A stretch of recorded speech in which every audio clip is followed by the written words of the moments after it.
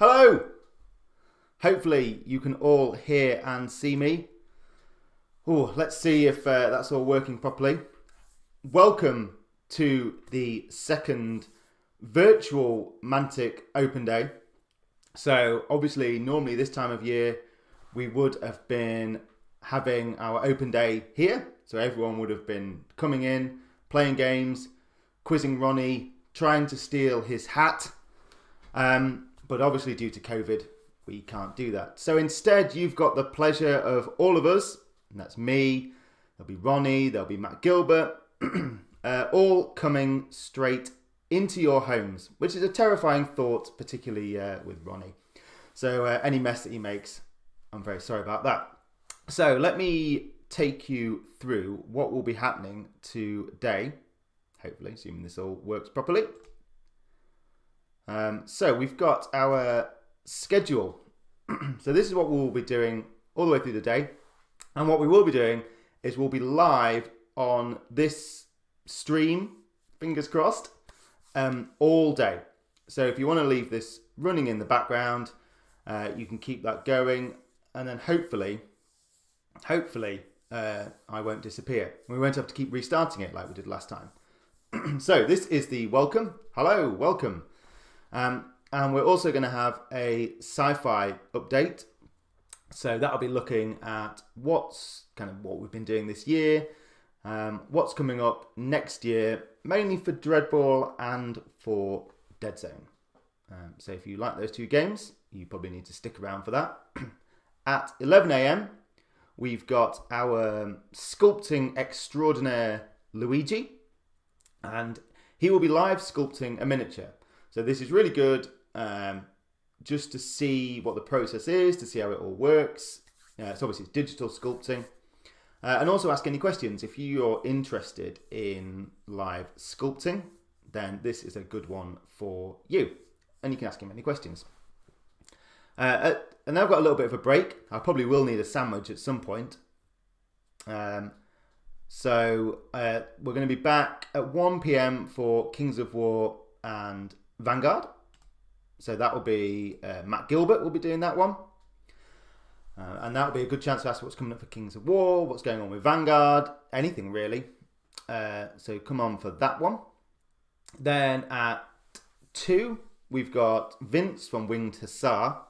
Chris says, what are you having in your sandwich? Do you know what? It's a really boring ham sandwich. That's all we had in the house this morning. So it'll be very, very sad for me. That'll be the low point of the day for me. But 2 PM, we've got Winged Hussar, so Vince will be showing. And there's loads and loads of books coming out from Winged Hussar. So for Kings of War, for Dreadball, for Warpath, you name it. There's loads of stuff coming up. So that'll be a really good one. And also, if you're interested in talking to Vince as well about how to get into publishing, if you've got any tips, that kind of stuff. Then we've got another big one at 3, which is Armada in 2021. So as you know, Armada is currently shipping around the globe, start arriving kind of possibly this weekend, next week as well. And that's going to be really good to see what's coming up for Armada. And there may even be some sneak peeks of stuff for next year. And then finally, of course, we end on a high with Ronnie's traditional Q&A. Now, this is assuming Ronnie remembers A, that we are doing this today, B, how to use the technology, and C, isn't, well, what time is that? Possibly drunk by then. So he'll be running through, kind of doing a general roundup, talking a little bit about Walking Dead, maybe some Hellboy as well, and that will all be later on. And that's a good chance for you to all ask Ronnie about anything you want, really. Because normally he is much better at leaking than I am. Leaking information, not leaking bodily fluids. Okay, so that is all that is coming up. Hello, you can see me again, unfortunately. So I guess we'll do a little bit of a roundup of the sci-fi. So we'll have a look at what's coming up next year. So sci-fi this year, obviously this year's been a bit crazy with what's been going on, but we did manage to release the Matsudan which was the sub-faction for the Asterians, and also the amazing Spectra. So they came out this year. We were planning to do a campaign alongside those, obviously, because no one can really meet up and actually play. That didn't happen, but hopefully we'll be doing that next year. So let's have a look now at what is coming up next year, if I can do it properly. Here we go. Let's do this. Let's get rid of me. And that's it. You don't want to see me anymore. I'm boring. Look at that. Yes, it's working. Okay. So what we'll be doing for this next kind of hour or so, well, not an hour, you'll be bored of me by then, but for the next kind of, let's say, 45 minutes is just running through what is coming up for Dreadball and Dead Zone. That's what I could do. I could put me on very small in the corner just so you can see me. There we go. Oh, it didn't work. Never mind. Hang on. I've broken something now. I've broken something. No, I haven't. Okay, good. So what we'll do is we'll talk a little bit about Dreadball, about what's happening with Dreadball in 2021, and then what's happening with Dead Zone in 2021 as well. So Dreadball, realise it's been a while since we did anything with that one. So obviously we released the second edition, what was that, 2 years ago, I think. And then since then it's been a little bit quiet on that one. But what we are going to do in 2021 is release a brand new supplement, which is really exciting actually. So myself and the rules committee have been working on that for the past year. And the idea of that is it's a bit like, if you remember the Challenge Cup. So the Challenge Cup had a load of different arenas in to play in, some different characters, and that sort of stuff. So the idea for this is hopefully it will become a regular kind of thing. So the current name for that one is, I think the working title is the Galactic Tour Magnetar Circuit. So what we will do is we'll have Galactic Tour something else tournament, hopefully after that one, depending on how well this one does, obviously. But the idea is it will be a supplement that will also come with cards as well, some tokens, that sort of stuff. And also, a bit like we do with Dead Zone with the command protocols and Kings of War with Clash of Kings, it will also have any updated team stats in. So we've gone through with a fine-tooth comb, the finest of combs, to look at teams that we thought were a bit above the curve and teams that were a bit below VEER-MYN. And we've kind of looked at those and given them a bit of a boost as well. So that will be in that one. I won't be able to reveal all the teams that are getting a bit of a boost. But then also alongside that, you've got 4 different arenas. And the idea with the arenas is that they are all on different planets, each with their own unique kind of special rules as well. And ideally what would be really cool is if you went to an event and you played through all 4. So there is an arena that takes place in like a swamp, so like quite a dangerous swamp where no one really wants to play. So you've got the struggle of some of your players might not even come onto the pitch to begin with as you try and convince them. And then you've got things like vines that grow across the pitch and get in the way. So that's one of the ones, that's like a swamp one. You've got another arena which is set upon a flying like cruise ship, which sounds great. Unfortunately, the problem with that is you may fall off the edge of the pitch to your death. So that's an interesting one that you've got to be a bit careful about where you are on the pitch because you might fall off. We've got another one which is underwater. So that's really kind of, obviously there you've got the struggle of the currents and that kind of stuff. And then finally the fourth one is set in a bit like Las Vegas, the Las Vegas of the Warpath universe, where you can actually gamble on the outcome of what's going on. So all of them have their own unique rules, and they all play very, very differently actually. So if you've been playing a lot of Dreadball, and want to kind of spice up your games, this will be the way to do it. So I've had a few questions about neoprene pitches actually in the comments. Yeah, I mean, actually, neoprene pitches would be a good idea. We have run out, so yeah, we can look at that. Certainly do those. Chris Lowry says, with rule changes, etc., should we avoid buying the second edition box at the moment and wait if we want to get into Dreadball? No, I'd say not, because the second edition box still has the teams, the rule book, the core rules won't change at all. The only thing you will find is some of the team stats might change slightly, and some of them will get better, VEER-MYN. And yeah, so don't worry about that. If you're interested in getting into the game, then definitely get that one. And the other big thing that is happening is we are having some new miniatures. Hooray! Now, we're not doing teams, because that would be totally insane, because there are a million teams in Dreadball. So instead, we kind of looked and discussed with the rules committee guys about what we thought might boost the game and what we thought also might be useful for all different players. So what we are going to be doing is some new support assistants, a bit like coaches. So a bit like the Medibot, we're going to be kind of doing those kind of things. So we'll have a look at those. Matt James says, so is it going to be like the Clash of Kings updates for Kings of War as well as the tournament with arenas? Yeah, so basically this is the Clash of Kings for Dreadball, I guess. Okay, so here we go. So now you do not need to see me, so let me get rid of me. Goodbye. Here we go. So let's have a look at the support assistants first. Now this is mildly ridiculous, but this is FLURPLE, the Hydrator. Now, if you know Snorkel, you'll know that he claims to be the only kind of remaining member of his race, but actually that's not true. So what the support assistants do is they all boost certain different elements. So FLURPLE is a Hydrator, and what FLURPLE will do is help you to pass dash tests.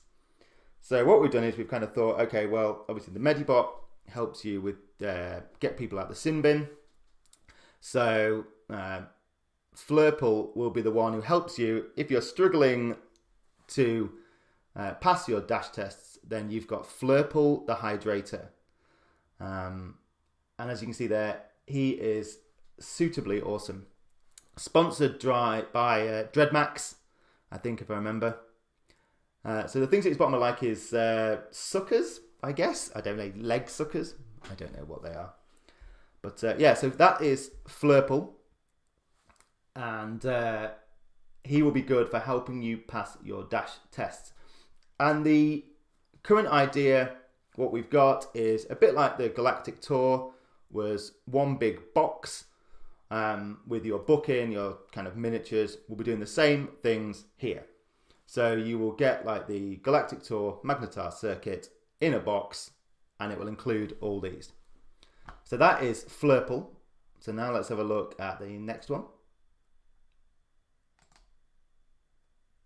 This is Bracer, like a kind of mechanic or engineer that can help with your armor tests. So if you're struggling to pass your armor tests, then this is who you need to bring into your team.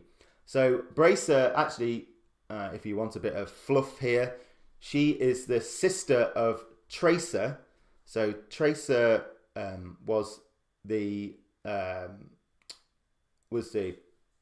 coach that we had in the Kickstarter. So Bracer is her sister, but rather than kind of going into the, she was a singer, wasn't she, Tracer? So rather than being singing, she's become like a mechanic. So this is Bracer, and she will help you when you want to do your armor tests, basically. So this will be very, very good for someone like the Kalishi, I guess, who have weak armor. So yeah, and a few people say braceable for everywhere, dead zone, etc. Yeah, I mean some of these we have been talking with the dead zone rules committee as well about potentially could bracer particularly come over to dead zone. Not sure about FLURPLE. She's a bit of a strange one. So Matt Jane says anyone who's already good at dashing and uses it to generate coaching dice. Yeah, so it's a good point actually. So yeah, if you're good at dashing, then FLURPLE is going to be great for earning you those fan checks as well. So yeah, bracer is a mechanic. So pretty cool that one. And then now I will preempt this by saying that if you thought that FLURPLE was ridiculous, then our next coach, Pantera says, will you say anything about how these guys actually work? Elaborate on how they help. So what they will do is they will add additional successes to your roll. So if you roll 1 success, but you needed 3, then, for example, for the armor test, then these guys will help with that. Now, I don't want to say exactly how they help, because then you could start doing that immediately. But so basically these are going to add additional successes to your roll. A few people are saying, will we have crossover rules to use any of these in Star Saga? Well, I mean, we do try and look at crossover rules as much as possible, because we do understand that, once you've got your miniature, you've painted it, you do really want to kind of make the most of it. So possibly things we look at, I mean, like I say, we are looking at doing dead zone rules for them, particularly bracer. But yeah, it's always on the cards. We'll never say no. So I've already preempted this one by saying it's even more ridiculous than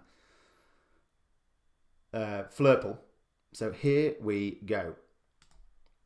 Say hello to head coach. So head coach is a mysterious character that his appearance on the Dreadball circuit just happens to coincide with a couple of Z's that got banned from the pitch. So no one knows who head coach actually is. But they have appeared, and now they are making a name for them on the sidelines. So head coach is a manipulator, which sounds slightly more ominous than it actually is.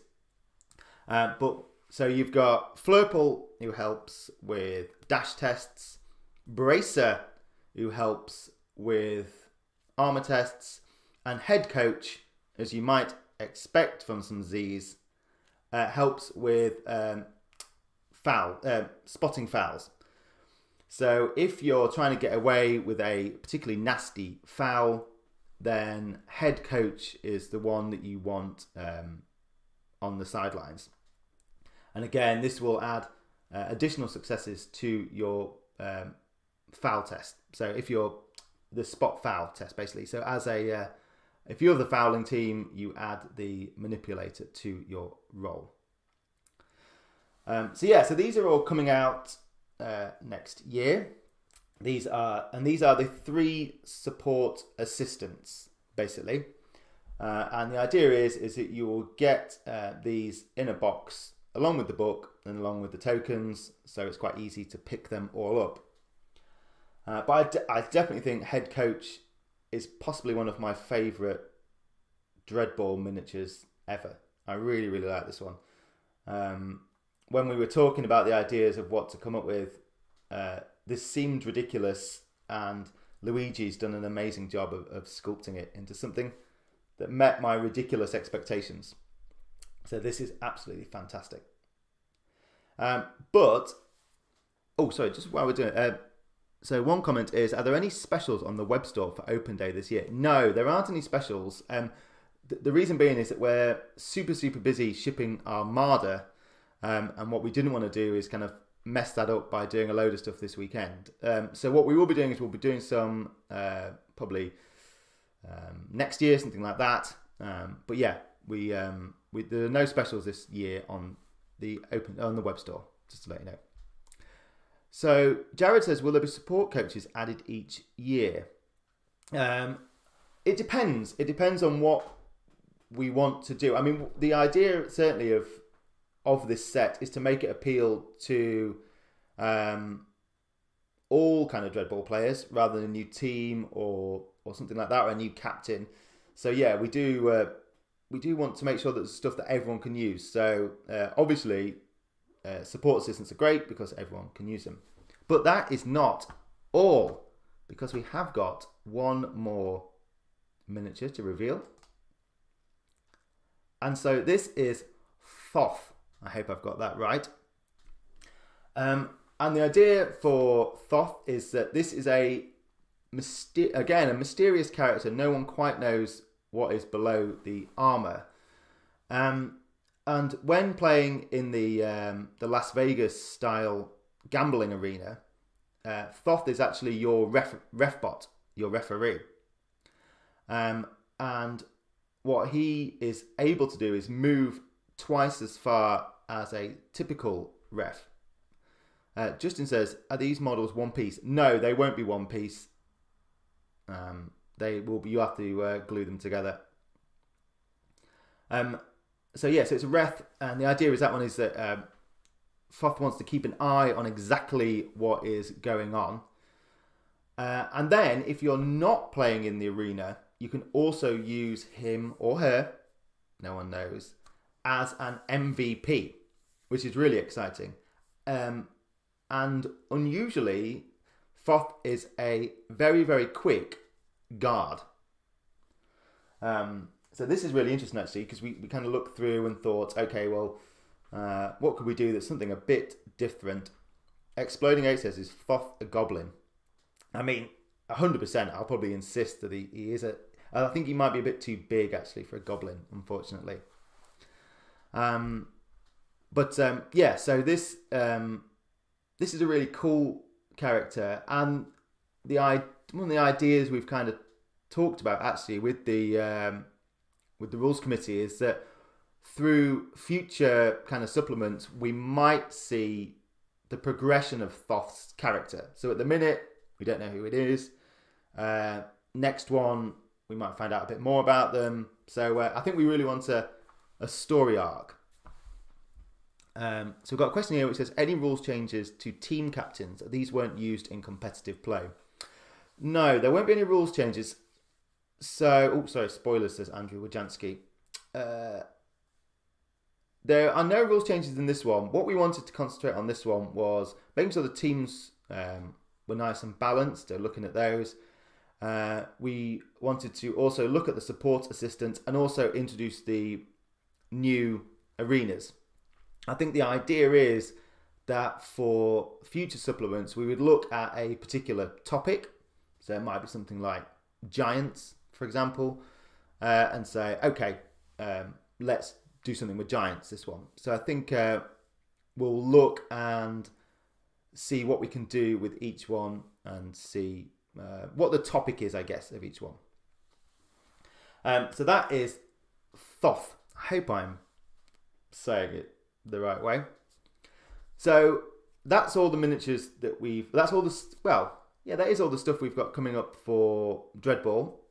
Now, hopefully, COVID, obviously unrelenting, this is all coming out in March.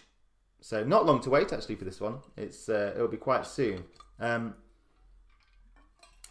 the idea is that what we might do is if we get the 4. Oh, and also, actually, I tell you what I did forget is each of the arenas has their own historical match.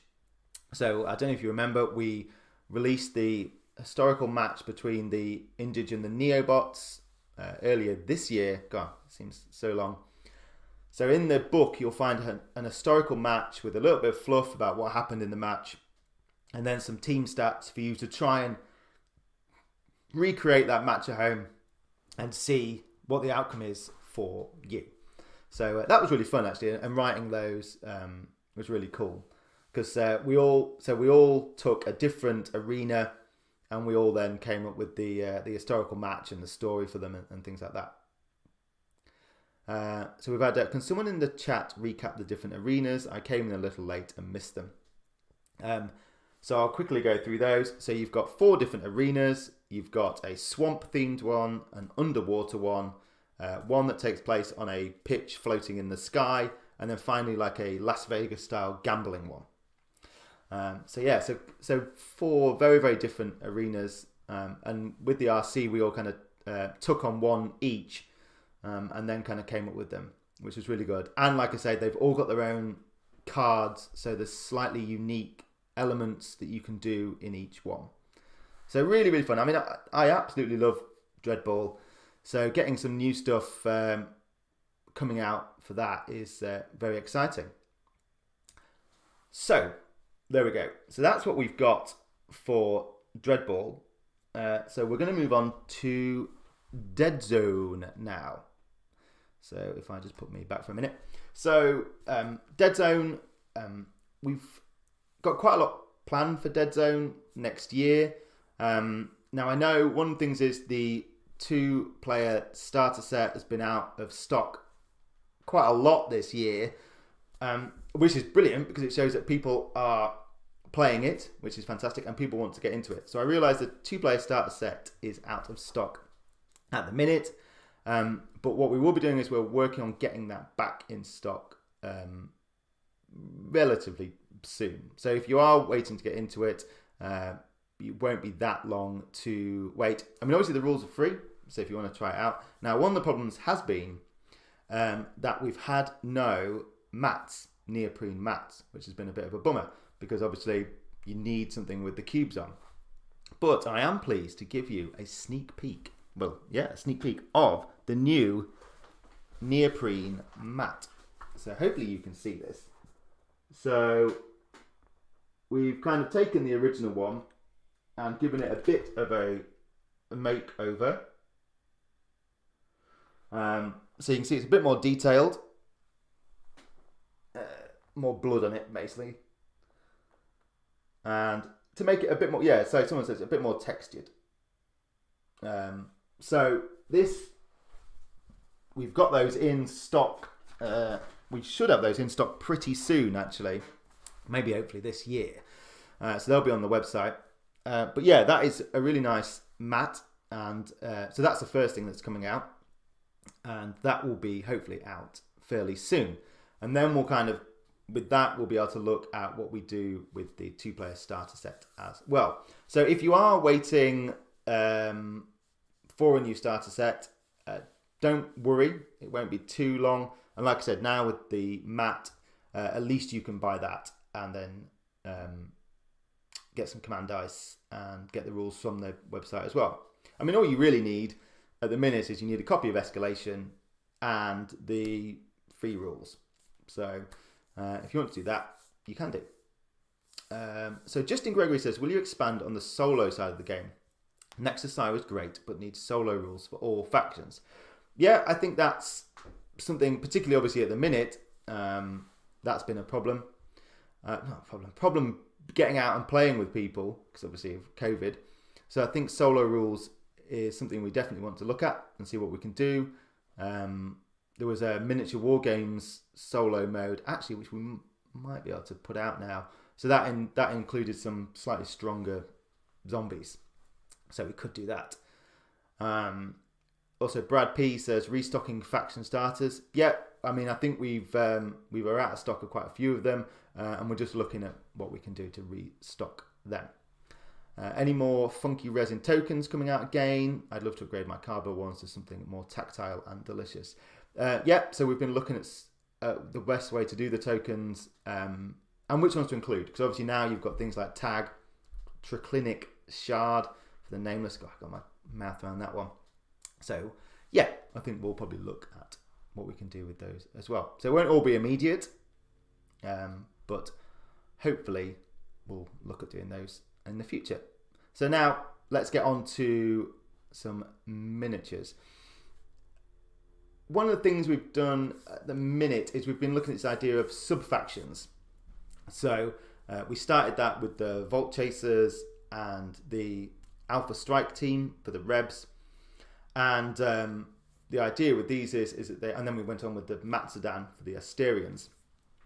So what we did with those is we kind of looked at what we thought would be potentially a cool faction to run of their own. So Matsudan, just with those. But we also wanted to look at ones that could be combined with everything else. And with next year's releases, we decided that maybe the Forge Fathers should get their own sub-faction. So let's have a look at me. So get rid of me. Goodbye. And here we go. So the sub-faction that we are doing for the Forge Fathers are the Artificers. So if you've played Star Saga, you'll know that you've got Ogan Hellcare, who is an Artificer. So they're like the engineers. And what we want to do with these is the Artificers are kind of the guys that accompany the Brockers onto the planet to help them when they're smashing stuff up.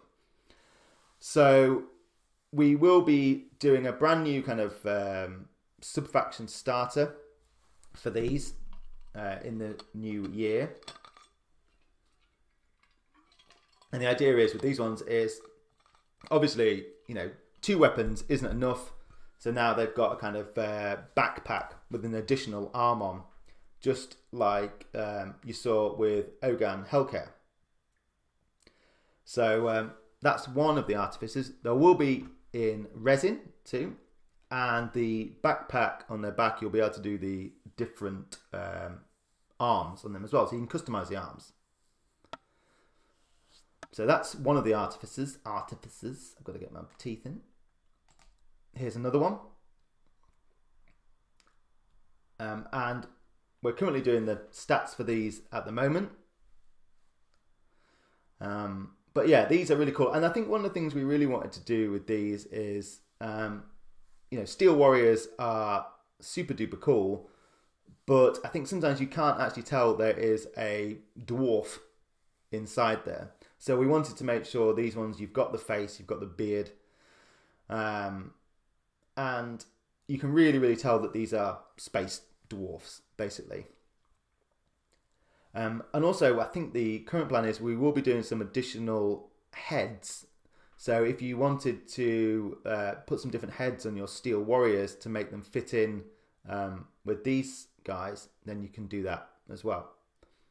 So I think these, I'm really, really excited about the Artificers, actually. I think they'll add a lot of character to the Forge Fathers as well. So there we go. I think there, if I remember rightly, there are 3 different bodies and then a range of different heads and obviously the arms as well. So you can customize them in different ways. Tabletop Transformer says, will you be selling the mining robot separately? It's certainly something we can maybe look at for the website. We can sometimes do that. It just depends sometimes what they're bagged with, because we may not be able to, if we bag them out, then we might not be able to split them up. So Damo says, Marauders, so Space Orcs redesign new faction in the future. So nothing to announce yet for that one. I mean, come on, you're getting the cool Artificers. I mean, we're always looking at what we want to do and which things we want to look at. So that is what we're concentrating on at the minute, is the Artificers. But that's not all for these ones as well. Let's have a look what else is coming up. So this is currently the unnamed mech, the Artificer mech. But this is roughly slightly smaller than a standard Iron Ancestor. And it will come with weapon options as well. So again, the idea is these are like mining weapons, engineering weapons. So there is obviously one of the Artificers driving it, so you can have a bit of a closer look there. But a bit like we did with the stunt bot, there will be different weapon options, so you can put it together. Chris says, will it be much of a bear as a strider to put together? No, so this will be in resin as well. And normally these are fairly simple to put together. You probably would be able to magnetize the arms as well. One interesting thing is that, if I go back to the other picture, so where you can see the weapons like the hammer and I think that's a mining laser on the left, what you can do is actually, it's the head of the weapons that is interchangeable. So it doesn't matter if it's left or right. You can basically change, do whatever combination of weapons as you want, which is quite cool because it gives you that freedom. Paulie says, will there be a canopy so he doesn't get shot in the face? Yeah, there is an alternate version with a kind of front on if you wanted to do that, but in my opinion, I think this one's loads cooler because you can actually see that the Forge Father is driving it. So yeah, I think this is going to be really, really cool. And this will be coming out alongside a new kind of sub-faction starter for the Forge Fathers. And then finally, just one little thing, as if I haven't spoilt you all enough, is this. So if you've been following Kings of War, you'll know that a lot of the VEER-MYN models have ended up going into Kings of War. Well, if you tune in later to the Kings of War and the Vanguard chat, you'll find out that there's plenty more coming up for the Ratkin. So what we will be doing is, for the first time, things will be coming the other way. So new Ratkin models, if they fit, will be getting their own entry in the VEER-MYN lists. So we're currently looking through to see which ones we think would make sense. But then you've got this one here. So this is the Master Scurrier in the Ratkin list, but this looks perfect for Dead Zone. The tech is kind of very much in line with the existing VEER-MYN tech, and it'd be nice that, you know, Dead Zone gets some of the love. Got a question here, say, any plan to make the metal upgrades items or metal units in the new resin, the Strider Heavy? Yes. So I think one of the ideas is that some of the heavy weapons that are currently in metal will kind of move into resin. Tabletop Transformer says, so possibly a new update book. I think we're looking what we want to do next year with Dead Zone. Escalation, I think, puts the game in. Escalation puts the game in a really good place, actually. I think there's, you know, it's pretty well balanced. I think the problem we've had this year is keeping the 2-player starter set in stock, just because it's been super popular, which is great, but obviously it causes us a slight headache in that sense. Yeah, I think what we want to do is add lots of things. Ideally, it would be great to add something to each faction eventually. I don't think they'll all get sub-factions. I think a lot of them have got enough now. Mark Wheeler says, updated rulebook for Dead Zone. Yeah, I think that is, you know, I think we're looking at all the options for what we do with Dead Zone, particularly now the 2-player set's out of stock. But it will be coming back into stock soon. We've got new scenery ideas for the future. I mean, I don't know if anyone would want Terrain Create Sci-fi, but who knows? We'll have to see what happens with that one. Plague subfactions, possibly. I mean, we're looking at what we do with things like the Maison Labs, what direction we take those into as well. But I think there's loads of stuff we really want to do with Dead Zone. I think, you know, Escalation and Outbreak have proved super popular and shows that a lot of people are still playing the game. And I think also things like the new sub-factions is a nice way to add, you know, a bunch of miniatures to the game without necessarily adding a new faction. Andrew Wajansky says, how about an Arda Lorana faction? I don't know. They'd have to go with the Rebs, I would think. I mean, what Resin Murder Birds, says Steve. Yeah, I think Murder Birds are a murder to make in metal, which is why we haven't been able to keep them in stock, but I think we will look at kind of ones that are difficult in metal to look at those, maybe in resin, something like the Plague Bursters possibly. Yeah, we could look at those and do those in the future as well. Yeah, resin bursters, yeah. So Zeus says any Hellboy stuff at any time today. So that might be covered in Ronnie's one later on. So Ronnie is kind of doing a general Q&A at 4 later today. So yeah, so we have a look. I'll tell you what, before I go, or before I start this one, let's go and have a look back through at some of those, some of the ones we've done.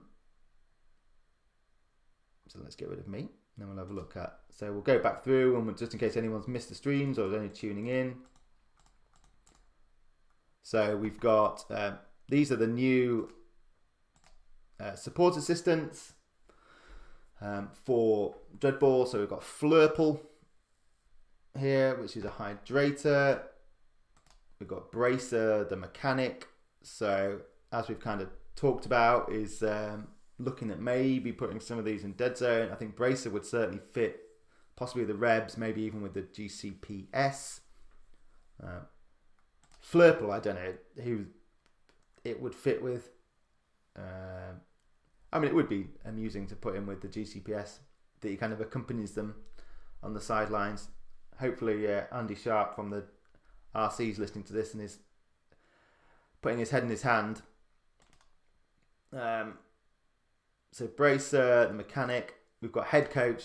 I have no idea where head coach would fit into anything apart from Dreadball. Guess he could be a bizarre mercenary. So Andy Sharp is weight of fire. He's shouting never thought of putting these in the game. Yeah, maybe head coach would be a bit of an odd one. Thoth, obviously, that's a new ref bot, an alternate ref bot when you're playing in the Las Vegas gambling arena. But you can also use Thoth as an MVP guard, which will be, I think that'll be a really interesting one, actually. I'm not sure how much MVPs really get used at the moment in Dreadball. So, like I was saying earlier, when we look at a theme of a different book, whether MVPs could be looked at, whether we, do you like an all-star MVP team, something like that. So we could look at doing some of those in the future. So that's all the Dreadball releases. So just in case you missed it earlier on, that will come, these miniatures will come along with a rule book and some tokens, like a supplement rather, as part of the new, I think the current work in progress name is Galactic Tour Magnetar circuit. So that'd be really interesting. Tabletop Transformers says an MVP wrestling game. I think that'd be too crazy. I think they none of them want to get damaged. Justin says, is there going to be anything Star Saga? So not at the minute. I mean, what we could do is looking at, we've talked about maybe doing like digital missions, that sort of thing. Maybe where you could do something like buy a faction starter for Dead Zone. So you might be able to buy, say, like the Marauder faction starter. And then you could use that as like a kind of a mission or something. So yeah, maybe something like that. Chris says, so he was put off by Dreadball previously because he thought it was going to get discontinued. Well, it's definitely not. I mean, Dreadball continues to be very popular. We had like an online tournament this year. There are kind of obviously people are using Tabletop Simulator and Vassal to play. And there's a lot of players of Dreadball out there. There's maybe not as many tournaments. We'd had a tournament here at the at HQ, which unfortunately got cancelled, which was a shame. But that had 30 players signed up, and we had a waiting list. So that would have been great. I was really looking forward to that one, and that kind of unfortunately had to be binned. But I think it shows that there's plenty of people out there playing, and hopefully next year, if we can get together and actually play again, then I'd like to do another UK national tournament over here. So Nicholas says, any news on the firefight replacement? So no news at the moment. I think Ronnie's previously said we are looking at doing that. But I think what we want to make sure we do is that if we come out with anything new for firefight, that it hits the ground running, basically. That it's as balanced and as cool as possible. Nate's Minature says, did I miss out on any Dead Zone news? No, I will just go through those again as well. So here's the Dead Zone stuff. So these are the Artificers. So this will be the new subfaction for the Forge Fathers. So you'll get these in like a new faction starter. So you'll get some resin miniatures and then probably some Brockers as well. I think that's the current plan for these ones. So the Artificers, you've got different heads you can use on these. And then you've also see they've got that kind of extra arm on their back. And they will be used, they'll be customizable so you can put different arms with different combinations as well. We've obviously gone third arm crazy because Bracer's got one as well for Dreadball. There's another one there. Simon Warrener says, any news on Reb's Ape Minis from Drevel's Betrayal? Yeah, I think we're looking at the best way, what we do with those ones. Possibly whether we even put them in resin. Something like that. So, yeah, we're kind of reviewing some of the models at the minute and seeing what we can do. Obviously, resin is a bit crazy at the minute with all the Armada stuff. So we're just looking at when we can fit things into the schedule and what we do with those. But hopefully we'll have kind of more news in the new year on when all that's coming out. So that's the second Artificer. Then we've got the currently unnamed Artificer MECH. I think Dave currently thinking here is it might be called something like the Jotnar to fit in with the Jotun and all that kind of stuff. But yeah, this is really cool. And on that one, again, the weapons are all totally interchangeable. And you can use whatever, you can use all the different combinations on that one. A bit of a closer look here. But yeah, I think this is going to be really, really awesome. So that'll be in resin. So all the Artificers are in resin as well. And then finally, I kind of talked about this one earlier on. We've seen that some of the VEER-MYN models have gone across to Kings of War. So things like the Nightmares and some of the other, the Night Terror. And then now we're going to start seeing them move back. So when we do new Ratkin for Kings of War, which we'll be talking a lot more about later on, they will move back into Dead Zone, which is cool. So make sure if you want to see more of the Ratkin, because there is one particularly disgusting one, tune in later on, 1 PM for that one. So there we go. That is everything that's coming up for, well, not everything. There are, you know, I'm sure there'll be some surprises. There is more stuff coming up, but as you can see, Dreadball really exciting. I think that'll be really cool, and hopefully that will inspire some more tournaments here. And Dead Zone, lots of cool stuff. I mean, it's great. I mean, the Matsudan and the Spectra were super popular, which obviously then gives us the confidence to do more. So we'll be hopefully seeing plenty more Dead Zone stuff in the future. Now, I'm going to make myself a cup of tea and I will be back in about 10 minutes with a live sculpting session with Luigi. So remember, this stream will stay on all the time. So if you want to stay in the comments, I got direct, actually Timothy and Andrew are saying, did I shave just for you? And Timothy says, I think I showered. I got dressed, you know, that, well, top half, I got dressed just for this occasion. So yeah, so we'll be back in 10 minutes on this feed stream, live stream, with what's going, with Luigi doing some live sculpting. So I will see you shortly. Bye-bye. Now I've got to switch it off. So you'll have to bear with me where I look at my computer.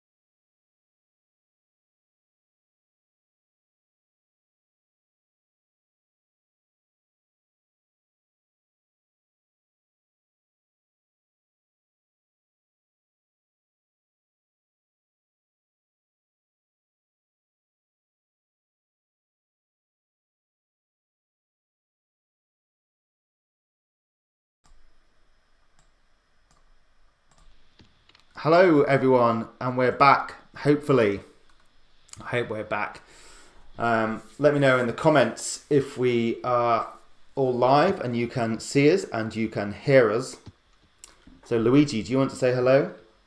Hi, everybody. So let me make sure you can hear Luigi as well. I've got my sexy big headphones on now as well, so I can just hear Luigi, and hopefully you can hear him too. You can see mine. I've got bigger earphones than you. Okay, it's not a headphone off. Okay, so what we are doing in this bit is Luigi is going to be live sculpting a head, just so you can see the process of kind of what goes into when we sculpt all the different miniatures. So what are you planning to sculpt here then, Luigi? The plan is having a tyrant head that is laser thing, and I usually don't start from a sphere, but it's just to show how sometimes I work for defining more the concepts, because not every line has very defined concepts. Some of them are quite rough, so allow me to have more freedom in sculpting. And so before going to the finals, I start sketching some base volume to share with the design team, just to check if we're on track. And yeah, so I suppose what will normally happen is so the studio will come up with an idea of what we want to do, and then Dave and the studio, sometimes if it's goblins, I'll get involved. We'll put together a rough idea, like a description of what we want that miniature to look like. Sometimes it'll include the fluff and that kind of thing. Yep. And then we'll put together a fairly comprehensive Word document, maybe with any references, and we'll send that to normally a conceptor, so an illustrator, who will come up with a piece of artwork that looks like it, and then we give that to Luigi, and then Luigi works his magic and starts to do all this sort of thing. So you said you're doing a salamander tyrant here. Yeah, true. And it's, one thing that I really like is being allowed to put something of my own design in every new line, and because not everything is designed in 2 dimensions works well in 3. So one thing that really changes in the quality of miniature, and it's something we've been talking about with Matt and Dave lately, is having a background. So just a couple of lines that really tell the story about the miniature, or the line of warriors I'm working on, because that is something I can really illustrate in what I'm sculpting. So the background is very, very important. So that could be something like maybe what pose it should be in. Like, so I guess if it's like a heroic model, you want that to be in a heroic pose, whereas if it's someone quite sneaky, then you want them to kind of be obviously hunched over and kind of hiding, that sort of thing. Exactly. Or for example, about these big lizards, I was talking about this yesterday night with Dave, about the armor, because I did a previous version of this one with, and you've seen it yesterday. I've seen it. No one else has seen it yet, Luigi. Oops. The armor I did was very had a bunch of holes and scratches, and Dave told me that wasn't right, because that kind of race was a bit more fancy, some more refined armors. So I had to change the design to show a more evolved society. Yeah. Despite these are all, hyper violent. These are brick their enemies' limbs off. But so we've got one question here, Luigi. Have you got any kind of reference on another screen, or are you just kind of doing this from your imagination, I guess? I always work with references. I have two main kinds of references, basically. One is about real life lizards, basically. Oh, I like him with the big googly eyes like that. You should leave those on. That's amazing. A bit more Muppet style. So, for example, for the skin or teeth, stuff like that, because they obviously need to resemble real lizards somehow. And on another window, I have the concepts because I need a concept every time. This it really shortens the working times, because there is all a part of design that needs to be nailed with concept art first. And I have to say that we have some really talented concept artists that are managed to represent the essence of the miniature, and so they make my work really easier. Yeah. So when you were doing things like the ratkin, which obviously we'll be showing off a bit later on, were you looking at lots of pictures of like real rats and going, okay, well, this is what their nose looks like, this is kind of what their bodies sort of look like, I guess?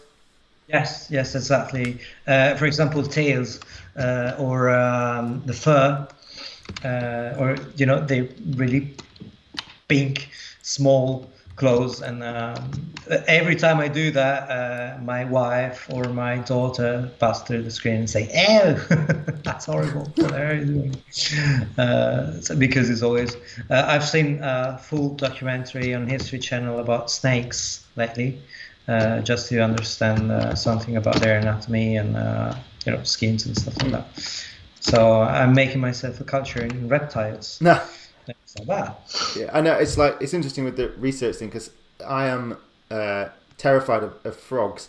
And when we were doing research for the some of the Vanguard stuff, like the Dam Buster, I was looking at information about frogs, and it was bringing up loads of pictures, and I actually felt physically sick. So you haven't had anything that's made you obviously feel sick, I guess, at the minute. Yeah, it's the same for me with spiders. I had them really. So okay, we better not do a spider faction then. For no, please. No. Okay. Well, I'll make a note. Jerry asks, are you told what material the final miniatures are going to be in, and does that affect how the piece is sculpted? Yes, and that is something I've been learning through the years, because is something you have to check on the final piece. When we go for plastic, for example, the design of the miniature needs to follow some very strict rules about how pieces will be cast. And so what I have to do is try from the very early stages of design to bear in mind all the time that that's going to be plastic. So for example, if you have a look, every time there's a weapon held in a hand, it needs to be in a very particular angle, because otherwise it wouldn't cut, or it would be another piece to be cut, another to the tool. So yes, materials are very important, and is a part of the very early brief, knowing which material will the stuff will be cast in. Also, because of thickness of weapons or ropes or sticks or whatever it may be sticking out of the model. So yes, and I have every time to try to use the restrictions I have in a creative way to make them work on the final piece. So we've got another question. someone says, what free software would be ideal to use, Blender or Sculptress? So what are you using here then? You're using ZBrush. I'm using ZBrush, and Sculptress is the free version of ZBrush, and I've always found it very, very easy to learn. So I'd say Sculptress. I know that Blender, I use Blender basically for scale checks and sometimes for doing some hard surface modeling. And I know that Blender has been developing a lot of very cool and useful tools on the sculpting side too, but I never had a chance to actually try them.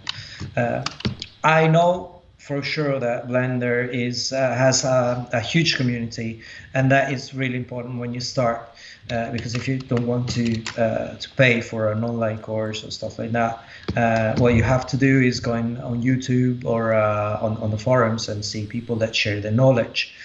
And Blender in that is one of the most popular software, also because of its support community that helps you a lot to learn new stuff. And it's the same with ZBrush too. So I'd say Sculptress, but because when you move to a more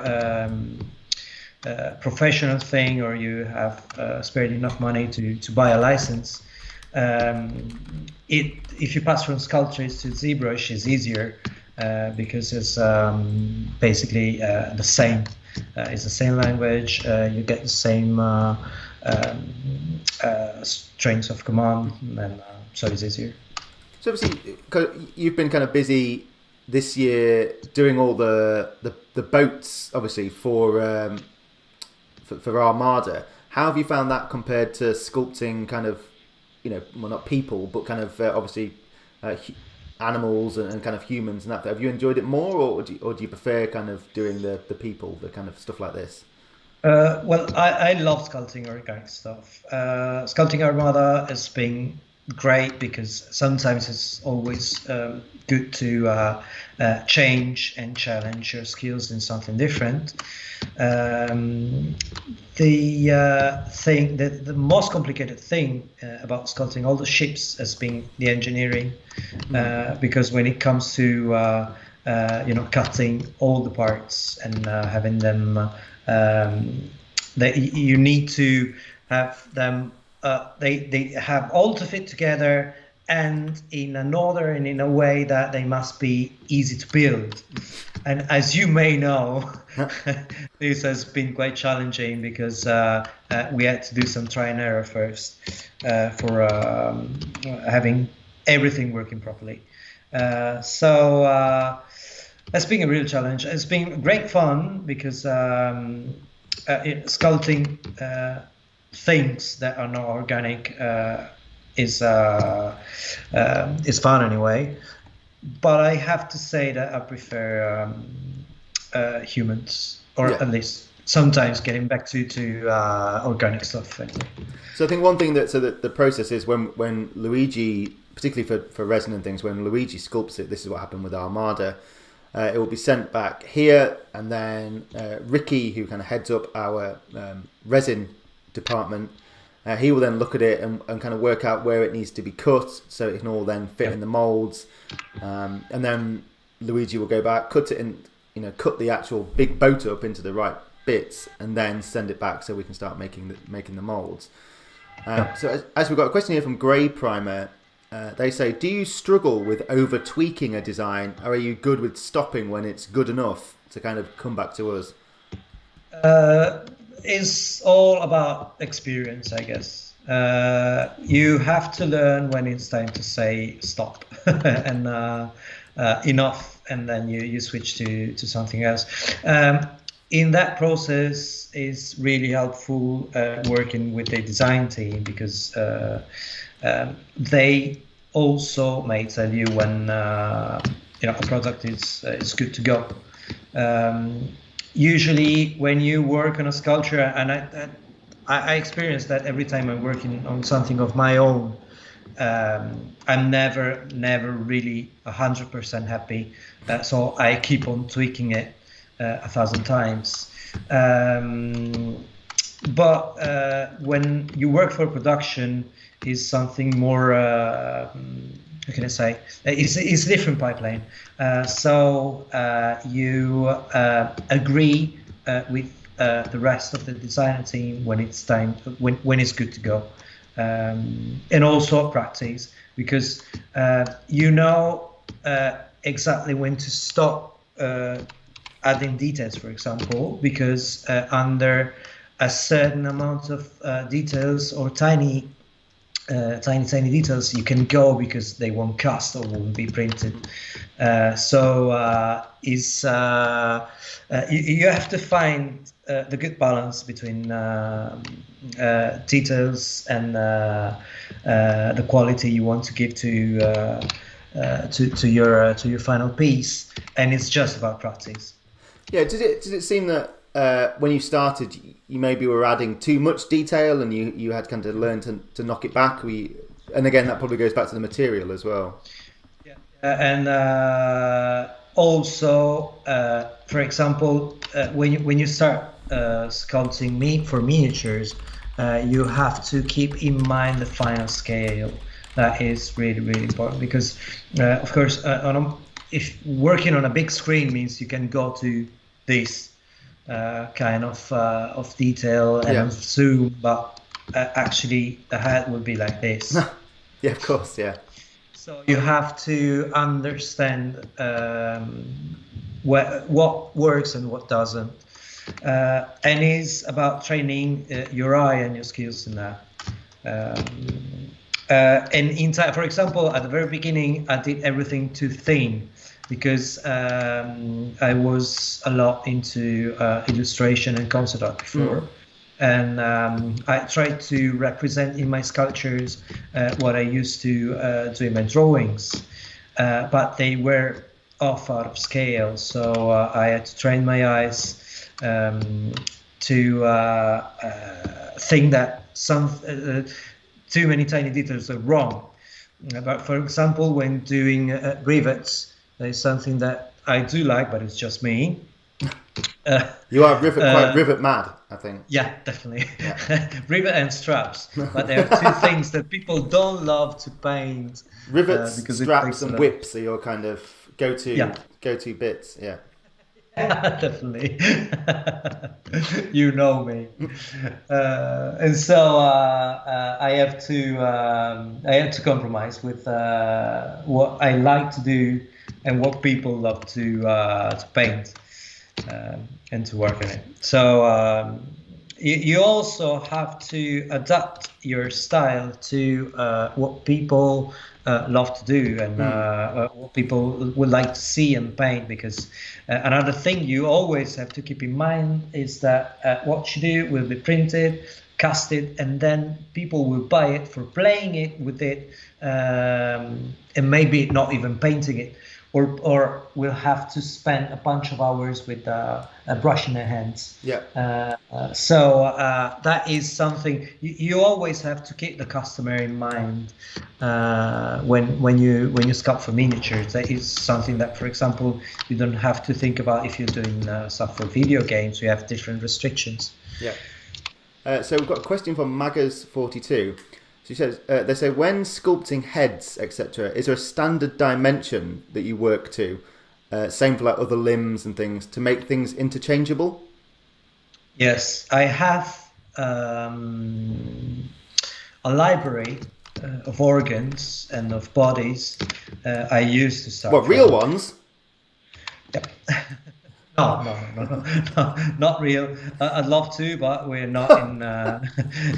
During the Renaissance, for example, sculptors used to sneak in cemeteries to steal body parts for studying them.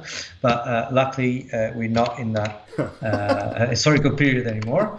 So it's a crime now doing that. But we have internet that helps a lot. So you can attend live classes where you design and sculpt from watching real models. But no, I have a bank of organs, virtual organs I've been building through the years.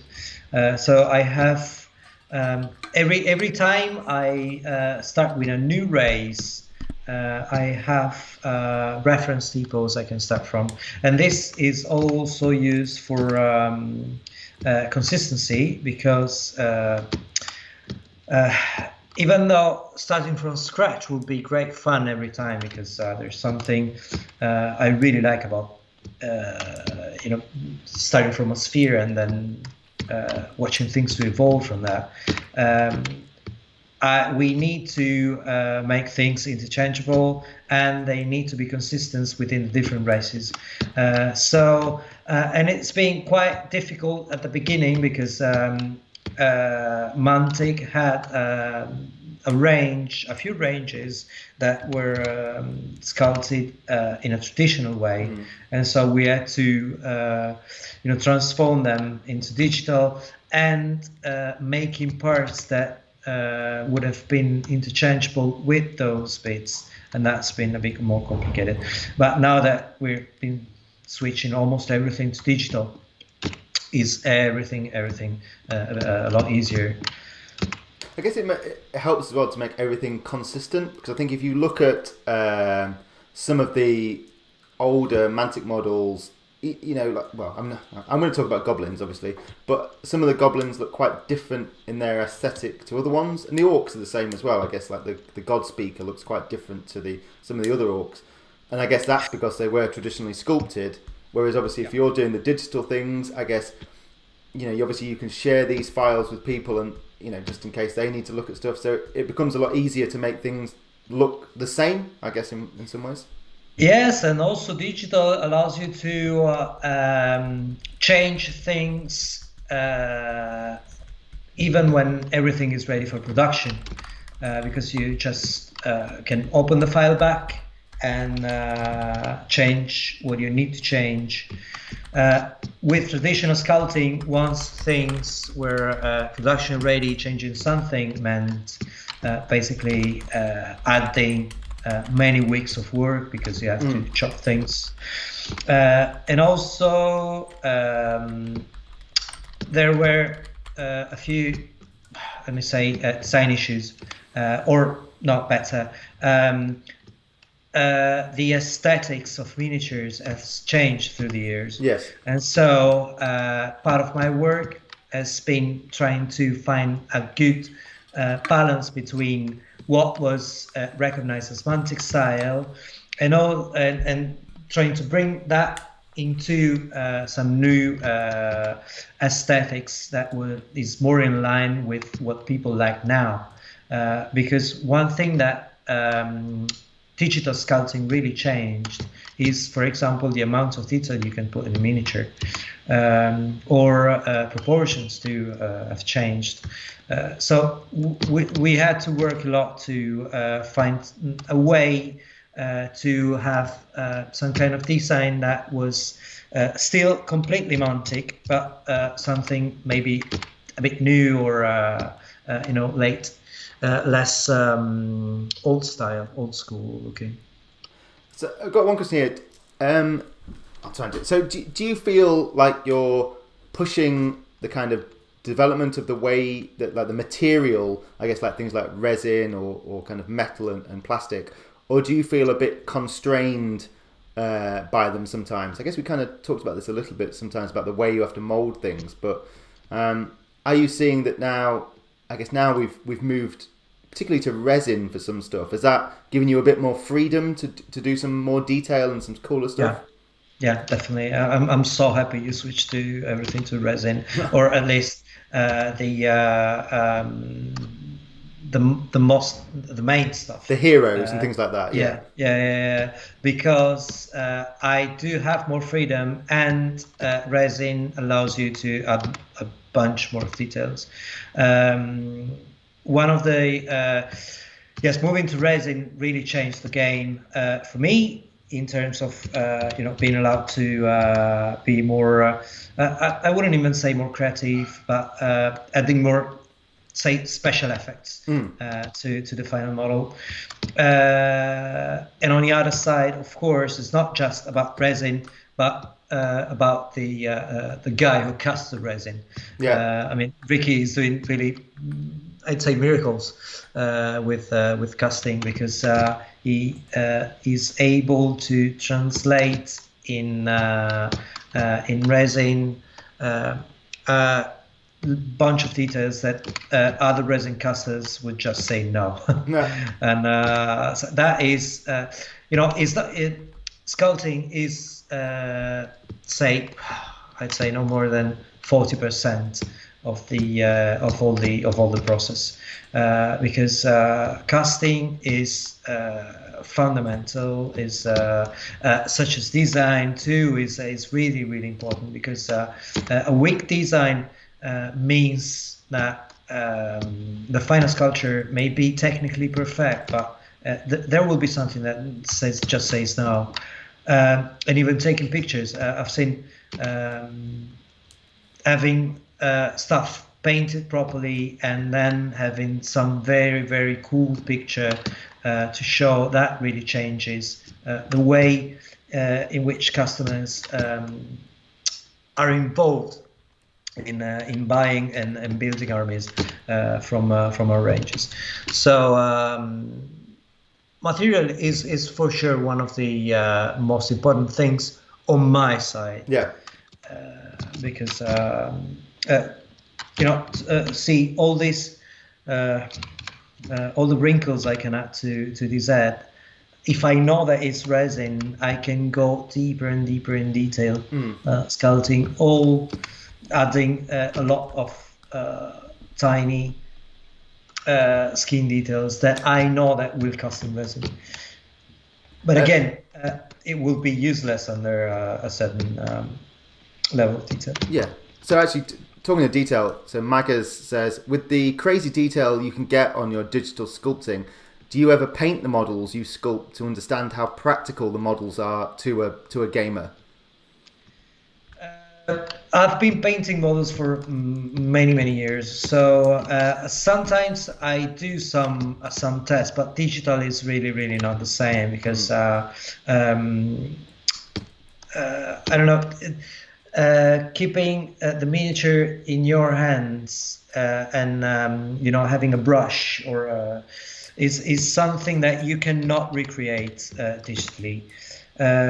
So it's more from the digital side of I think what they mean is, do you ever paint the stuff that you've made with physically paint the physical models, I guess? Well, I spend all the time I come at the headquarters just staring at painted stuff and printed stuff, because I have to understand. And one of the great things of the open day is that you talk to people that are actually allowed to tell you a bunch of bad words if you sculpted too many straps or stuff like that. And so the best feedback I have is from people who actually paint them, because of course when I see them in the flesh, I'm so happy. But I have to try to paint my own stuff just to see how does that work in real life. That should change the game a bit. So I've got a question from Amir here. So they say, when sculpting digital, would you recommend a drawing pad, or is a mouse good enough? No, definitely you need a pad. Wacom has some very cool digital stuff that you can buy, and it's not that expensive. I've bought recently a Chinese tablet that's called Huion, and it's a 20-inch, and it's really cheap, and it works perfectly. I mean, there are actually the market is producing more affordable stuff that allows you to get very great results without investing a bunch of money. But the mouse is really not enough. It's great for working with more traditional softwares like 3D Studio Max. There are because is a really different way of sculpting and modeling, but when it comes to digital sculpting with softwares like ZBrush, you need a pen, and you need to be more I don't know if it's right to say fluent. You have to do something that is more like drawing, actually.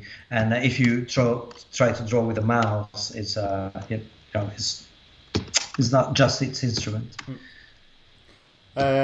So, question from Grey Primer: do you have designs of your own that you love? So I suppose, yeah, this is an interesting question. Would you love to design something, but there's no Mantic game or faction that they fit into yet? So if you had a choice, if we said to you, Luigi, come up with a brand new faction for Kings of War or Dead Zone, what would you really like to do apart from spiders? Something we were talking about yesterday was a cat faction. Yes, I remember this. Yeah. That would be fun, I guess. I am so much into Mantic design that I never thought that there is something missing, but actually a fill-in faction would be fun, I guess. So cat faction. Would you do them sci-fi or fantasy? Sci-fi, definitely. Wow, sci-fi cat faction. Yeah, definitely. Yeah, would be really, really fun. Maybe a bit cartoony. I don't know. They could fit into the Rebs, I suppose. That'd be quite good. Cat faction for the Rebs. So we've got a lot of comments saying that it's pretty amazing that in a very, in 30 minutes you've gone from basically a ball to now a fairly detailed lizard. How long has it taken you to get to this point? How long have you been using digital sculpting and doing stuff like this? Should be like 10 years now. Wow, okay. Also, I sculpt something like 10 hours a day, but because I really like it. I mean, I've seen people doing great stuff in and learning the tool in really few times. So I really can say, I'd say you need maybe a couple of years to really understand how the software works and to be confident enough to manage to be able to live sculpt something. But it's because it's about exercise. You need to exercise a lot to understand. If I start sculpting, it's because I'm Italian and I move my hands while I talk. So you have to understand your working flow. Because at the very beginning, you do something and you don't actually know what is going to happen. So all the time you go for try and error. After a while, you know exactly what's going to happen when you give that command or when you start sculpting hide or something. So it's just about, I think, training your eyes to your eyes and your internal pipeline to be fast enough. Because at the very beginning, you spend your time, you're slower, of course, and you do a bit of a bunch of undos because you try and you say, no, I don't like it, and then you get back a few times.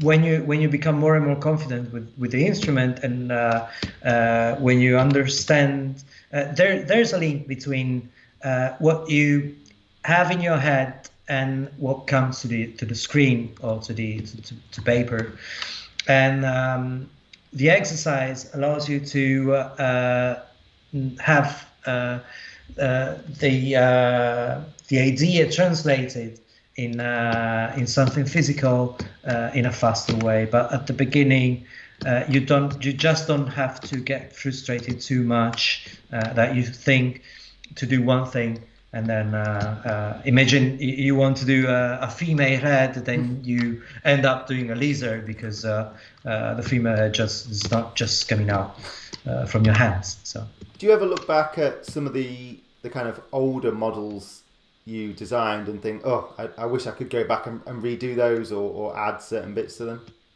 Every time, with every model. But I think that is something that deals with my artistical growth. Every time I do a project, I learn something, and it's something that I want to apply to the next project. So every time I see, lately, for example, for the lizards, I had to open back the Gekota lizard I did. Article. Article, yeah, that one. That was 3 years old, I guess. And at that time, I was so happy about that. And I've been opening it now. And I said, I wasn't that happy anymore. So I'm happy when I deliver, and then after a while, I know that I can do better. Yeah. But that is something you can even see in the growth of the range, because every time you see something new, you spot something different and something that maybe you like more as a customer. So I think that works. So Jerry says, when you're sculpting a new range, unit, race, or whatever, do you make one and then use that as kind of like a dolly or as for the rest, or do you sculpt each one from scratch? No. I prepare the first one. Usually I start from base depots of the naked anatomy. That is something that is going to help me if I want to make new variants, or maybe just starting fresh from some new design. And then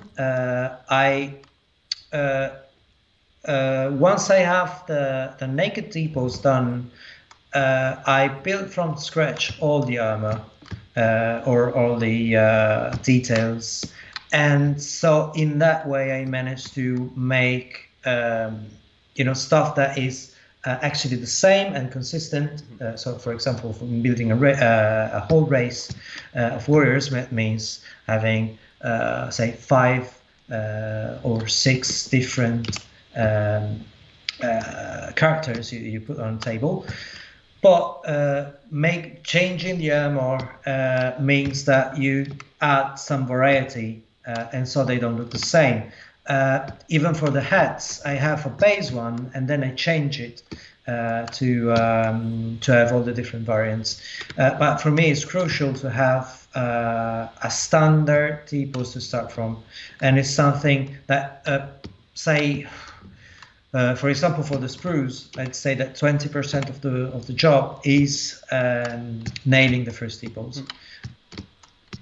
Actually, so talking about posing, I don't understand this question, but hopefully you will, Luigi. Someone says, do you use the transpose tool to pose your models, or a Z-sphere rig? No. I have no idea what any of that means. They are ZBrush tools that are quite powerful, actually, and I've been spending ages trying to have them working. But it's something that deals with the mesh you're working with, and the machine you have. If you're working with a laptop or with a workstation, that changes a lot, because actually, those tools, how can I say, they adapt the T-pose to a pose. So you can do the pose with the dummy, and then adapt the super detailed T-pose you've done to that dummy. Actually, it's really complicated and how can I say, you spend a lot of time trying to match them, but there's a certain bias between what is expected and what actually the tool does. So I do something quite different. Once I've done the T-pose, I split it in the main parts. So say the torso, I split the legs between upper and lower legs, and then the feet, and the arms between forearms, arms, and hands. And once I have the T-pose split, I pose it a bit in the same way you pose the action figures, basically. And then I weld everything down and sculpt back all the details that have been lost during the pose. This is because when you pose something, you lose a part of detail, specifically where the limbs attach to the torso.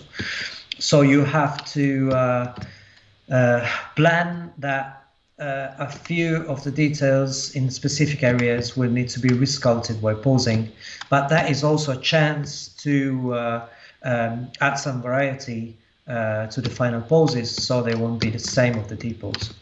So we've got a question here. Would it be possible to animate the sculpts so we could use them in like promotional videos? How easy would that be?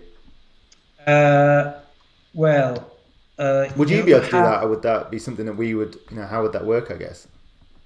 You need a rig for doing that. So you need to build a skeleton that is bind it to the mesh in a certain way, but you have to completely change the topology, because when you're sculpting for stuff that goes in a STL, that is the file that goes to print, you have this kind of mesh. See, that is very, very thick, is dense. When you have to animate something, you need to completely change the topology. That means you have to do something like this. Let me show you. Don't break it. You have to flat everything down. Then you need to dynamesh it to have a single mesh. And you have to translate this in. Now, if everything crashes, I hope you. It's my fault for asking. Sorry. So I blame him. You need to rebuild your topology to have a topology based on quads. That is a special kind of topology that is needed for animating stuff. So there is a new pipeline you have to put in the field to be able to do the animation, and it's something that everything starts from. Okay, so I got the result. You see how the topology changes. I see. Yeah. Okay. So you can go with a smaller one too, and have it even. See? Then with this topology, then there's a command tool that you can give to translate all the details from the high resolution mesh that I have here to this one. And then when you have this kind of mesh, you can actually move. Oh, wow. See your make it talk. Make it talk. I can try. But you need a different kind of mesh for making animations. Okay. So if I need to open his mouth, for example. Hello. Yeah. Hello, Luigi. That's it. Okay. Have you done? Because I think you mentioned video games before. Have you done sculpting for video games in the past, or not? Is it just models you've done? No, just for advertising. I've been studying the pipeline for video games because ZBrush is part of that pipeline.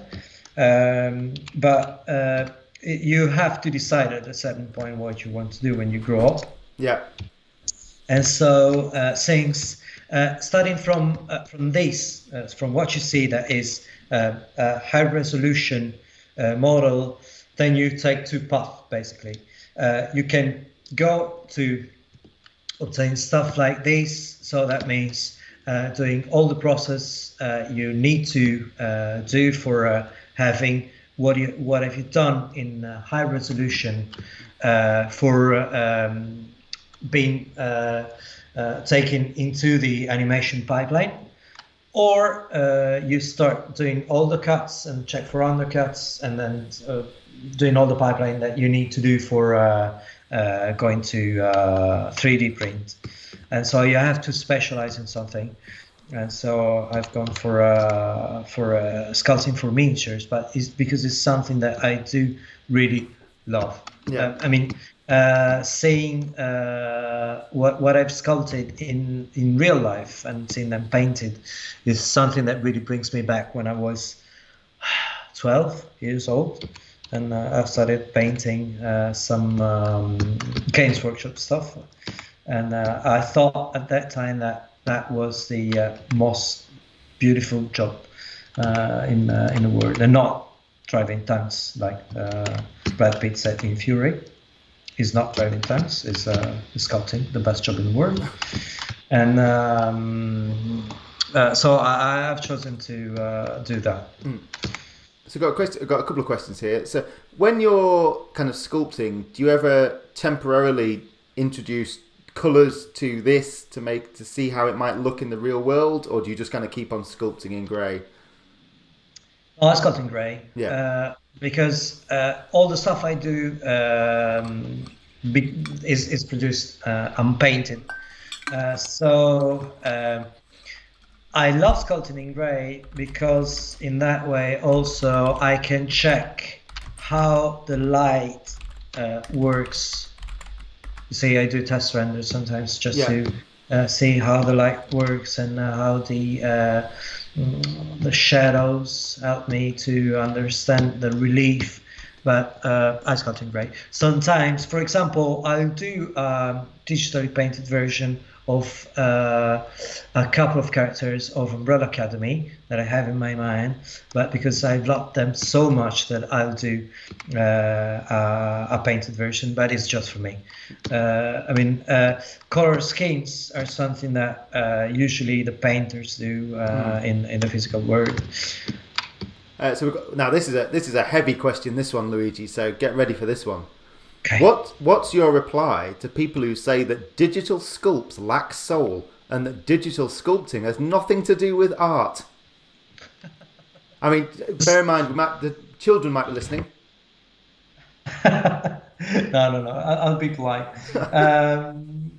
Well, I've been living the same concern with painting because as an art student during the 90s, I have experienced the same thing with when Photoshop started to become a standard for illustration. There were a bunch of people that said no, but digital stuff has no soul because the freshness you see in painted stuff is nothing you can get in digital. And how can I say, artists? Subjective or artists manage to translate a media in art. Yes. So it's not about the media itself. It's about an artist uses it to produce stuff. And I've seen actually there's nobody anymore doing traditional painting in the industry. And if you have a look at, for example, to ArtStation, and you see what artists can manage to produce now with Photoshop or with digital tools in terms of illustration, is amazing. And it's something that was even, I don't know, artists find the way to express their creativity using new medias in a way that you can't even imagine when you have the software released. Yeah. And I think that is the same with doing digital stuff. I mean, I love stuff done traditionally because it's something that I know that there is something you see in that is something you still struggle to see in digital sculpting. But as far as new generation of artists grow fully digital and start thinking sculpture in a digital way, they find a way to build new aesthetic paradigms that you see that change the game. So if you hear somebody telling that probably he's a traditional sculptor that doesn't want to switch to digital. But I've experienced that with a few fellow sculptors that are both digital and traditional. They use digital to help them with traditional stuff. Okay. Is not going digital is not making things easier. Is maybe more practical on the production side, but if you're not able to sculpt or if you don't have the eye for proportions, that is not going to help you anyway. Did you start off doing traditional sculpting, Luigi, or did you always just go straight into digital? I tried to with green stuff, and I always wanted to grow as a traditional sculptor too. But I've always been living in small flats and with a bunch of cuts.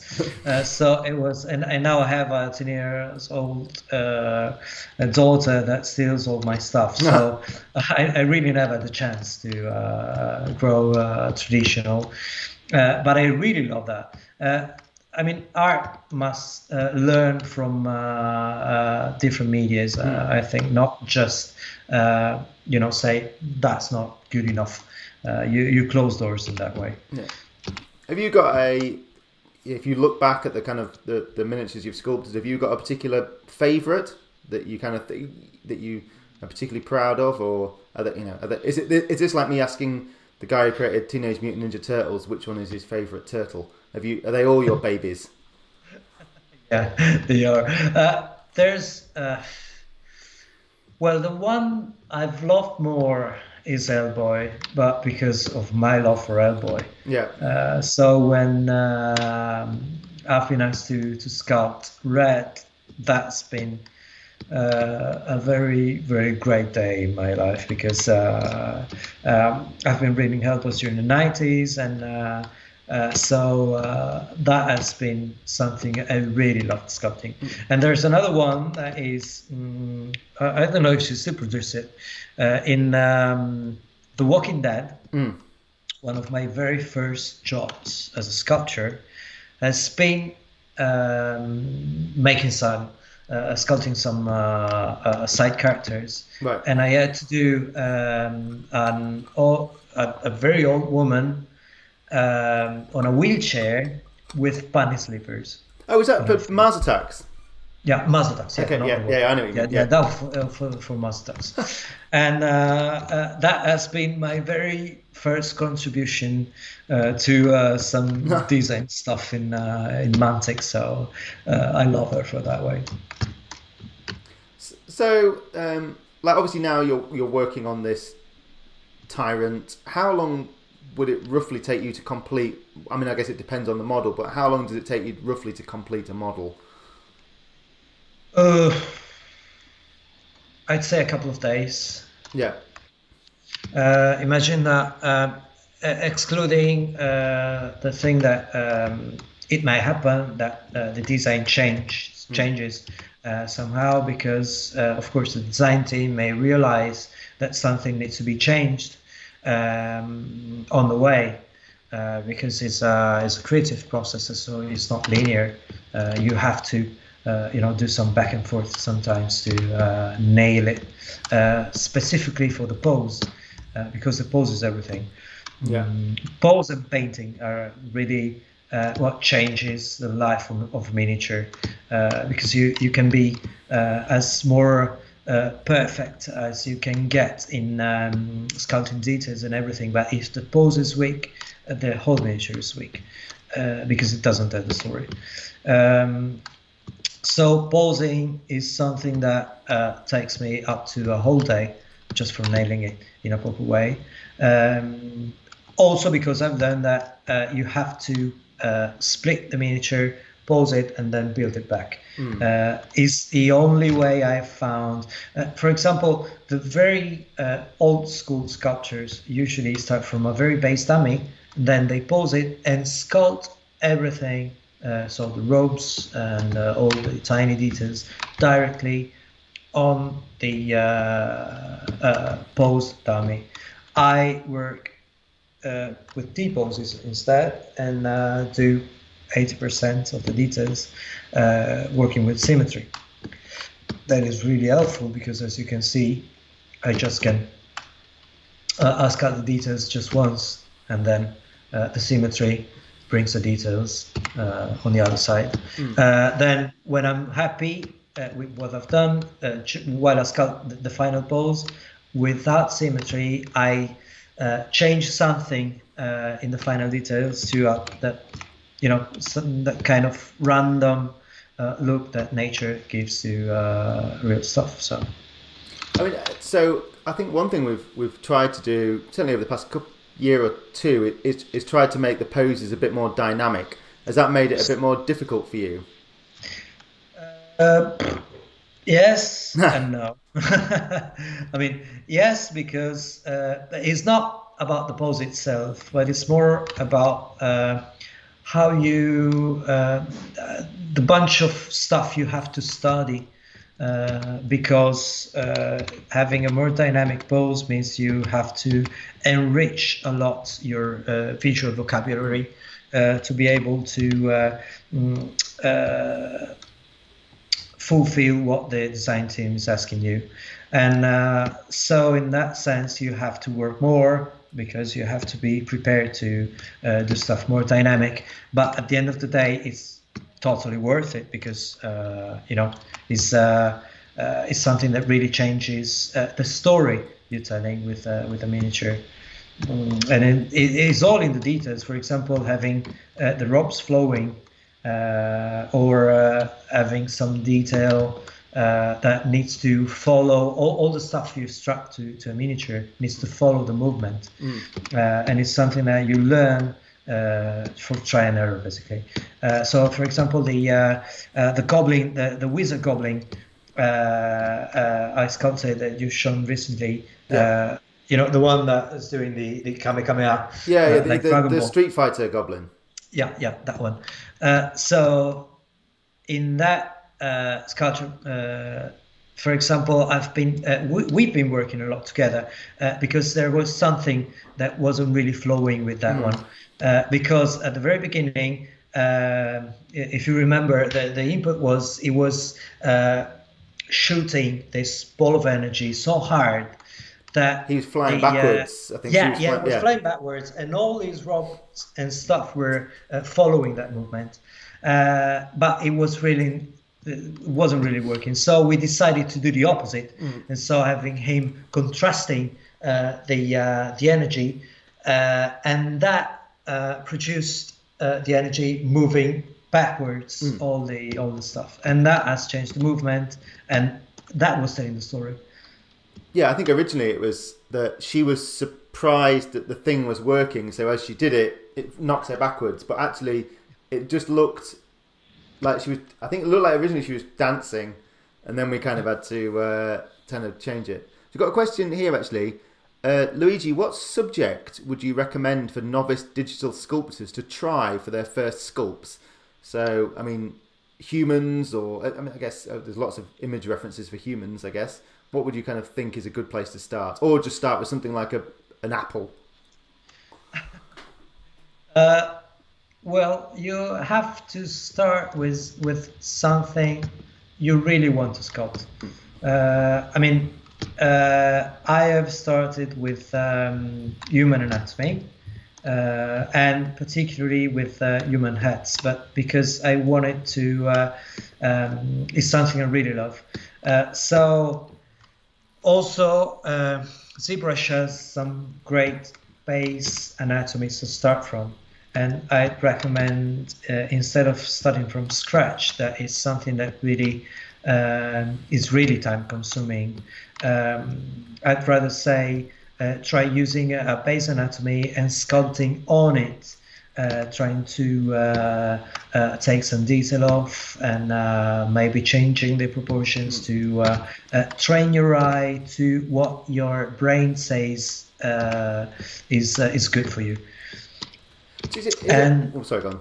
No, I'm done. I was going to say, is it obviously a lot harder when you have to do things like the Kings of War regiments, like the hard plastic ones, to kind of think how, because obviously with something like an individual Vanguard miniature or a hero, you can be quite dynamic with the pose, but is there a lot more that goes into like making the regiments, like the hard plastic ones? Making the regiments as something that really I really hate, that is ranking. Yeah. Because putting all the minis, when you've sculpted everything, in a rank means that you have to change something, because it never works at first shot. Never. So that is complicated, because you need to have the pose to be dynamic, and they have to work well as a rank. So they need that enough variation between the different poses to be, how can I say, they have to be aesthetically pleasing when you have them on the table. And so that means that you can pose them in the same way, all of them in the same way, and also you cannot pose the arms in the same way. And there's another variable that you have to keep in mind, but you can actually test it until everything is printed. That is, with multiple stuff, you can actually change the position of the miniature on the base and the arms position, for example, and the heads. So that means that you have to gamble a bit, hoping that everything will work. But I remember clearly that, for example, for the goblins, posing them has been quite complicated. But even for the dwarves, that has been a nightmare, because they are quite chunk, and they're stuffed with spikes and everything. So it's always really complicated. Doing the single miniature is easier, but on the other side, when you see a ranked army, it's something you can really be proud of, because it's a spectacle, I guess, isn't it? Really. Yeah. I love it. And that's. I can say that building a sprue, for example, needs more technical experience, while building a single miniature is easier. But you have different aspects to work with, because a single miniature, since it's just that and will be standing on a table, is something that really needs a personality and really needs detail. Everything needs to be just perfect. You cannot take shortcuts in anything. So we've got another question from Grey Primer. They say, when you were learning your craft, did you struggle with certain anatomy parts, such as hands? Yes, and I have built through the years a tool that is quite useful. That is a hand that has all the fingers separated, so I can pose the hand. because posing the hands every time is a pain. At the beginning, it's something that you're happy to do because you're learning, but on the long term, it's just you waste time. So having one thing you can do when you sculpt stuff is trying to build some base tool that will help you with the next miniature, so you can really concentrate on the important stuff that is the very specific detail of design, and you stop struggling with hands, because every time posing a hand takes time and it's complicated to do it in a proper way. I remember with the GCPS troops I did ages ago, that at a certain point I had to change the fingers of all the hands that were holding the rifle because they were heading the wrong angle. And it's something that came out after the first test sprint, so it's been something that I had to do in a bit of a rush. So hands, yes, and face expressions too, that are they're crucial for again, for telling the story of your miniature, and it's something you really have to study a bunch of references for understanding how the face changes when you add some particular face expression, and poses. Dynamic poses request studying a lot of references, because you have to learn how the anatomy flows, and it's something that changes on every anatomy. For example, the lizards that have reverse joints on the legs will be quite challenging. Now, Luigi, I originally had you finishing at 12 o'clock, but you seem to be in your flow. Are you all right to carry on for a bit longer, or do you need to go? And if you have more questions, I can go ahead. Okay, that's fine. I did have a question, and now, do you prefer fantasy or sci-fi? This is like asking me if I prefer mom and dad. Well, I've been sci-fi for a long time, and working with Kings of War basically brought me really back into fantasy, because there's something about what I studied, because I've been studying archaeology at the university, so is finally I can apply what I studied in something that helps me to pay my bills, and it's great. And also fantasy has been my very first love. So I don't know, I can say that I love fantasy. I love Mantic fantasy specifically, because it's always tried to be a bit different, but also fun. I don't know, fantasy is cool if it's more thinking at what's fantasy during the 80s. That is more fun, is more about telling tales, epic tales.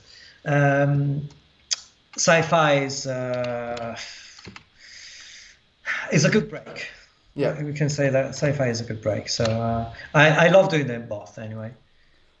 Did you enjoy doing because we showed the Artificers, the Forge Fathers earlier on. Have you quite enjoyed doing those with like the beards and kind of make them look quite tough? Yeah, that's been great fun, and it's been one of my latest projects, if I remember well, and that's been I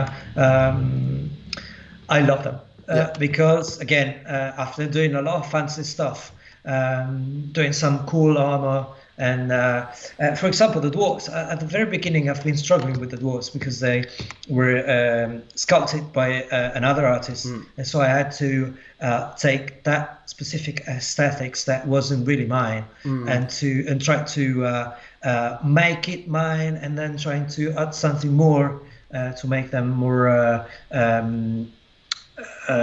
appealing for the market as it developed in the recent years. So I've been struggling a bit. Then the Abyssal Doors came in, and that has been total blast working on them. And then the Artificers have been putting everything together.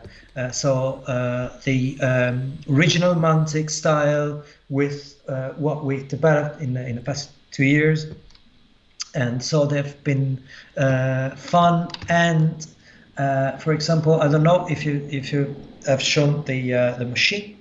You've shown it. Which one? Oh, the MECH. Yes, we have. Yes. Yeah, and that's been great fun, especially for the pose. Yes. Because there's been a lot of work and a lot of back and forth between me and you guys and the design team for adapting the original aesthetic of the map that had been produced a few years ago with the new one, because putting an actual dwarf in it meant changing something in the design. But how the whole thing works, and having the possibility to add additional stuff in front of it, and the pose. So you have the torso that is tilted, but the dwarf is looking straight to the enemy. Yeah, I've been loving it. Definitely. Do you kind of prefer sculpting big stuff like that, or the giant, or do you prefer like the smaller kind of individual heroes? Well, again, it depends on what I've done before. So, for example, sculpting 2 giants, when I did the giant and the frost giant after it, that has been quite tough, because it means that you spend a lot of time on the same project, and you need to be, you need to keep the style and the strength and the enthusiasm you put in the project constant. While sculpting maybe a hero means that it's faster, and you put a lot of effort, all concentrated in a small project, and that is cool too. But again, sometimes you need time to think very well on what you're doing, and so a giant, for example, allows you to be more, reflective. You have to think on how to put for example, the arrows on his forearm. There's been a bunch of study on that because they didn't have to break, and but other times you just need to do a hero in a couple of days and then throw in them for approval, and boom, done. Something else more. Now, some of the stuff, particularly like things like the Night Stalkers and some of the VEER-MYN stuff, which we're going to show later, is pretty disgusting. How do you? I mean, I dread to think what goes on in your head, Luigi. How do you come up with things like some of the Night Stalker bits? I've been drawing monsters since when I was 6, so it's something that is really a part of me. I love sculpting monsters and villains, definitely, because they need to. Making a villain interesting is more complicated than making a cool hero, because the hero is cool by its own definition because it's a hero. But trying to take personality out of a villain is more and more complicated. And monsters too. Monsters are tricky because they need to be cool and they need to be scary, but they don't have to be gross. Or at least they have to be. Maybe they're gross, but they're something that you're happy to look at anyway. So it's something. It's more complicated than it seems. Doing a monster that works well, and I love it. It's a good challenge. What is your favourite Kings of War faction, and why is it goblins? Well, I have to say that greenskins are something I really felt under my skin. I love them. I love, but on the other side, I have to say that I'm starting to like dwarves too. So I'm slightly changed my mind, but the fun I had sculpting the goblins. I mean, you can check it if you buy them. That they have really been fun to sculpt, especially stealing the helmets and the shields and all the stuff from the other factions and putting them on their heads. That's been really, really fun. It's funny because obviously, there's a few of the older like hard plastics. Obviously you've got dwarfs, elves, some of the undead. Is there any of those you'd like to go back and kind of have a look at redoing? I may say elves for sure. They were cool, but I think that we should do something more. How can I say? Not even more detailed. We can add something to the story, and also the undead too. But because loving monsters and all that kind of stuff for the undeads, we should do something more. We should do something more interesting and more more gross. Yeah, So let's more do gross. something gross. Yeah, a bit like, I guess, like the Night Stalker is kind of fairly gross. Yeah, they are. Let me have a look. I'll see if we've got any more questions. If not, I might be able to. You might be allowed to go if you've. Okay, got any questions. I'm containing my daughter that wants to pop in, and so I'm trying to throw a pizza. Okay, so I think we'll let Luigi go for his lunch. So thank you very much, Luigi, for coming on. Thanks, Luigi. It's always great to see, and we've had a lot of comments saying that it's good to see the master at work. Oh, thanks, guys. I love you all. Thank you. I suppose one last question is, obviously, when you see, obviously, we know we share the paint jobs and things like that. Is that fairly amazing when you see what people do with the work you've sculpted? Do you feel quite proud? Every time. I do this job because I love to see people enjoying their time, sculpting them, putting them together. I spend a lot of time reading the feedbacks that people give about our product, because what I do every time when I sculpt something is trying to deliver a product that everybody can enjoy. You don't need to have math skills to paint or what I sculpt. At least I try to do that, because I've always been in my life, when I was a painter, I was really, really an average painter. Hobby is something that must make you happy, and it doesn't require math skills. So I'm so happy, and I'm very proud when I see people sharing that stuff. And even if it's not professional stuff, or it's just hey guys, I did it, I just painted my army and I'm ready to go and play with it. That is even that makes me even more proud. And seeing that the community is growing, and there's more and more people that get involved in building Mantic armies and playing with them and being happy with the product they have, and they're happy to paint them. That is the real reason I'm doing this job. That's great. Well, thank you very much. So thank you ever so yeah, and the money helps, I guess. Yeah, definitely. Okay, well, thanks so much, Luigi. So so what we're going to do is I'm going to have a break to have my boring ham sandwich now.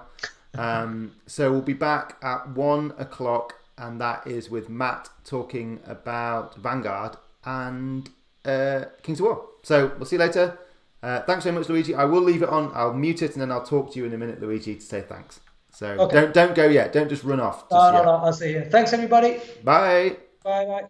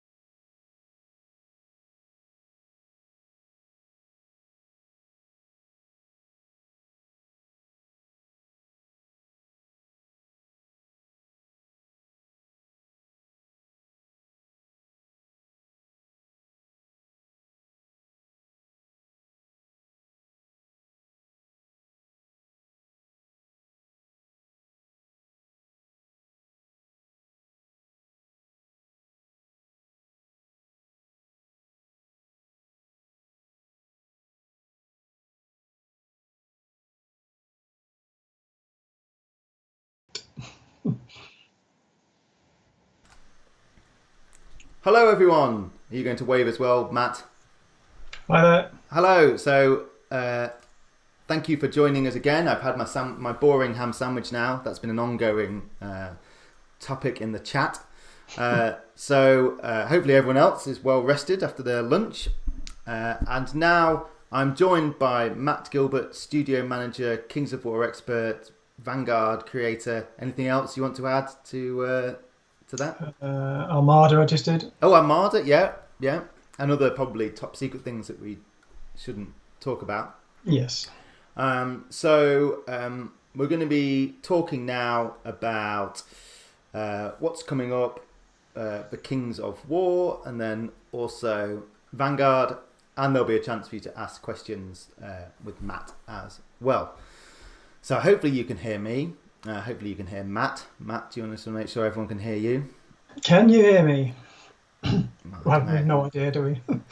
So Dave Simmons, Dave, aka the Badger, who works here, has just joined us, and he's just woken up. Oh, there you go. Well, he can answer all the questions then that I can't. Yeah, good. I mean, he probably, even when he's at work, he probably actually wakes up about now. So that's all the questions that I can't. So yeah, it's great. It's perfect. Cool. So it looks like we're all ready to go. So I guess we'll start off by having a little bit of a review of kind of everything that we've done this year for Kings of War, because it's actually, we were just talking about this before we came on. It's kind of, we've almost forgotten everything that we've done, but we've actually done quite a lot this year. Yeah, I think so. I think obviously plans got disrupted. Yes. And there was a big pause in the middle of the year. But I mean, we kicked off with Abyssal Dwarfs way back, what seems a long time ago. That was February, I think. Jan, I think we did. Did we do January? Was maybe the Vanguard release? That's right. Yeah. And then over the next 2 months, we did the Kings of War army in a couple of waves. What we typically do is do the mega arm in the army and perhaps one of the units month 1, and then the rest of it month 2. So I think we followed that pattern. And then the world seemed to shut down.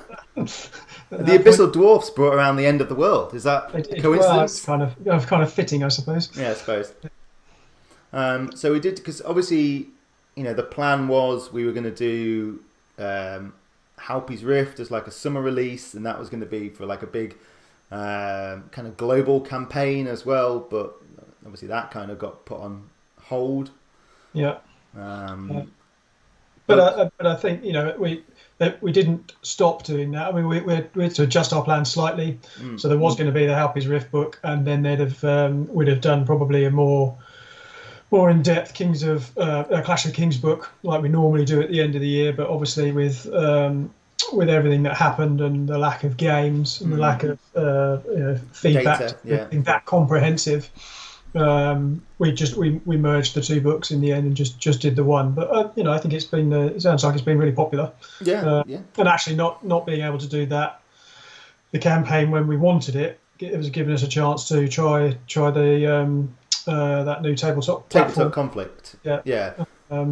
Which looks really good and looks like it'd be really, really, really good for future campaigns. Yeah, so just in case you haven't seen, Elliot Morris and Matt James worked with Tabletop Conflict on like an online Universal Battles version of Into the Rift, based on the Halpi's Rift book, and that was an online tournament. I think it's just, well, it's not really a tournament, is it? It's more like a kind of group together to play games. A tournament, but then within that, there's everyone's split into kind of factions, aren't they? Or those groups, organisations. So overall, there'll be a winner, even if you're not individually winning. Yeah. So I think that the Tables of Conflict stuff is a kind of a good experiment. So that if that works, then it might be something we look at using for future tournaments as well.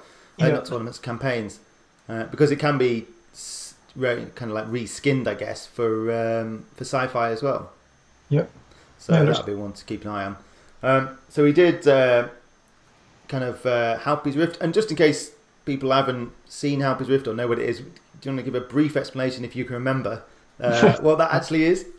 Yeah, I mean, there's a fair chunk of background in there about the Rift itself, which the Abyssal Dwarfs having kicked the Free Dwarfs out of the Halpi region, kind of took over and just basically asset stripped the place. And they mined a bit too deep, and they found a couple of things. They found an underground war going on between the Ratkin and the Goblins. So, the Goblins kind of moving in once the Free Dwarfs had gone, try and claim as much as they could, but the Ratkin coming kind of from the east-northeast as they kind of sweep through underground and undetected. So there's a massive war raging there, which is the war in the holds. Yeah. And then they accidentally tapped into one of these, what looks like one of the kind of power lines or ley lines lying under the world, kind of holding the fabric of magic together, and they caused that to leak into the world. So it causes all sorts of magical mayhem. So the RC, certainly led by Matt James, we said to them, do something quite narrative, so not necessarily 100% balance for tournament play, but for fun and for fun for events. Yeah, fun. That word. And they've come up with a great way of representing that. So it's so there's a lot of background in there, especially about the Ratkin and things like that as well. Plus new ways of playing with magic, and across 5 different kind of planes, with new magic items and spells and all sorts of stuff like that. And then it wraps up with a little bit of a Clash of Kings update.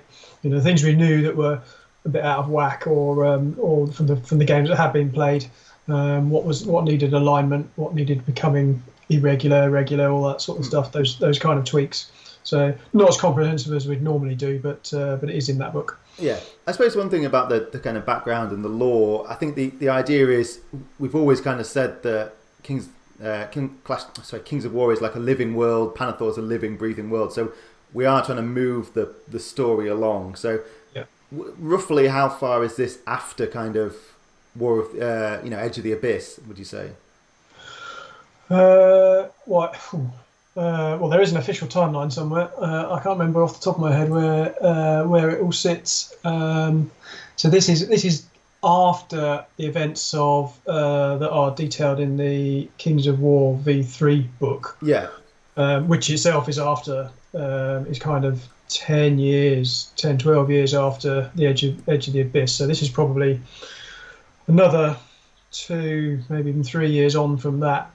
So it's detailing what's happened in that time in the Halpi region, and it's also right at the beginning of when the Free Dwarfs are beginning to strike back to take their home and back again. So they've been kicked out. They spent a few years living in some of the holds that the Imperial Dwarfs don't particularly want anymore, and kind of begrudgingly said, "Yeah, go on." Then they've kind of moved into the Estakar region and are settling there, but at the same time led by Hernius, who's kind of stayed on in the Halpi region to fight a guerrilla war, and Sferi Egalax, who's kind of leading the fight back and the strike back. So there's a naval attack, so they create landings for armies down the east coast of Halpi.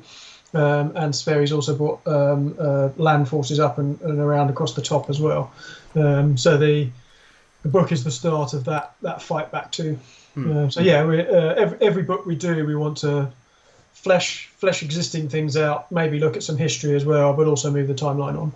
I think and I think it's quite fun in that book to go back to some of the characters that were quite popular from Edge of the Abyss and see what they've been doing. So you've got like Bannock and Kragoth and Dravak Dalka, and that was kind of fun as well to kind of show that these, because I think having the living kind of breathing characters is quite a big part as well of the future, hopefully. Yeah, and we're talking to or have been talking to Winged Hussar about bringing some of those characters now into the books. So saying this is where we want the story arc to go, and these are the things you need to tell, and then authors are being assigned to that, and then working with us to flesh those stories out. So some of those bigger characters will be appearing in books too. Yeah. Okay, cool. So actually, despite all the kind of disruptions, we've had quite a packed year, really. Yeah, I think so. And of course, we culminated at the end of this year with the War in the Holds 2-player set, which also saw the release of new plastic goblins alongside the new relaunched goblin army, and that was the first opportunity as well to see the new Ratkin plastic. So it was in there as well ahead of that army too. Yeah, I think the Ratkin's been an interesting one to work on, particularly with their fluff and their background, to try and make them a bit more original than other, let's say, rat people out there. But I think that's been quite fun to kind of take them more in that direction of the abyss, rather than necessarily like kind of plague and all that kind of. I mean, obviously there was plague pots and stuff, but that was quite fun, and that's affected their design, I guess, as well. Yeah, and there's elements that we've taken from the Warpath range as well, which have kind of informed some of the technology that they've got. But I don't think it doesn't look out of place in any way. I don't think. So there's quite an interesting race in that you can actually take models in both directions, and they still look like they fit. Yeah, interesting. Yeah. So yeah, I mean, and what we've done with the Ratkin is gone with almost a kind of a World War One type feel in terms of their level of technology with magic. So I guess it's a little bit more steampunky maybe than other stuff. But I think it fits them quite well, I think. And I think that's probably what helps it going back and forth between the sci-fi range. Yeah, well, actually, because in the Dead Zone chat earlier, we kind of showed one of the Master Scurrier, in fact, and said, well, that's one that will make the move back into, because obviously Kings of War's benefited from all these lovely VEER-MYN models, and now it's time that the love was paid back, I guess, to Dead Zone in some ways. Yeah, but what we didn't want to do, I know very early on with when Warpath very first came out, there was some of the fantasy ranges moved across into Warpath as a way of bridging that gap, but it didn't really work that well. What we didn't want to do is to just take the whole Warpath range and say, right, that's the Kings of War army. We've taken a few key units, a few really interesting ones, things like the Tangle and the Night Terror and things like that, which are obviously could fit in a fantasy one. But the rest of the army, we wanted to say, no, this is we're going to make models for this. And then we looked at all of it and said, rather than pick one or two and say, okay, we'll start with them, I think we've looked at it and said, we'll just do it all. Yeah. Okay, cool. So what we will do now is we'll have a look at some stuff that's coming up. So hopefully Matt will be able to see this as well. With the wonders of technology. Otherwise, you won't know what I'm talking about when I tell you to talk about it. I'll just get to see your face instead. Well, people will be sick of that. So we're going to go through and just have a look, because actually, despite the fact we've already had quite a packed year, there's still even more stuff to come up, would you believe it? And even better, it's goblins! Hooray! Hooray. You need to sound more keen than that. Try again. It's goblins! Hooray! Yes. Yeah, there we go. So these are December. Yeah, so they'll be going on pre-order very shortly, actually, on the website. Yeah. So yeah, I think this is one of the things that we've looked at and thought, they're actually, we don't have many mounted versions of heroes, so it's something we looked at with the goblins and wanted to address. So which is why we've got as well as the characters on foot, we've got them on their mounts as well. Yeah, and these more, because the actual goblins are separate. You'll see a few more beasts in it, but they are totally separate from the more beasts. So I think at some point when the resin department isn't just constantly casting boats, maybe sell them separately. So if people wanted a pack of a more beast pack, they could use these because they're a bit chunkier and obviously they're resin rather than metal, I guess. Yes. Yeah. So this is the Goblin Whiz on more beast, looking very cool. Holding on to their hat there as well. Yeah, obviously going as fast as he can. Yeah. So this is the Bigot on more beast as well. So I think we were talking to Luigi actually about posing all the different goblins, and this one we tried to get him so that he's almost toppling off the more beast because of the weight of his axe. It's so ridiculous. Yeah. So there's that one. And that's something we're pushing for more and more, is a bit more dynamism and fluidity and a little bit more character. So each thing is telling a story, or it's obvious what it's in the middle of doing. There's some stuff I think we've had in the past which has all been the same pose, copy pasted, or a little bit static. So we're pushing more and more on more movement in the models and more story. I guess you can particularly do it with the heroes, because this is exactly what we were talking about Luigi while he was doing his sculpting. Is that when you've got to rank them up, it does restrict you in exactly what you can do. But obviously with things like this, you're kind of free to pose them a bit more and do some crazy stuff. Yeah, overhang over the base and things like that doesn't matter quite so much. You're not clashing into things either side of you. When we do a plastic kit, like we'll have done the goblins and things like that, Luigi will then put as well as sculpting everything and then obviously splitting it all up into arms and heads and stuff like that, he will assemble it digitally and assemble units so we can make sure that they all do actually rank up. Yeah. And I guess, is the intention to do more kind of mounted heroes eventually? Yeah, I mean, for each army, we'll look at them as they come out. Obviously, we go back through the army list and look at what options are there, what's practical to do. The goblins felt right to do it for these guys. Well, because they're the best army. Exactly, and because we already had the versions of these on foot, so it wasn't we could use that sculpting time and resource to do the mounted versions. I suspect if we had a choice between the two and we didn't have anything to start with, we'd have probably done the foot versions. Yeah. But because they already existed, it gave us a chance to do the mounted ones. Are the foot versions moving into resin, or have I made that up? Yes, they are. Okay. They are. Yep. And that's December as well, is it, or is that? I can't yeah, it should be. Yeah. Okay, so that's the VEERs, the Flagit, and the Big Git, all kind of moving into resin. Okay, so that's the Big Git, and then finally we've got the Flag Git as well. So actually, I think with these more beasts, you can put the heroes on whichever one you want. Actually, I think, if I remember rightly. Yeah, you should be able to. There should be the same. He's sliding all the way back up. He can hardly hold on. Can he? I think so. Well, it's that big Basilean flag he's got there. Yeah. And then I think there's one more release for December, and I think these might be popular. It's the Luggets. Yes, this is something we tried. We first did in Vanguard. The Luggets, they're lugging these massive, ridiculous, oversized weapons around. It's they're so big that they're kind of toppling over backwards again, like you said before. But yeah, we then in version 3 we then put them and made them as a unit. But it's one of those things that we can create a unit for something, but we need the models for it. So we decided this, obviously, with the Goblin army and the plastics and the relaunch and the fact we already had them sculpted. It made some tweaks and redo them in resin as a unit. Gives people the ability to now build proper Mantic models for them. Yeah, and is the intention in the future that if new units are created, then pretty soon after we'll have a unit, a model for them, rather than kind of gaps, I guess, in the schedule, in the units in the army list.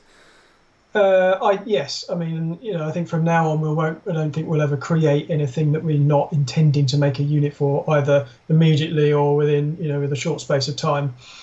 Obviously, to get Kings of War off the ground, you had to have a lot of armies and a lot within those armies, and it's going to take a while to catch up and fill all that in. But certainly anything we invent new will be invented new because there's a model coming for it. Yeah. So I guess that moves us quite nicely on to, obviously we've done the hard plastic Ratkin in War of the Holds. So what's the plan for the Ratkin going forward? So it mirrors what we did with the Abyssal Dwarfs in terms of kind of the release model. So first of all, you'll get the Ratkin Vanguard Warband. So that will come out first, and then the 2 months after that will be the release of the Ratkin army for Kings of War, split over a couple of months. That'll be the army, the mega army, and a couple of units first, and then the rest of the army the month after. So I think it's probably the most typical release pattern we do. Yeah. So now we've talked a little bit about Ratkin. Should we have a look at some of them?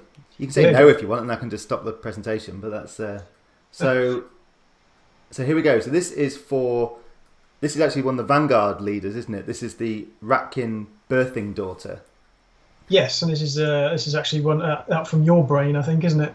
It's one that you as you were writing the Ratkin stuff for the Halpies Rift book, you came up with the idea of this character, these birthing daughters that kind of almost like the messengers and the sergeants, are they? Yeah. So the lair. Yeah. So I think the birthing daughters are mentioned briefly in Uncharted Empires, and then it was kind of this idea that actually these are almost second in command to the brood mothers. That these are the ones that run around actually spreading part of the disinformation and part of the chaos of the Ratkin nests comes from these. Yeah, fake news. Yeah, basically.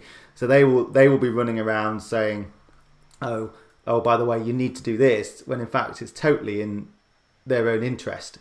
So what you can't quite see here is actually on her back. She's actually carrying all the baby rats with her into battle. Just see one poking over her shoulder. Yeah, one poke. So we did have the painted ones here, but I didn't have a chance to grab them. But so the idea is that she will be leading the kind of Vanguard faction, and the Vanguard faction's been a lot of fun to work on, actually. Kind of give them something a bit different. So I mean, we'll have previews next year, but they have these kind of Ratkin nests that you can dot around the board, and then that is actually where they can spawn some of their units from, which is quite interesting. Yeah, and I think the birthing daughters are, I guess they take less of a outside of Vanguard. They take a little bit less of a battlefield role. They're kind of the seconds in command within the lair and the nest itself, aren't they? Second to the brood mother. Yeah, and she's armed with basically a big gun, so she doesn't really have to get stuck in. And part of the way the Vanguard faction works is that it's pretty much run through fear that all the kind of lower ones are scared of the birthing daughter because she's kind of like the voice of the brood mother, and if they don't do what she says, then she might go back and tell the brood mother, you need to sort these ones out. So it's quite an interesting. Yeah. If you keep them all close together, they're a lot stronger because they're all scared, and then as soon as you start to move them apart, then they basically fall to bits. So that's the birthing daughter. So that is for Vanguard. No, I guess no rules for that in Kings of War at the minute. No, because I mean, it might be, if it's a popular model, it might be one of those ones that gets added in the next Clash of Kings update. Clash of Kings isn't just an opportunity to address balance issues and things like that. It's a chance to introduce new units as well, new units, new formations, new spells, all sorts. Yeah, and like we said earlier, this is one of the ones we looked at maybe bringing back into Dead Zone, although we don't know if the armor's a bit too fantasy for that one, but some of them work really well. So okay, let's have a look, see what's next. It's a surprise for me because I can't remember what order I've put them in. Okay, so this is the Master Scurrier. Yeah. So these are like the assassins, I guess, of the Ratkin, aren't they? Yeah, and this is where you look at the way that face mask, gas mask looks. This is where what I was saying about the more taking some elements from kind of World War One technology and aesthetic, and adding it to the Ratkin. So that's, you can see that here. Yeah. But so he's a kind of, I guess, an elite scurrier. Expert in stealth missions and things like that.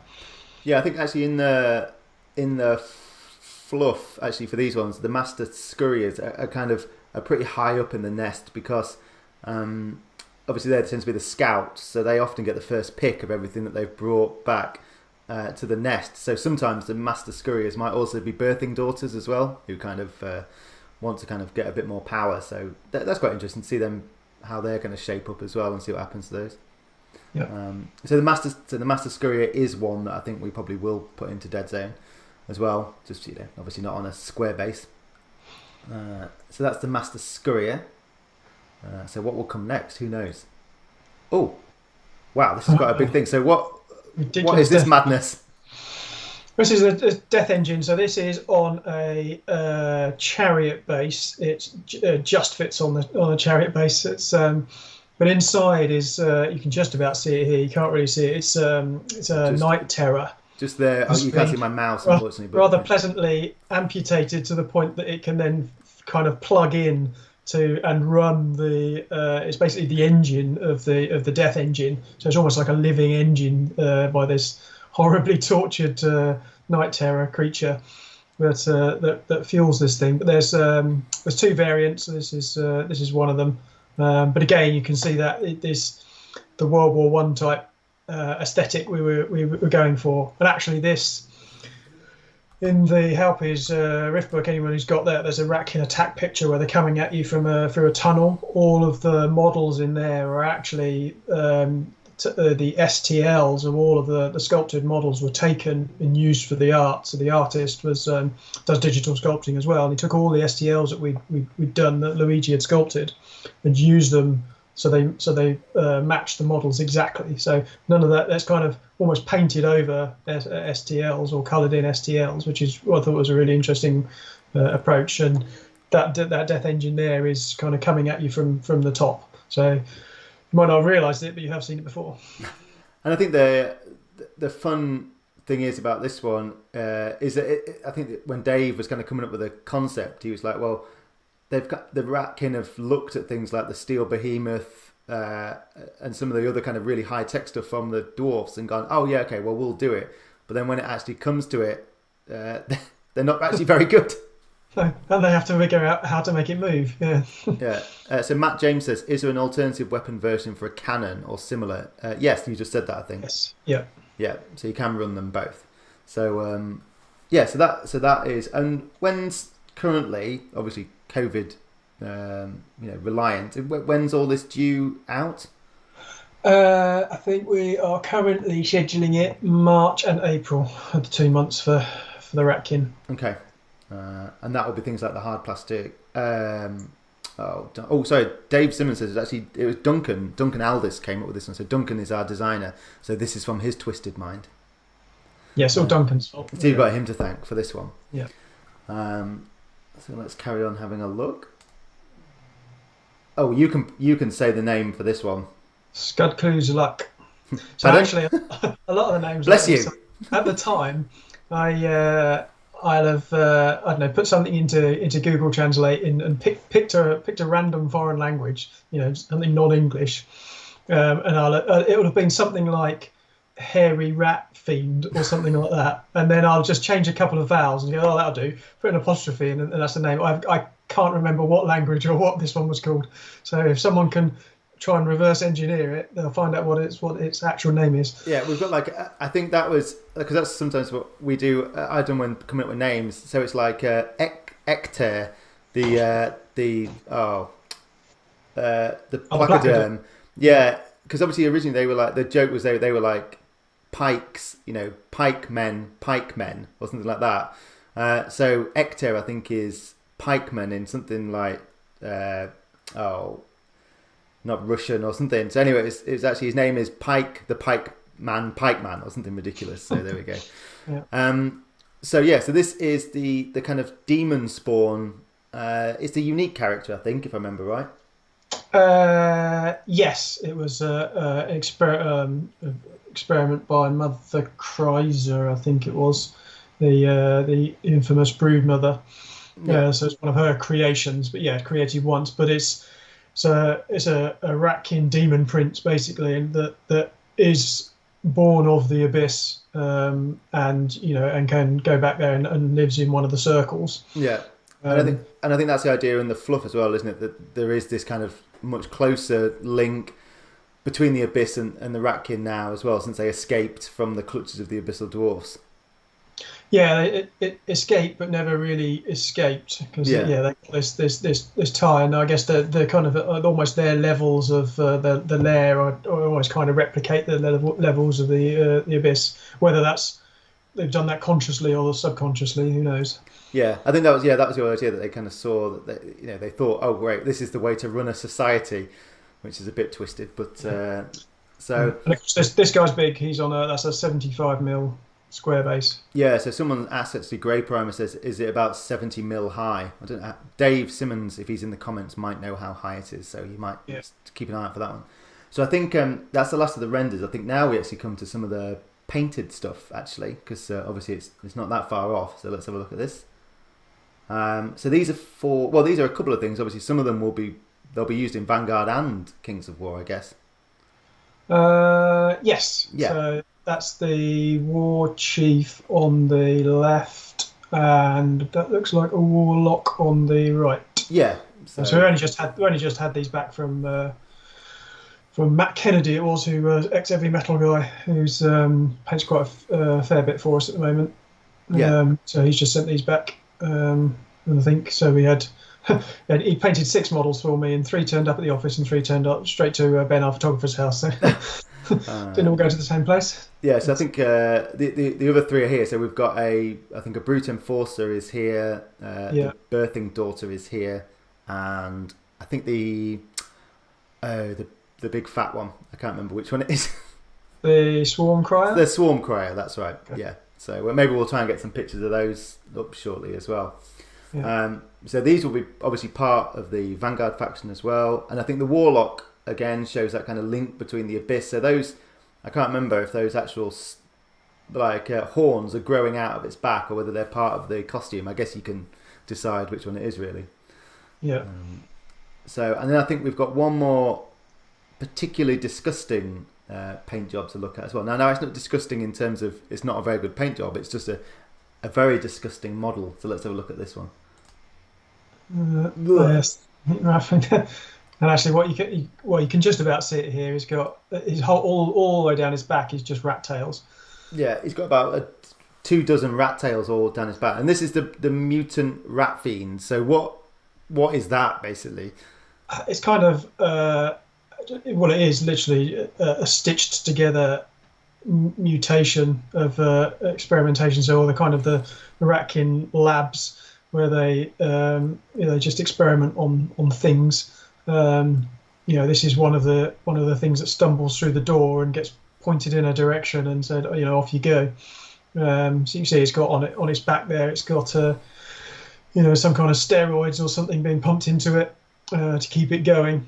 But yeah, they are just lumps and lumps of flesh and body parts and stuff that are kind of stitched together and recreated in some kind of Frankenstein hideous mess. It is great. But again, this is a big model, so this is a 75mm square base again. Yeah, but some people are asking, there's no alternate poses or anything like that for this one, is there? This is kind of this one, no. And this is another one that we're looking, because although it's big, we're just seeing if it'll just roughly fit in a dead zone cube as well. Well, I mean, so it should fit. It's that base is the size of a cube exactly. Yeah. So his sword might pop out a bit, but this was painted by Angel Heraldez as well. This one. Yes. Yeah. So yeah, it's. And he's currently in the middle of painting the rat demon for me. Okay, cool. So we'll have that hopefully not too far off as well.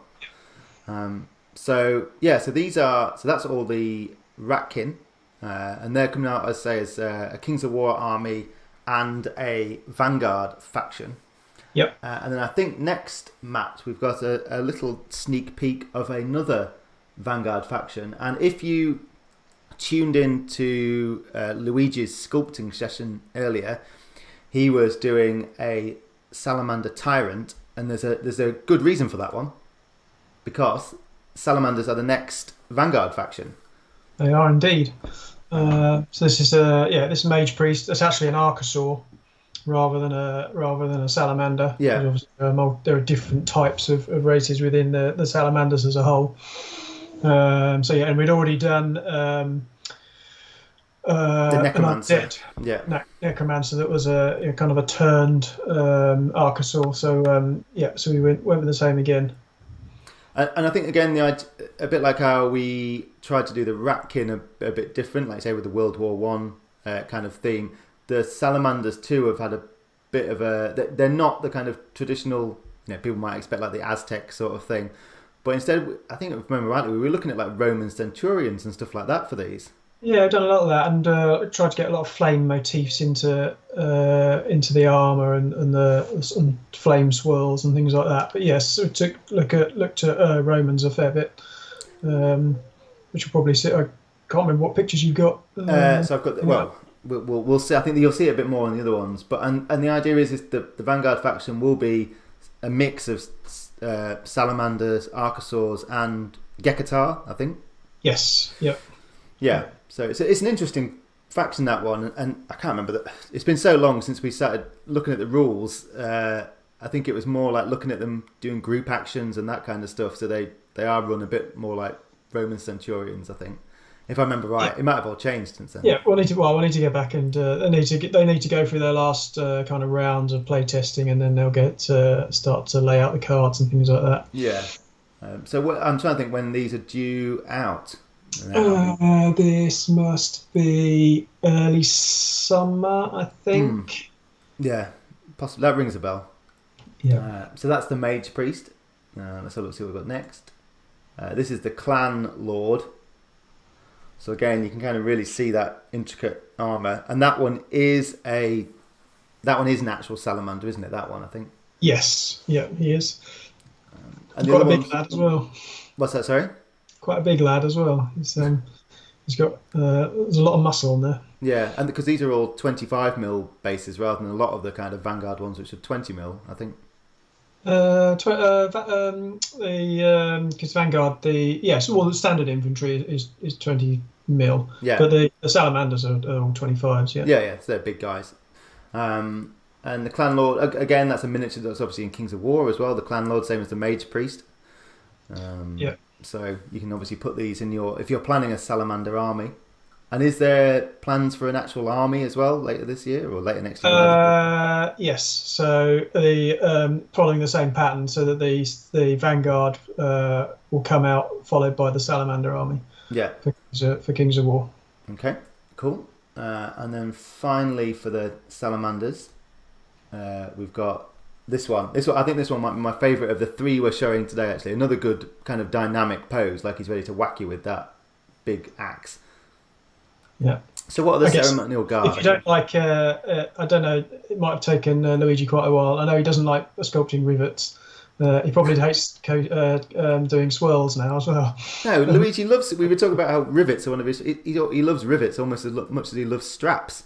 He'd have all the boats with moving rivets again when we say no, that's too many. Yeah.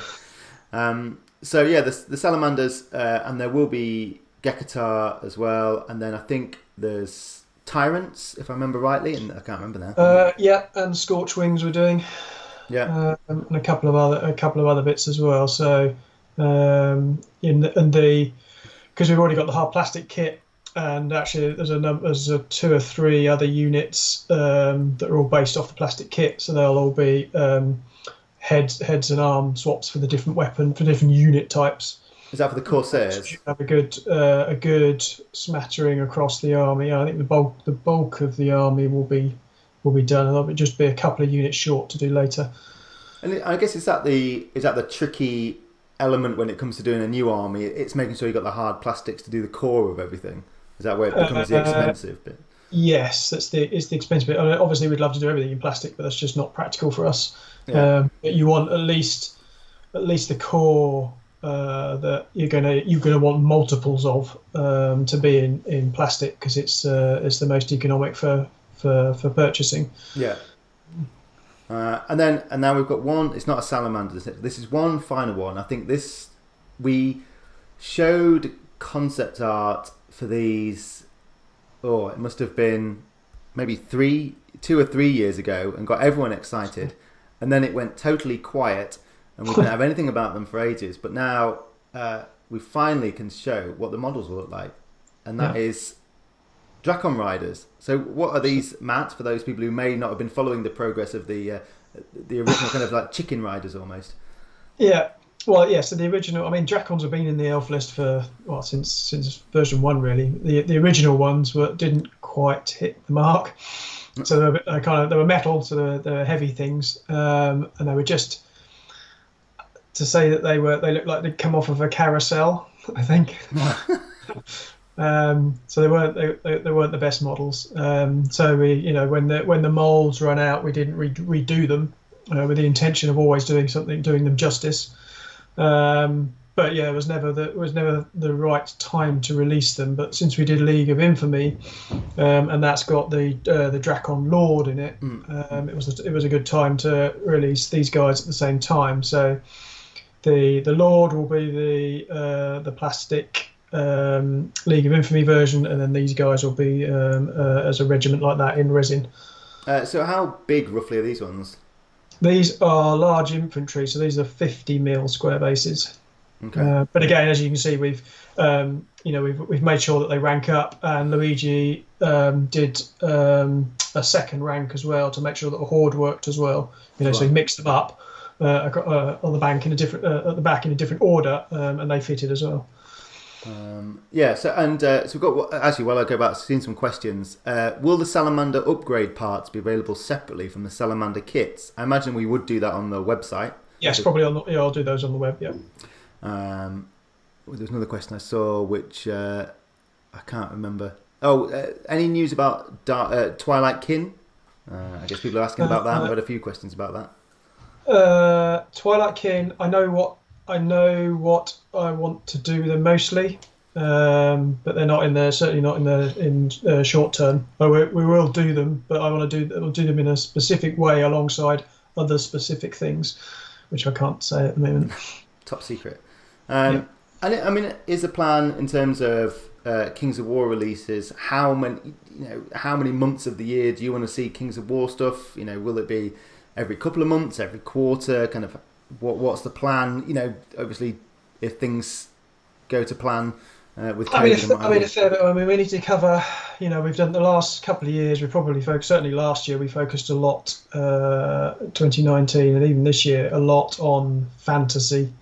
No, we're not stopping that next year, but we obviously, we want to move back to give the sci-fi a fair go as well. But we're not slowing down. Vanguard and Armada both cover the Kings of War universe now. But there's more than the two armies we've talked about coming out in terms of armies for next year for Kings of War. So don't worry that there's a lack of content. Oh. I won't ask you to reveal more. I'm sure Ronnie will probably be spilling beans later on that one. Yeah. But the kind of obviously the plan. And next year, will it go back to like a campaign book in the summer and then Clash of Kings at the end of the year? Do you think, or is that kind of that's the plan at the moment? So I think it's late August or early September. There's a campaign book with some new interesting things in it. Yes. Alongside some new models, which should be exciting for everyone. And then, yes, the plan is the writers are lined up for that. I've got two different writers lined up in terms of all the background and stuff for all of that. And the RC have been tasked with writing the new units and lists for that book and the new scenarios and things I want in there. And then when they've done that, they'll start focusing on a Clash of Kings book for the end of the year. Okay. Well, I think so. I'll stop presenting there, and hopefully that will go back to him. There we go. There's Matt's lovely face back big on the screen. Ivan says, any plans for renewed orcs? Possibly. Okay, that's very cryptic. You're as bad as Ronnie now. So anything else you want to add about Kings of War while you're here, Matt? Anything else exciting to reveal? I think that we've had you and I have had some very good conversations with Winged Hussar in terms of lore and world building and the things we've got coming out there. And I think the video I went recently, the books that are coming out. And we've got Winged Hussar next on. Vince from Winged Hussar is going to go through everything that's coming out. Go through all of that, which is really good. The more we can build the world, the more it attracts people in. The more the world gets bigger, and there's more places for adventure and battles and all that good stuff. I think next year, as I said, there's more than two armies coming out. Alongside Vanguard, alongside Armada. So. There's lots coming around that. As I said, we're focusing back on sci-fi and stuff as well, so we've got tons going on. Yeah, quite a lot. And obviously, with Armada, that will start to tie more into the background and the fluff too, I guess. Yeah, absolutely. So, Mark Latham, who wrote a lot of the Halpy stuff, wrote all the background and stuff in Armada. And I've lined him up for the next Armada book as well, and the book next summer or late next summer, as he's writing part of that as well. So, there's continuity between those two. Yeah. And the Pious, the book that tied in with the Armada launch, is obviously set. It's a Basileans versus Orcs that's set in the infancy. So yeah, it all ties in, and we'll start to see crossovers. One of the things we'll look at certainly for free download. We're looking at the Armada RC, looking at building a kind of a free to download kind of 2-player small campaign that crosses all 3 games, just to download and play.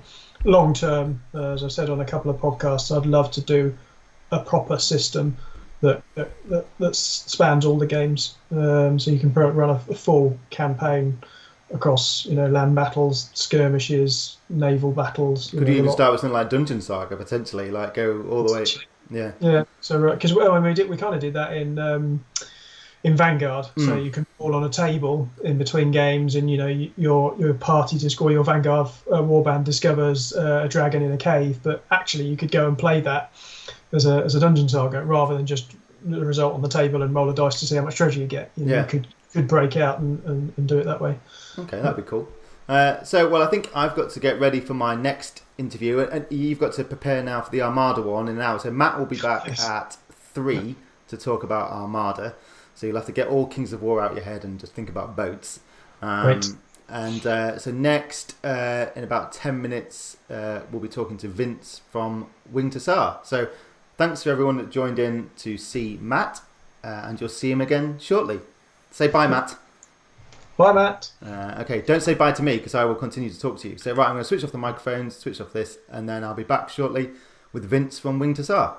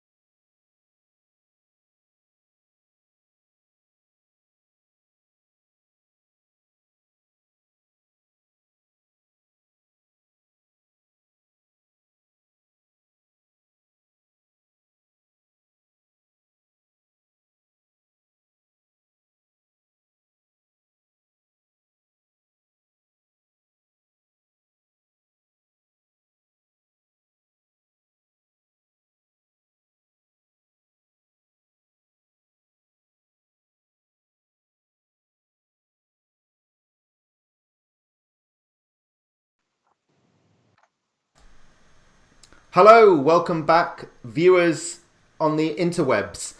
I am now joined by the best mustache in wargaming, also known as Vince from Winged Hussar. Hello, Vince. How are you? Good. How you doing today? Good. I'm not flagging yet. We've been live streaming for several hours, 4 hours, I think, this morning. But I think I'm just about lucid now. You've got me at the best point, probably. Excellent. Well, a lot of coffee and tea will help you with that. Yeah, I've been having plenty of tea, so I'm all the way through. So just in case you don't know who Winged Hussar are, which is a disgrace if you don't, Vince, can you just give a little bit of background about who you are and what you do at Winged Hussar, I guess? Sure. So Winged Hussar is my company. Myself and Brandon run it. We do science fiction, fantasy, working with great game companies like Mantic to create background material, and we also publish historical books, historical reference, historical information. I do a lot of stuff on Eastern Europe because that's my specialty, but we're running all sorts of other stuff, including adventure books, and we're going to be coming out with some kids books soon as well. So cool. We publish print books, ebooks, audio books. We're trying to round out the whole thing, and we're carried around the world. So wherever you are, you can find us, or you can go to our website, which right now the best place is, we just revamped it, is whpsupplyroom.com, which will get you not only books, but war game materials and rule books and everything else. Oh, cool. So, and you've kind of been, we've been working with Winged Hussar for a couple of years now. So we've done, I think what we did Tales from the Abyss. You dropped out on me a little bit. Oh, can you hear me now, Vince? I could hear you. Oh, Vince has disappeared. Yep. Let's see while Vince gets his microphone working properly. We can hear you, Vince. Can you hear me now? He's looking confused. I can't hear anything. Oh, no. I'm just going to talk. Okay. Tell us what's coming up, Vince, and I'll chat to him. So anyway, let me give you a little bit of background on what we've been doing and where we're going. So we just came out with Pious, which ties into the Armada game. It's by Mark Barber. Physical copies will be ready the 24th of this month. And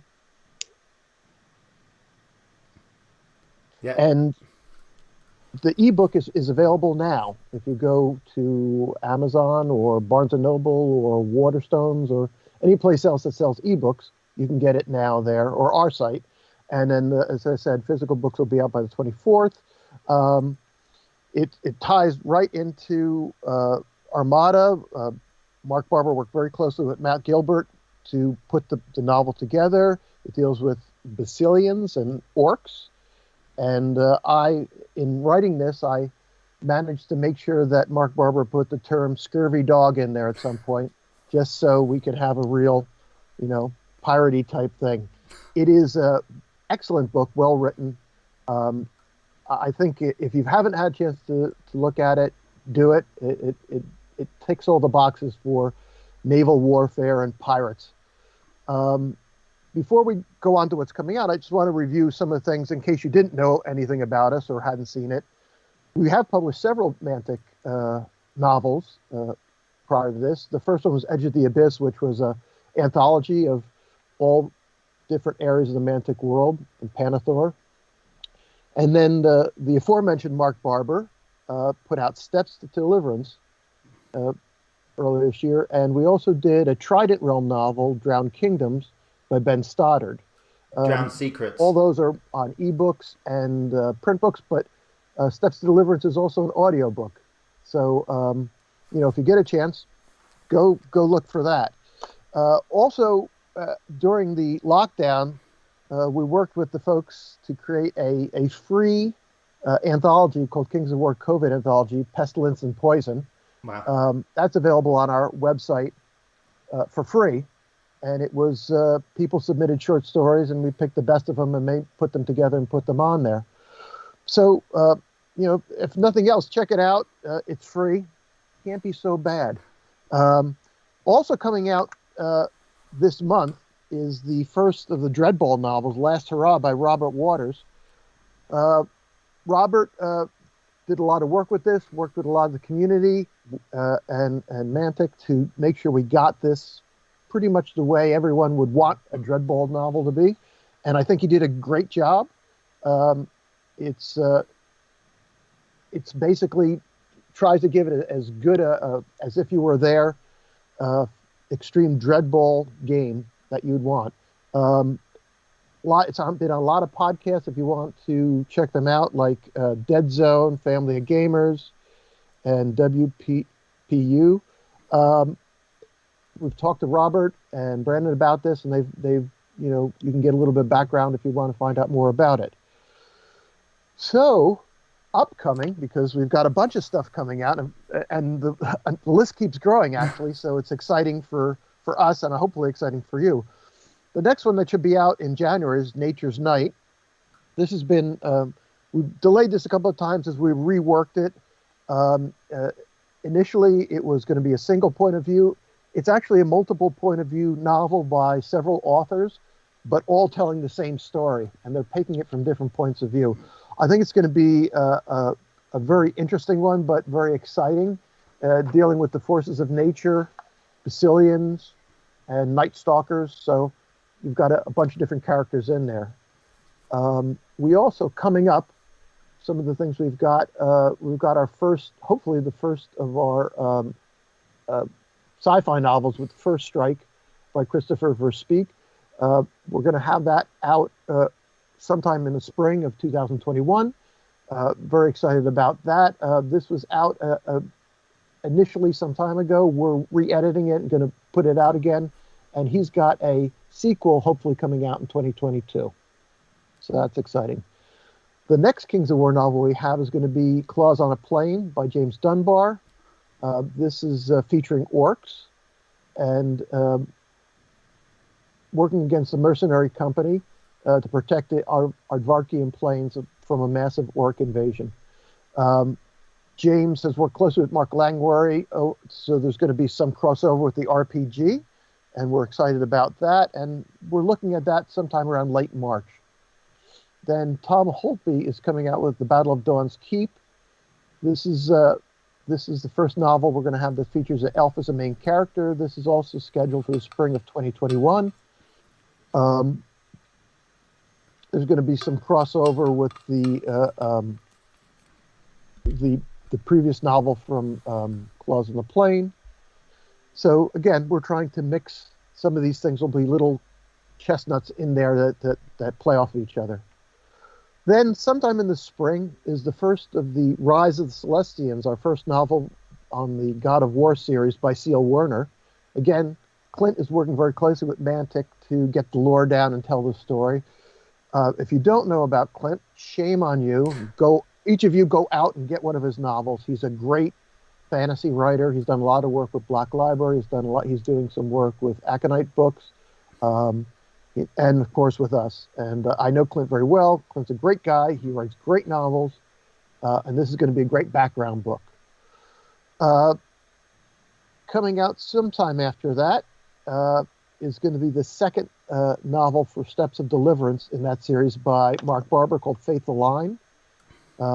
This is the first of several that's going to follow Ryan's journeys and working alongside the Brother Mark forces.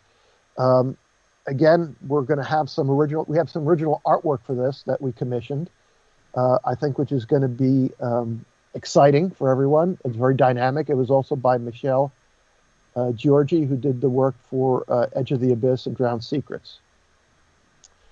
And then, of course, sometime in there, next year, we have The Rise of the Goblin King by Rob. An amazing book. It's a shame you can't hear me, Vince. Oh, can't hear you, Rob. Can't hear you. You're still doing it. So no matter what he's trying to get out of it, he's still going to do it. And we're very excited about that, which is going to be taking a character from the series and from that you've known and making them a bit more exciting, a bit more to life, which is really what we want to do. We want to bring the world of Mantic to life and get people excited. We are also doing some, trying to get some choose your own adventure books or adventure books out. We'll keep you updated on that. We're still working on that and seeing what we can do. We're also working very closely with the RPG folks to create a series of novels that tie in there. Excited about that. Ben Stoddard has this is some stuff coming up. Excuse me. Ben Stoddard has a new book we hope called Wake of the Leviathan, which is going to be a sequel to his first novel and flesh out the world that he's dealing with, the Trident Kingdoms. A gentleman named Mike Rossi is going to be writing a dwarf novel called Honor's Price. This is be a dwarf versus abyssal dwarf in a territorial battle. Very excited about that. Scott Washburn is going to be doing a book on halflings, which is going to be coming out hopefully in September, thereabouts. Scott's a very, very talented writer of fantasy. He's done some books for us. This is a shelfless plug. He's done books for us on the Martian War, the Great Martian War, which work out very well. And he's done short stories on the halflings in the anthology, which was very well received. We like Scott a lot too, and look forward to that one. And then for those of you who are interested, we're also, if you go to the website again, which is whpsupplyroom.com, we have a code in there, Stay at Home 2020, which if you put that in, you'll get 25% off your order. Shameless plug. Opportunity to pick up stuff cheap or at a discount. And that not only is for the books, but any of the gaming material and supplies that we carry on there. So that's sort of the overview of what we've got coming out. It's a lot of things. Rob and I were trying to see if we could get covers up, but technology being what it is, not quite working. I don't think. Let me just try one more time. See if that's going to work.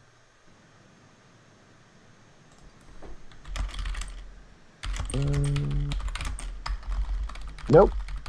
So anyway, that is our presentation in a nutshell. But I'd love to take calls. Let me see if I can log out and log in. What we're going to do is, we're just going to see if Vince logs out and then logs back in, whether we can get the sound working again. So then you can ask questions. It was going so well.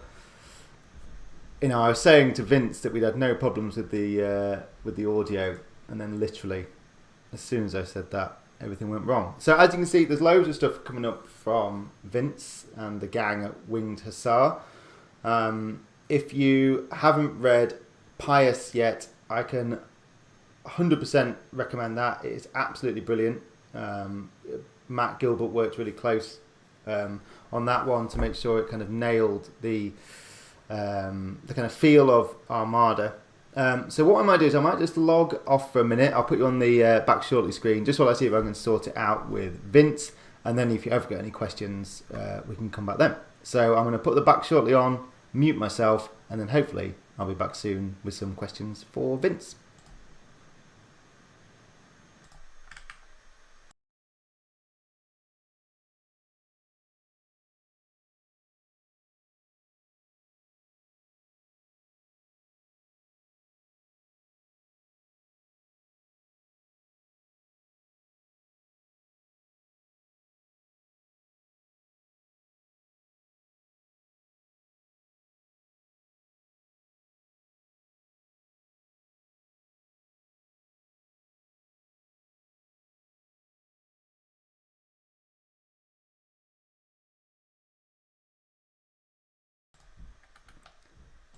So thanks to my expert technology, we should have Vince back, and you should be able to hear me now, Vince.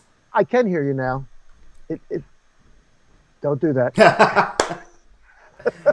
Yes, it is working for the moment. Yes.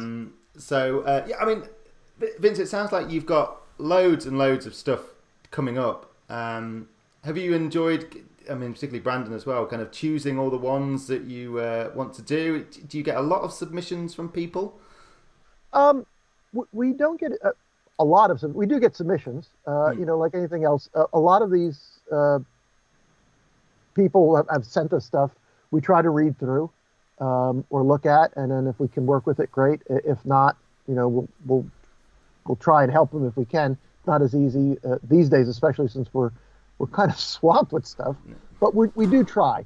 A lot of things we've been coming through friends of friends, and people as we've started putting more and more out with Mantic.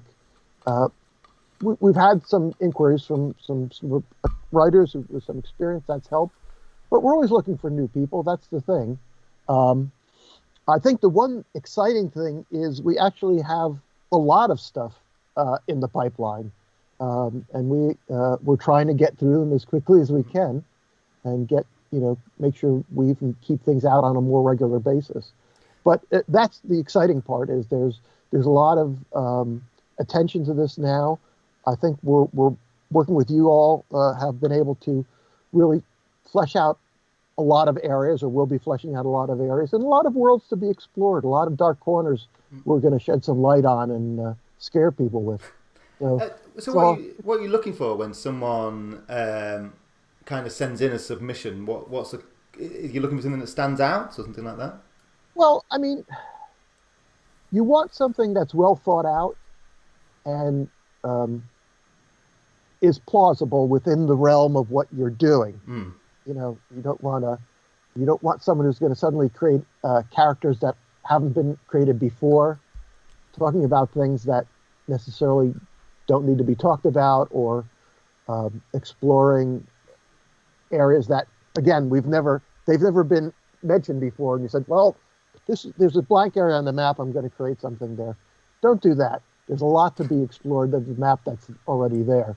I think it's just taking a compelling story and then fleshing it out. And in order to do that, you have to really think through what it is the setting is, what the steps are, what would work, what wouldn't work. It's like if you're almost as if you're sitting around a campfire telling people a story. You want to keep them engaged, and not so they don't wander. And use the area you've got to create a compelling story that's going to be engaging to people. So they'll be leaning into you as you're telling it. So at the right moment you can go boo and make them jump a little bit. But it'll be all in good fun. What do you find if people are kind of just starting out? They've got a great idea, and then they think, "Brilliant! I'm going to turn this into a novel now." What part of the process do you find they most struggle with, or is it different depending on the author? Well, I mean, everyone's different. There are, for every story there is about J.K. Rowling just never written before, or Stephanie Meyer's never written before, and suddenly created a whole world and everything else. There's a lot of people who haven't done that. Let me put it like that. My advice, and frankly, doing a novel, you can get lost in it. You can start, plot it out, and as you're writing, if you let the characters of the story get away from you, you'll go in areas you didn't want to, and you meander around, almost like a stroll down the countryside, and you're not looking where you're going. You can get lost. But I think the best thing is, if you want to do that, is start with short stories, and then create a short story, and then create another short story that links to that short story. And if you do enough of those, then you've got a novel that all comes together. But you want to be, that's a good way to start, and then, go from there. Try to link those or find a way to make them all more cohesive. I think what was exciting from my point of view is that, originally when we started out with you guys, it was like, okay, well, people can take stories that kind of happen over here and don't necessarily affect the main plot. But I think from the quality of the products that we're seeing, Matt Gilbert now has said, well, actually, you can take these characters, and we've been working closely with yourself and Brandon to choose out characters from the background at the minute and say, okay, write something about these. And I think that's exciting from our point of view to see what these characters are like. But I guess it's good for your point of view that we are happy now for you to do that in some ways. Yeah, I mean, it's great to gain the trust of you guys to say, okay, they know what they're doing, or reasonably know what they're doing, or we're all fooled at this point. It's numbers. I think it's C. Yeah, probably. But that's what we want to do. We want to not only gain your trust, but gain the trust of the readers and the fans to say, we're going to consistently try to put out great stories for you. And they may go places you've never been before. They may go familiar places, but it's going to be a sudden twist. And suddenly you're going to find out more about these characters or places than you thought you knew. And I think that's how we build worlds. That's how we build excitement for the games.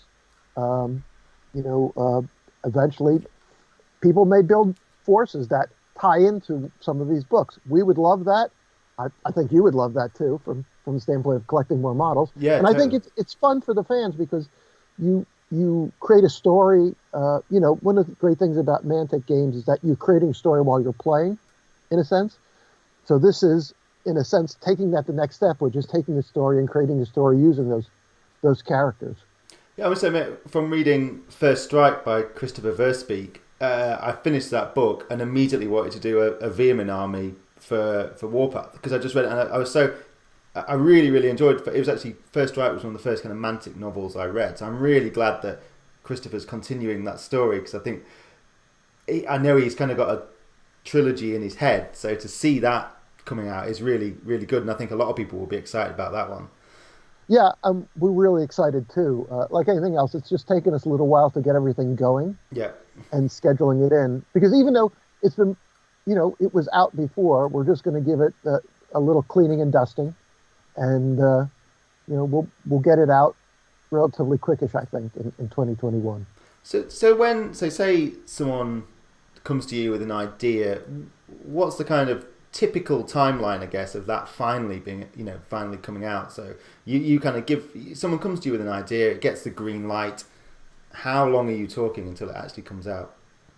You're talking about a year, 9 months to a year before it comes out. Just for the simple fact of having to write that many, unless you're a full-time writer and you spend all your time writing, it can be challenging to put out a novel in less than a year. Yeah. The only person consistently I know, Dan Abnett, does that, but he's got clones to help him, so that really, I'd probably dissuade that one. But I mean, it is, it's challenging. You want to get it, write it, go through edits, make sure usually we'll go through 2 or 3 rounds of edits. Just sometimes it's just fight over words, pens at 20 paces and that sort of thing, and then how many commas you're going to put in there. But other times it's just making sure it's continuity of the story. But that's just part of it. I mean, the other part of it is because we distribute a lot of our stuff in the high street for you all, or the big retailers back in the States. They require 6 to 9 months lead time on things. So that that in itself is a little bit from the time we announce it to the time it actually goes to press. And so there's a long lead time in all this. And then, of course, it's things can come up that can delay a book as well. Like sort of say, a major disease comes through and you're locked down. And that'll never happen, Vince. That'll never happen. Yeah. So we we were delayed a lot in the springtime because a lot of bookstores were closed here in the States, as in the UK. We had problems in that some of the printers were delayed for a lot of things.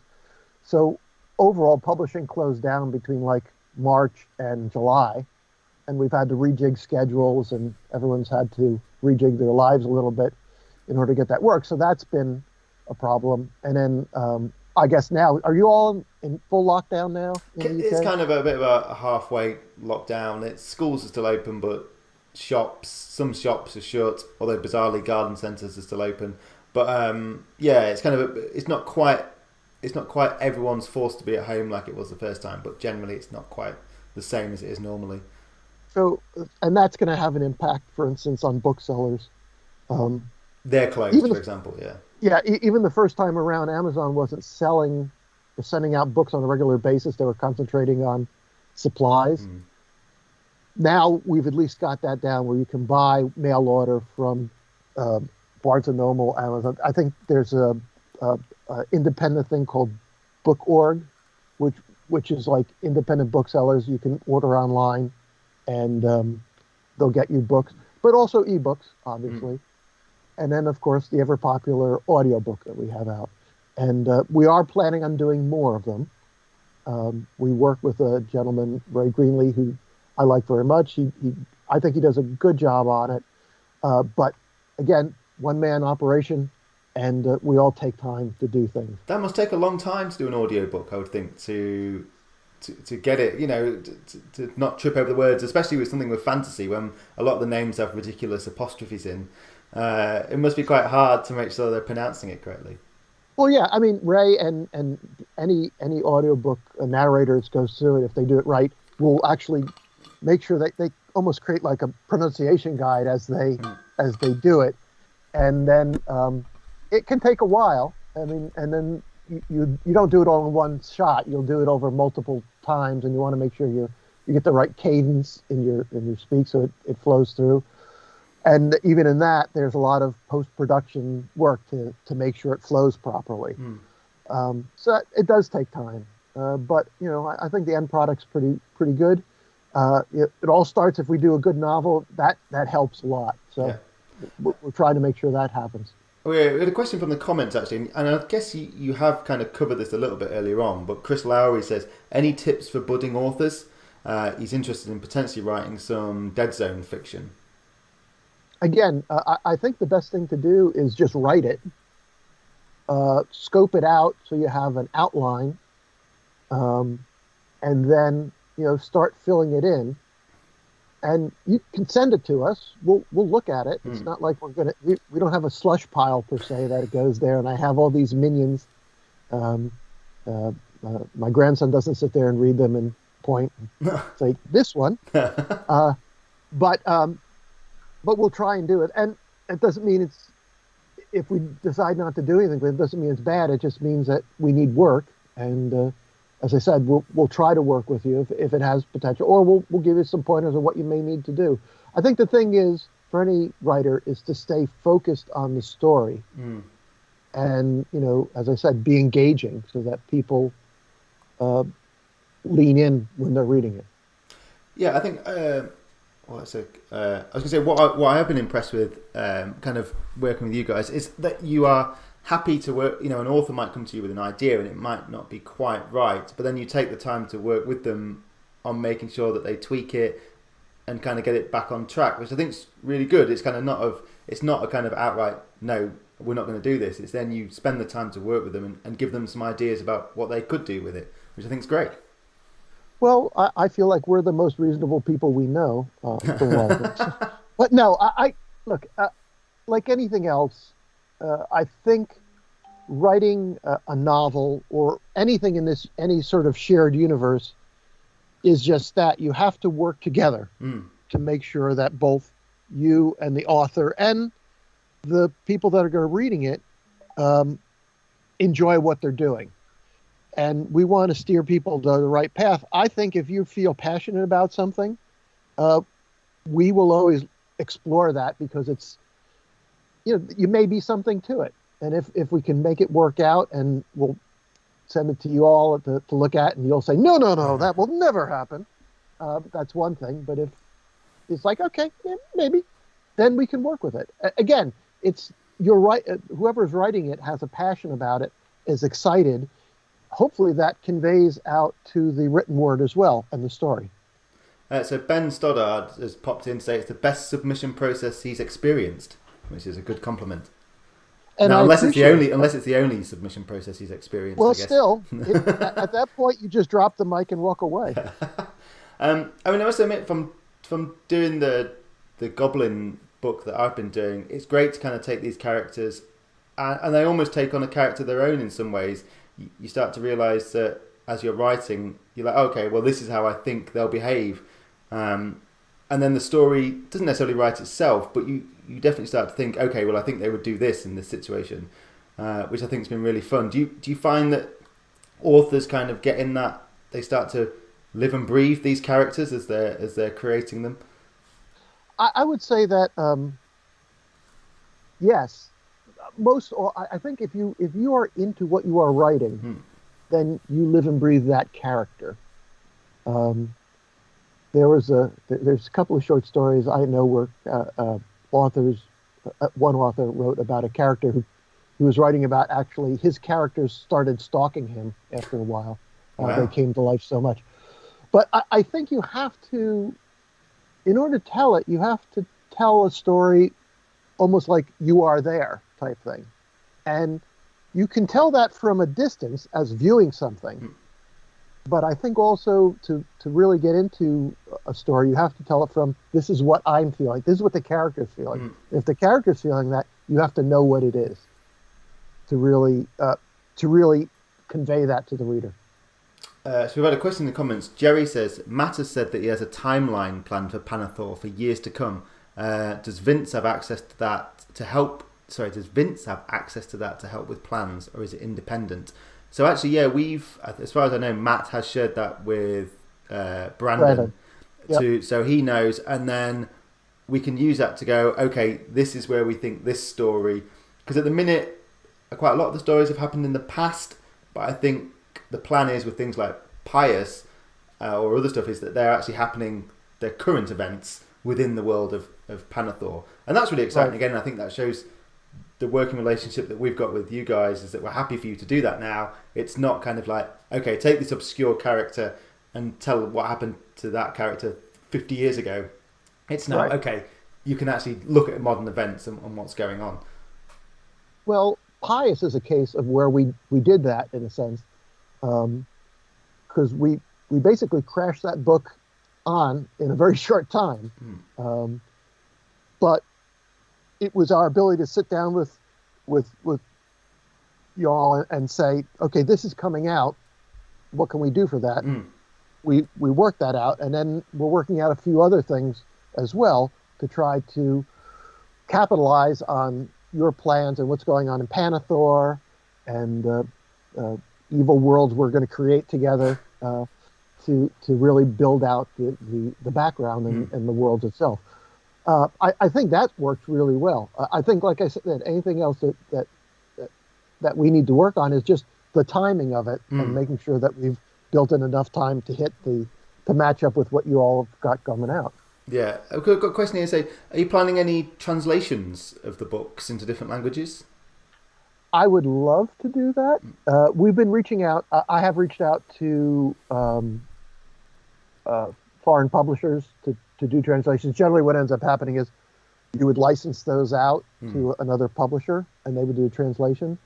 Because we don't necessarily have the route to market. It's like if we were to do a Spanish version, I don't necessarily have the route to market in Spain to sell those. But again, there's only so many things we can do within our little world. Yeah. So it's much easier if we can get a Spanish publisher or a German publisher or Italian publisher to say, let's do this. Now, we tried doing that. Frankfurt Book Fair was recently virtual. They didn't have it. I tried reaching out to some foreign publishers there, but it's not as easy as it would in the past, as if you can actually grab them and shake them and say, look at this, it is wonderful. But again, if you are in another country and you're interested in getting in that, just reach out to a publisher and say, why aren't you doing this? And then we'll be happy to work with them. I think one thing, obviously, when you're talking about all the books that are coming up, obviously, previously you've kind of focused more on the fantasy stuff. I think it's really exciting now that you're moving more into the Warpath universe as well. Are you kind of hoping to do more of the sci-fi things? I mean, you've obviously mentioned Christopher Verspeak. Is there kind of more potentially planned for that as well? Yes, I mean, I think there's a lot of area to grow there. I would love. I mean, sci-fi is a core for readers, and the game allows itself. Warpath has a lot of room to grow there. A lot of interesting things. We will put out books. our intention is to expand that line as well. Now, how many we do is basically what kind of reception we get. If we put the books out and we get a good reception, we'll just keep putting them out at try to expand it more. If we put them out and people don't buy them, well, then we've got to look at what we're doing. But it's like that. It's whatever your universe is that you can work with. That's what we'll try and deal with. And I'm excited. Sci-fi is one of those things I really enjoy, as well as fantasy. And I cut my teeth on a lot of sci-fi work, so I think it's something that we'll be looking to expand our work in.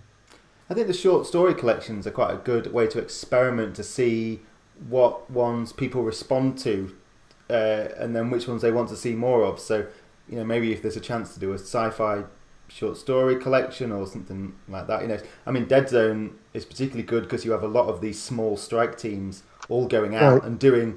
They're a bit like, all of them are a bit like the A-Team. So those kind of stories might be quite interesting potentially in the future as well. So something to consider. Yeah, I mean, again, that's something I think is on our plate. That's not going to, just because of what our workload is, probably not going to happen till the tail end of 2021 or 2022. But that's why we plan. Yeah. We'll plan to do something like that. And even at that, so even if we were to do a short story, and I have to talk to Brand to see what his schedule's like for undertaking that with everything else, but we'd start planning that probably after the new year in the springtime, because we have to get people to submit it, then we have to go through them, then we have to pick the ones, then we have to edit those, and then get it on the schedule. So I would say if we were to do something like that, it probably wouldn't be until the end of next year, beginning of 2022. So how far in advance are you working now? Pretty much into 2022. Wow, that's amazing. I mean, we've got books planned out that far ahead. So, yeah. And as we go through this, some things move around, which we're trying not to do that, but obviously, depending on when people get us books and when we can again review them and edit and get back, give and take, some of those things are going to slip. We're trying to do a better job of not having them do that, but it is one of the things we deal with as a smaller company. And I guess that particularly if it's some first-time authors, the realization of just how long it takes, I think might catch them. I mean, it certainly caught me a bit by surprise when I'd spent an entire day writing stuff. I thought, I've had such a fantastic day. I've written all this, and then I looked and it was something like 3,000 words, and I was like, oh my god, at this rate, it's going to take me 10 years or something ridiculous to finish this book. And I think maybe that's one of the things that people maybe need to plan their time. I guess that's a tip for a new author, is plan your time properly and work out how long it will actually take.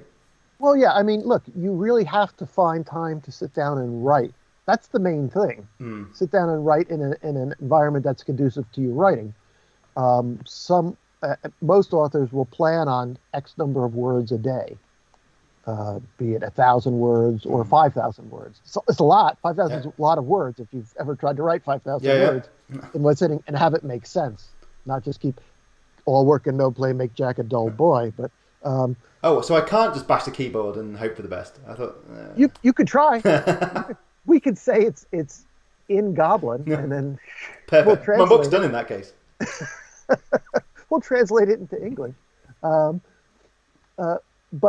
yeah, so it is one of those things to discipline of every day sitting down and writing X number of words that you want to do. Now, if you're talking, a typical book is somewhere between 80,000 and 100,000 words. It takes a while to do that. Yeah. And then, as you're writing, unless you can, have a fortress of solitude that no one's going to disturb you, you can be writing and tell people, I'm writing, don't bother me. And the kids can come in and there's a problem, or your wife needs help, or your husband needs help, or the dog needs help, or, that coffee didn't sit right and I've got to run out for a second. Anything can come up and interrupt you. So that's why you need to be able to focus and that time to actually sit there and do it. And the best thing anyone's ever said for if you want to learn how to write is to just write. Just keep doing it. and get feedback on it and find holes in what you're writing and rewrite it until you feel that it's good enough for someone else to rip holes in it. And that's basically it. You just got to keep doing it. It's like anything else. You just got to keep practicing and practicing and practicing. Yeah, and I guess then you'd learn what bits work for you and kind of what environments work for you and kind of how long it will take you. So it is a whole learning process when you're just starting out, I guess.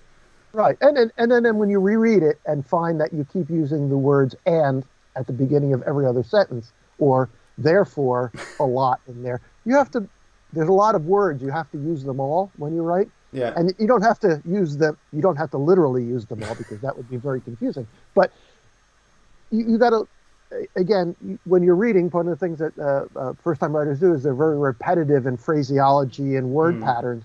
And you have to look at that. And when you go back and reread it and rewrite it, you want to mix up things a little bit. And then be not use the passive tense when you write as well. So I think those are just fundamental things that you want to do. Not that I get any money off of this, but if you really want, one of the best things I think aids for if you want to write is a book by Stephen King called On Writing. Okay. Which is it's very useful for style and how people approach writing and what you should look for. Cool. So Pious, when's Pious hitting the physical copy? When's that hitting shelves? Is it already out, or is it out soon? So right now, we're looking for, I think the 20, probably next week. Okay. Wow. Okay. Cool. It should be in the warehouse. I'm sorry. Should be in the warehouse next week. Yeah. Because Last Hurrah just hit the warehouse and is shipping out now. Right. Okay. And we're going to start. We're going to start stocking more of the physical books on the Mantic website as well. So if you're in the UK and kind of want to get them over here or Europe, then we're going to start having them as well, which is great. I think we're going to set up a proper kind of library section on the website, which will be cool just to keep pushing those. Yep, I would say look at it. Look at our website when you can. We're on Facebook or on our, as I say, WHP Supply Room, and we'll announce when they're in. I make a point of as soon as I get them, I take a picture of it to show everyone. So I expect to have physical copies in our hands next week, but they are shipping out now to stores if you pre-ordered it. Cool. Well, and then you'll be getting yours shortly thereafter. Fantastic. So I think we've got no more questions in the comments. We managed to tackle our technical difficulties earlier on, Vince. So thank you very much for joining us. That was really useful, and I think there's so much coming out. I mean, Steve Hildrew's video on Death by Dragons the other day really caught me by surprise, because I was like, blimey, I can't believe how many books there are coming out. So and he didn't do any of the sci-fi ones either. So right, it's amazing. So thanks so much, Vince. So don't hang up straight away. I will talk to you on the other screen. But we'll be back in about 15 minutes with some Armada chat with Matt and Ronnie, if he's remembered. So I'm going to go quiet now. You'll go to the back shortly screen, and I will just say goodbye to Vince. So say bye to everyone at home, Vince. There we go. Thanks, everyone at home, and look forward to talking to you soon.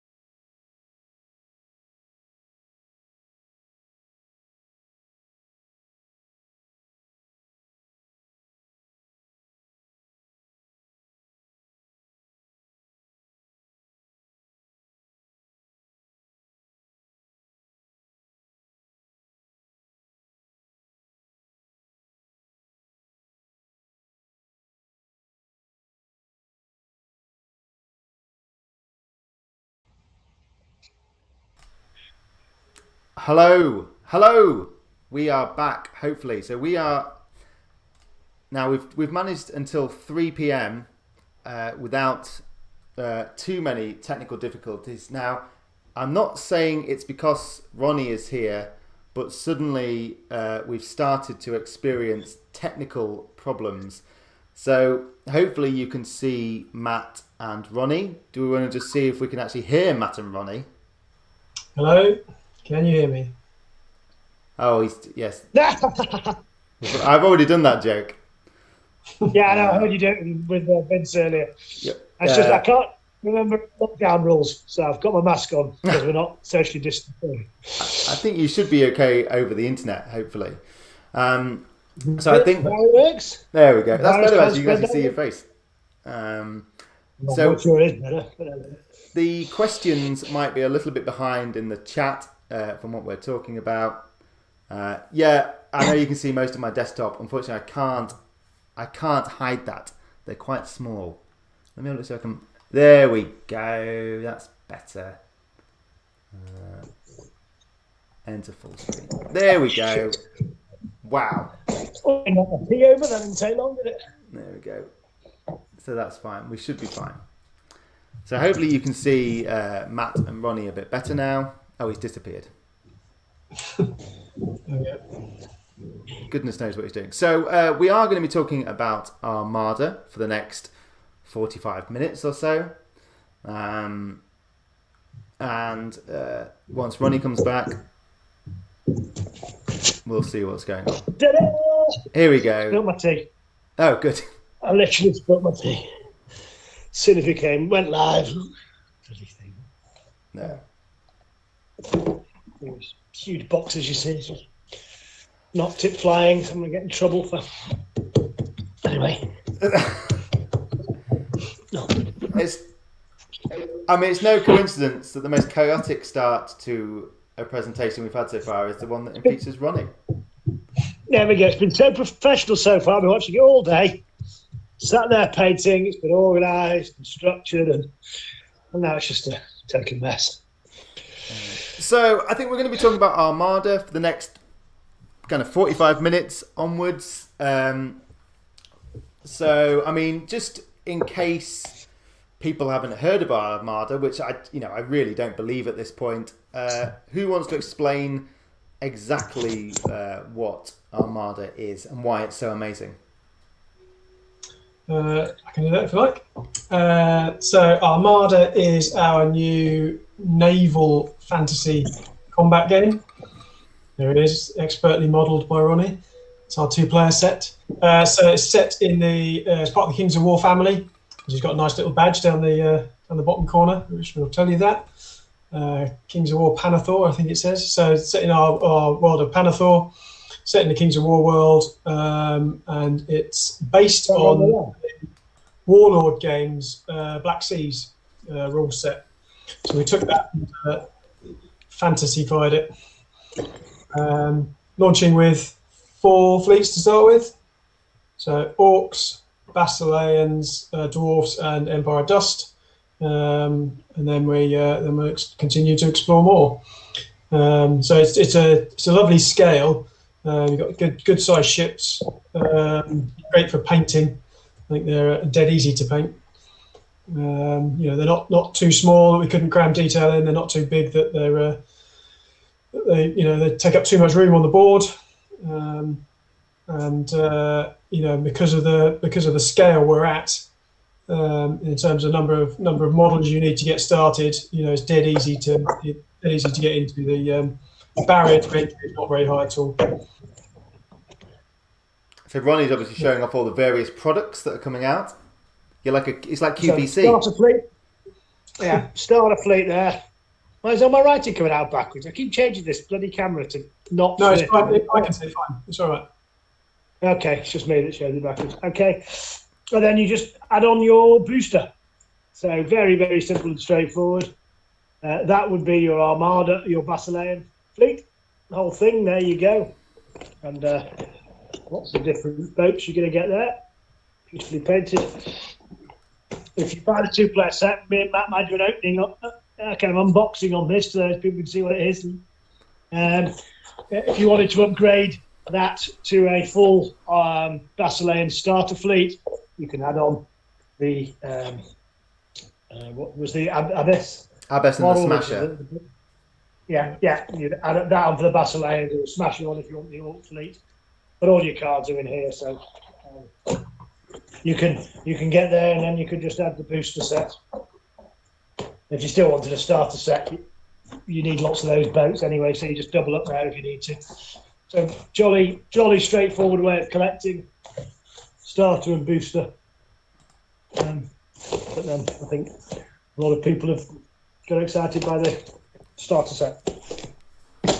2-player starter set, which we can unbox. That one is honestly stolen from the warehouse just yesterday. We started making them on Wednesday, I think, and shipping them on Thursday. So, I mean, that's worth quite. I mean, Ronnie, do you want to give an idea of the kind of scale of the operation to get this into people's hands? Not about this big. Oh my goodness! You see what we have to put up with. Yeah, I mean, colossal. We bought a new resin machine in the summer, and having been assured by the people that sold it to us that it was dead easy to just, and it's a gun thing. Instead of mixing the resin, this machine mixed the resin for us and would speed things up. And after 2 months and 15 engineer visits, it still wasn't working. And all of a sudden, the Armada release was looming, and everyone that was seeing it was getting more and more excited by it. So, that started with Matt and I a year ago discussing what it was going to be, and we were super excited, and everyone else was a bit lukewarm. Even Dave, the sculptor, and not Dave, the studio sculpt manager, and the salesman were all a bit whatever. So, first thing after lockdown, Matt and I decided, well, look, let's order 6 months worth of print. That's going to come in from China. Get that in, and then we can start making the resin. And no problem, we'll release it in November and chunk away, and it'll chunk on from there. Every week that went by, more and more people from the play testers, from the studio guys, from the people in the office were liking what they saw and getting more excited. About 6 weeks ago, when the machine still wasn't working, we pressed the big red button that said, emergency, woo. And at that point, I'd pulled everybody together and I'd said, look, even if we just, we're getting quite excited about this, but we might be doing 1,500 games right out the block. So we might need 60,000 resin pieces. And we went to 2 shifts. So we were running from 6 in the morning till 10 at night with 2 separate teams. We're obviously doing this all in COVID-safe environment. We managed to get the machine working. We've got some extra space that we've been using to run it in. We put it up for sale, and we sold out in about 24 hours. Everybody that had an allocation took their full allocation instantly. So we didn't need 60,000 resin pieces. We need 190,000 resin pieces. And we needed it in 4 weeks. So we've made about 130,000 resin pieces. We're making about 6,000 a day. And we don't need all 190,000 because some of the proportions, like our online store, hasn't sold exactly in the same proportions as its full allocation. But we've got almost all the pieces we need for this. And when we unpack this, you'll have a look at just how much resin there is, just how beautiful it is. My hands are covered in paint today because I've been doing my fleet all day while I've been listening to the thingy. So a truly colossal amount of work has come onto us in the last 6 or 8 weeks, right on the back of lockdown. The ports coming out of China and coming into the UK are an absolute disaster at the moment. I know you sent an article, Rob, yesterday saying the bookshops have no books. Yeah. It's just chaos. And the team have just been absolutely fantastic. We've been running double shifts, like I say, for the last 6-8 weeks.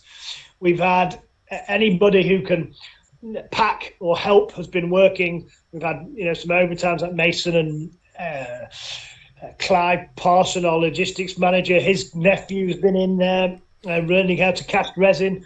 My daughter's been working bagging up resin.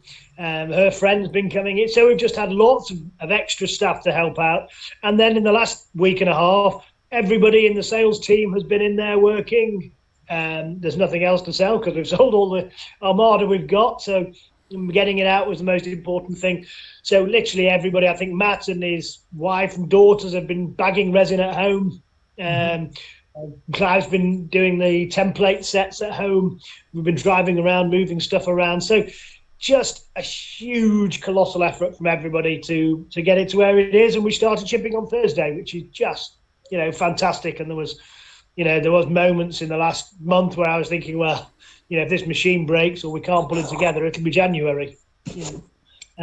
But great work by everybody to be even close to being able to deliver it, and people are going to have it under their Christmas trees, Thanksgiving turkeys over the next couple of weeks. So we're really, really excited. America started shipping, Australia started shipping. I've been getting messages this morning from everybody saying they've been getting their notifications down under. So yeah, huge effort, very exciting, great fun, slightly shattering, everybody ready for Christmas. But yeah, a lot of hard work by the team to get us here. And I guess, I mean, it's easily comparable to delivering a Kickstarter, I guess, really. Yeah, it really is. And I think that was, we were caught out, just I think by the response of everybody who wanted to play it. I think it's, as Matt said, a lovely, easy starting point. You're not having to build a huge army. You've got your fleet. Picking up Black Seas, as always with a new game, and we've done it, with Dead Zone version 1, Dead Zone version 2, Kings of War 1, 2, 3. Each time it gets a bit more slick. You find things. So being able to pick up Black Seas, and Gabriel is going to accept with me, but then we got the chance to refine it because it's already here. We can just take it on, and we got a chance to fantasy it up. But you're also looking at it and thinking, that could just do with a tweak, and that can do with a tweak. So it's kind of a second edition. The first edition of Armada is the second edition game set, which is all inevitably slicker. So I don't know what it is, but between the gameplay, everyone being locked at home and wanting something new, the size of the boats, which are beautiful, and just wanting to play something different, I think. There's lots of skirmish games, there's lots of miniature games out there, but, boats haven't been done, certainly for a while, and I think it just feels really fresh.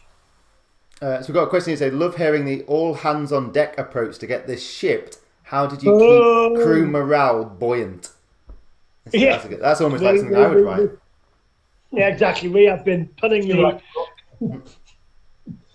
Yeah, puntastic around Mantic at the moment. So, it's certainly full steam ahead. So at launch, we've got the 2-player starter set, the Orc and the Basilean fleet. What's kind of on the horizon for early next year once this is all shipped? Every time. So we'll do a review on these over the next 20 minutes, half an hour. We'll talk some more about those. We've got some accessories, and we'll talk with those as well that make your gameplay a little more. In the future, I've got 2 dwarf boats here. Just got some gold on them. So the dwarfs are coming out in January. I think they are, aren't they, Matt? Yes, January. Yeah. And then we've got the Empire of Dust in March. Yeah. Which is really exciting because that's giving us a chance. Well, Matt's a chance to dive into one of the kind of lesser known factions in Kings of War. One that's converted, it's a metal conversion from the plastic sprues, and really this is the first chance, like we did with Vanguard, with Northern Alliance and Night Stalkers, we've got a chance to kind of dive into something new and start putting some flesh on the bones. Very good. of that race. So not just boat puns there today. Matt, do you want to talk a little bit about the Empire of Dust faction? Yeah. An opportunity to, They do have some background. Obviously, that originally they were done in the first time we did Uncharted Empires in 2nd edition, and then we expanded that more and brought them into the main rulebook in Kings of War version 3, and fleshed it out a bit more. But this gave us an opportunity to look at the aesthetic a bit more, and where we wanted them to go and to look at, like with all the other races, explore another side of their warfare and their I can't really call it as ancient civilization, I suppose. These boats are ones that they've used for centuries and centuries, probably millennia. They're old. They're crewed by the same crew that probably crewed them thousands of years ago, and keep coming back for more. I think of the 4, I think they're certainly my favourite in terms of how they look, and I think they've painted up brilliantly. I think they look and play very, very differently to the others. I was going to ask actually when it Go comes on, Rob. I was going to ask when it comes to kind of talk about they play differently. Obviously, we can see all the factions kind of look differently as well. Kind of how do it come when they play? I guess how have you made sure that each of the factions plays differently from a rules point of view? Well, I try to look at what not just how they play in Vanguard or in Kings of War, but look at their the background that's been written about them as well, because every new game system allows you to explore a particular faction in a different way. There's obviously some themes you want to carry on through, but there's others that you might not be able to easily put into something that's as abstracted as Kings of War, for example, but you can do it in a more detailed game like Vanguard. So we wanted to obviously take some of the existing elements and carry them through. So whenever you're designing a new fleet, in this case, you'll look at the background, how they play in other games, carry the themes through that you want, and then add around that, and fill in gaps in between, or even add a new layer of a different way of playing that people then might not expect, either your opponent or you yourself. Sorry, when I interrupted you, what were you going to say? I was going to say, I think one of the things that's great about the first wave is you've not only got 4 very different visual fleets, you've also got 4 very different play styles. You've got the Basileans, which are your all-rounders, a bit of everything, human, sail-powered. Then you've got your Orcs, which are very much close combat, getting in there and boarding actions. Your Dwarfs, which are the steam-powered, heavily armoured, slow. And then most different of all of you've got your Empire of Dust. So all 4 of them really have very different visual aesthetics, and all 4 of them have really different play styles. So, but by the middle of next year, and I think the current plan is we're going to be releasing something for Armada every 2 months next year. So January, March, May. I think the May releases will be the XXL, triple XL ships. Yeah, we've got some pictures of those in a minute, actually. Great, so we can talk about those. And that's the kind of end of Wave 1. And Wave 1 is those 4 fleets, and then the big stuff for those. And then Matt's got some, plans for a kind of book in the summer and taking it on even more and more fleets. And while he thinks he knows what we're sculpting next year, I've definitely got some plans to hijack his plans to make it even more exciting. Because I just think, we really want to delve deep into what we're doing, and I think everyone's very excited about it. So cool. You've just mentioned those XL ships. So do you want to have a look at what they look like? Because we've got some painted ones now. Sure, everyone would have that. Let's have a look. So I can share my screen. There we go. And hopefully you can see that now. Everyone at home can see that, and you can see that. Can you see that, guys, on the you and Ronnie? I can't. No, I can't either. You can't either. Okay, well that's good.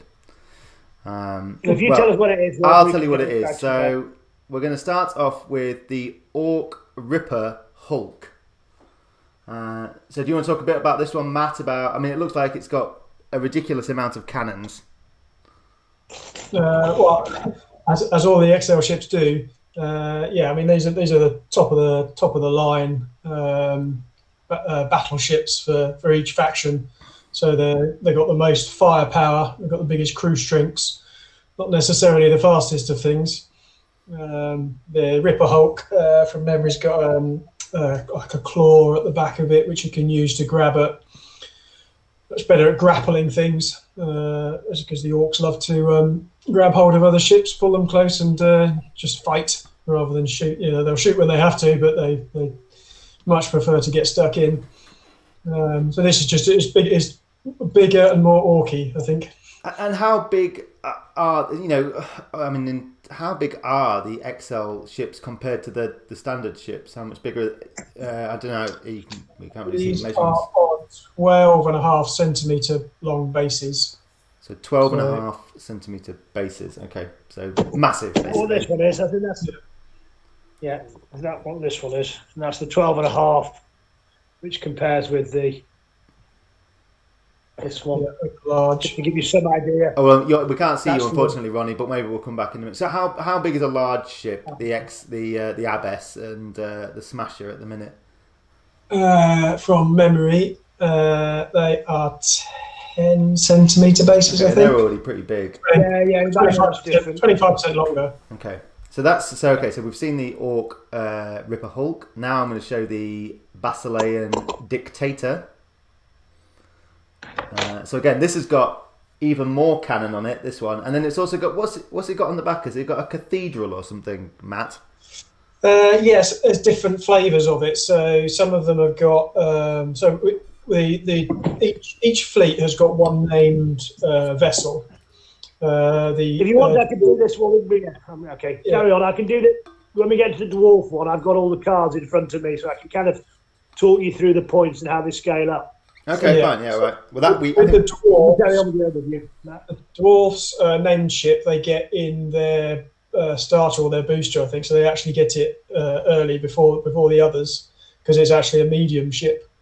But the other three get named versions of their XL ships. So there's an alternate part when you have a named ship, and you get both cards. So you get the kind of the normal flavour of the ship plus the named one. So you can choose which part to do. So the Dictator has got different back depending on which way you build it and which ship you're building. So you can do one or the other. Who painted the boats, Matt? Because they're amazing to look at. Ben McIntyre. Right. Yeah, they're fantastic. Yeah, so there's a lot. It probably does 60% of our painting for us.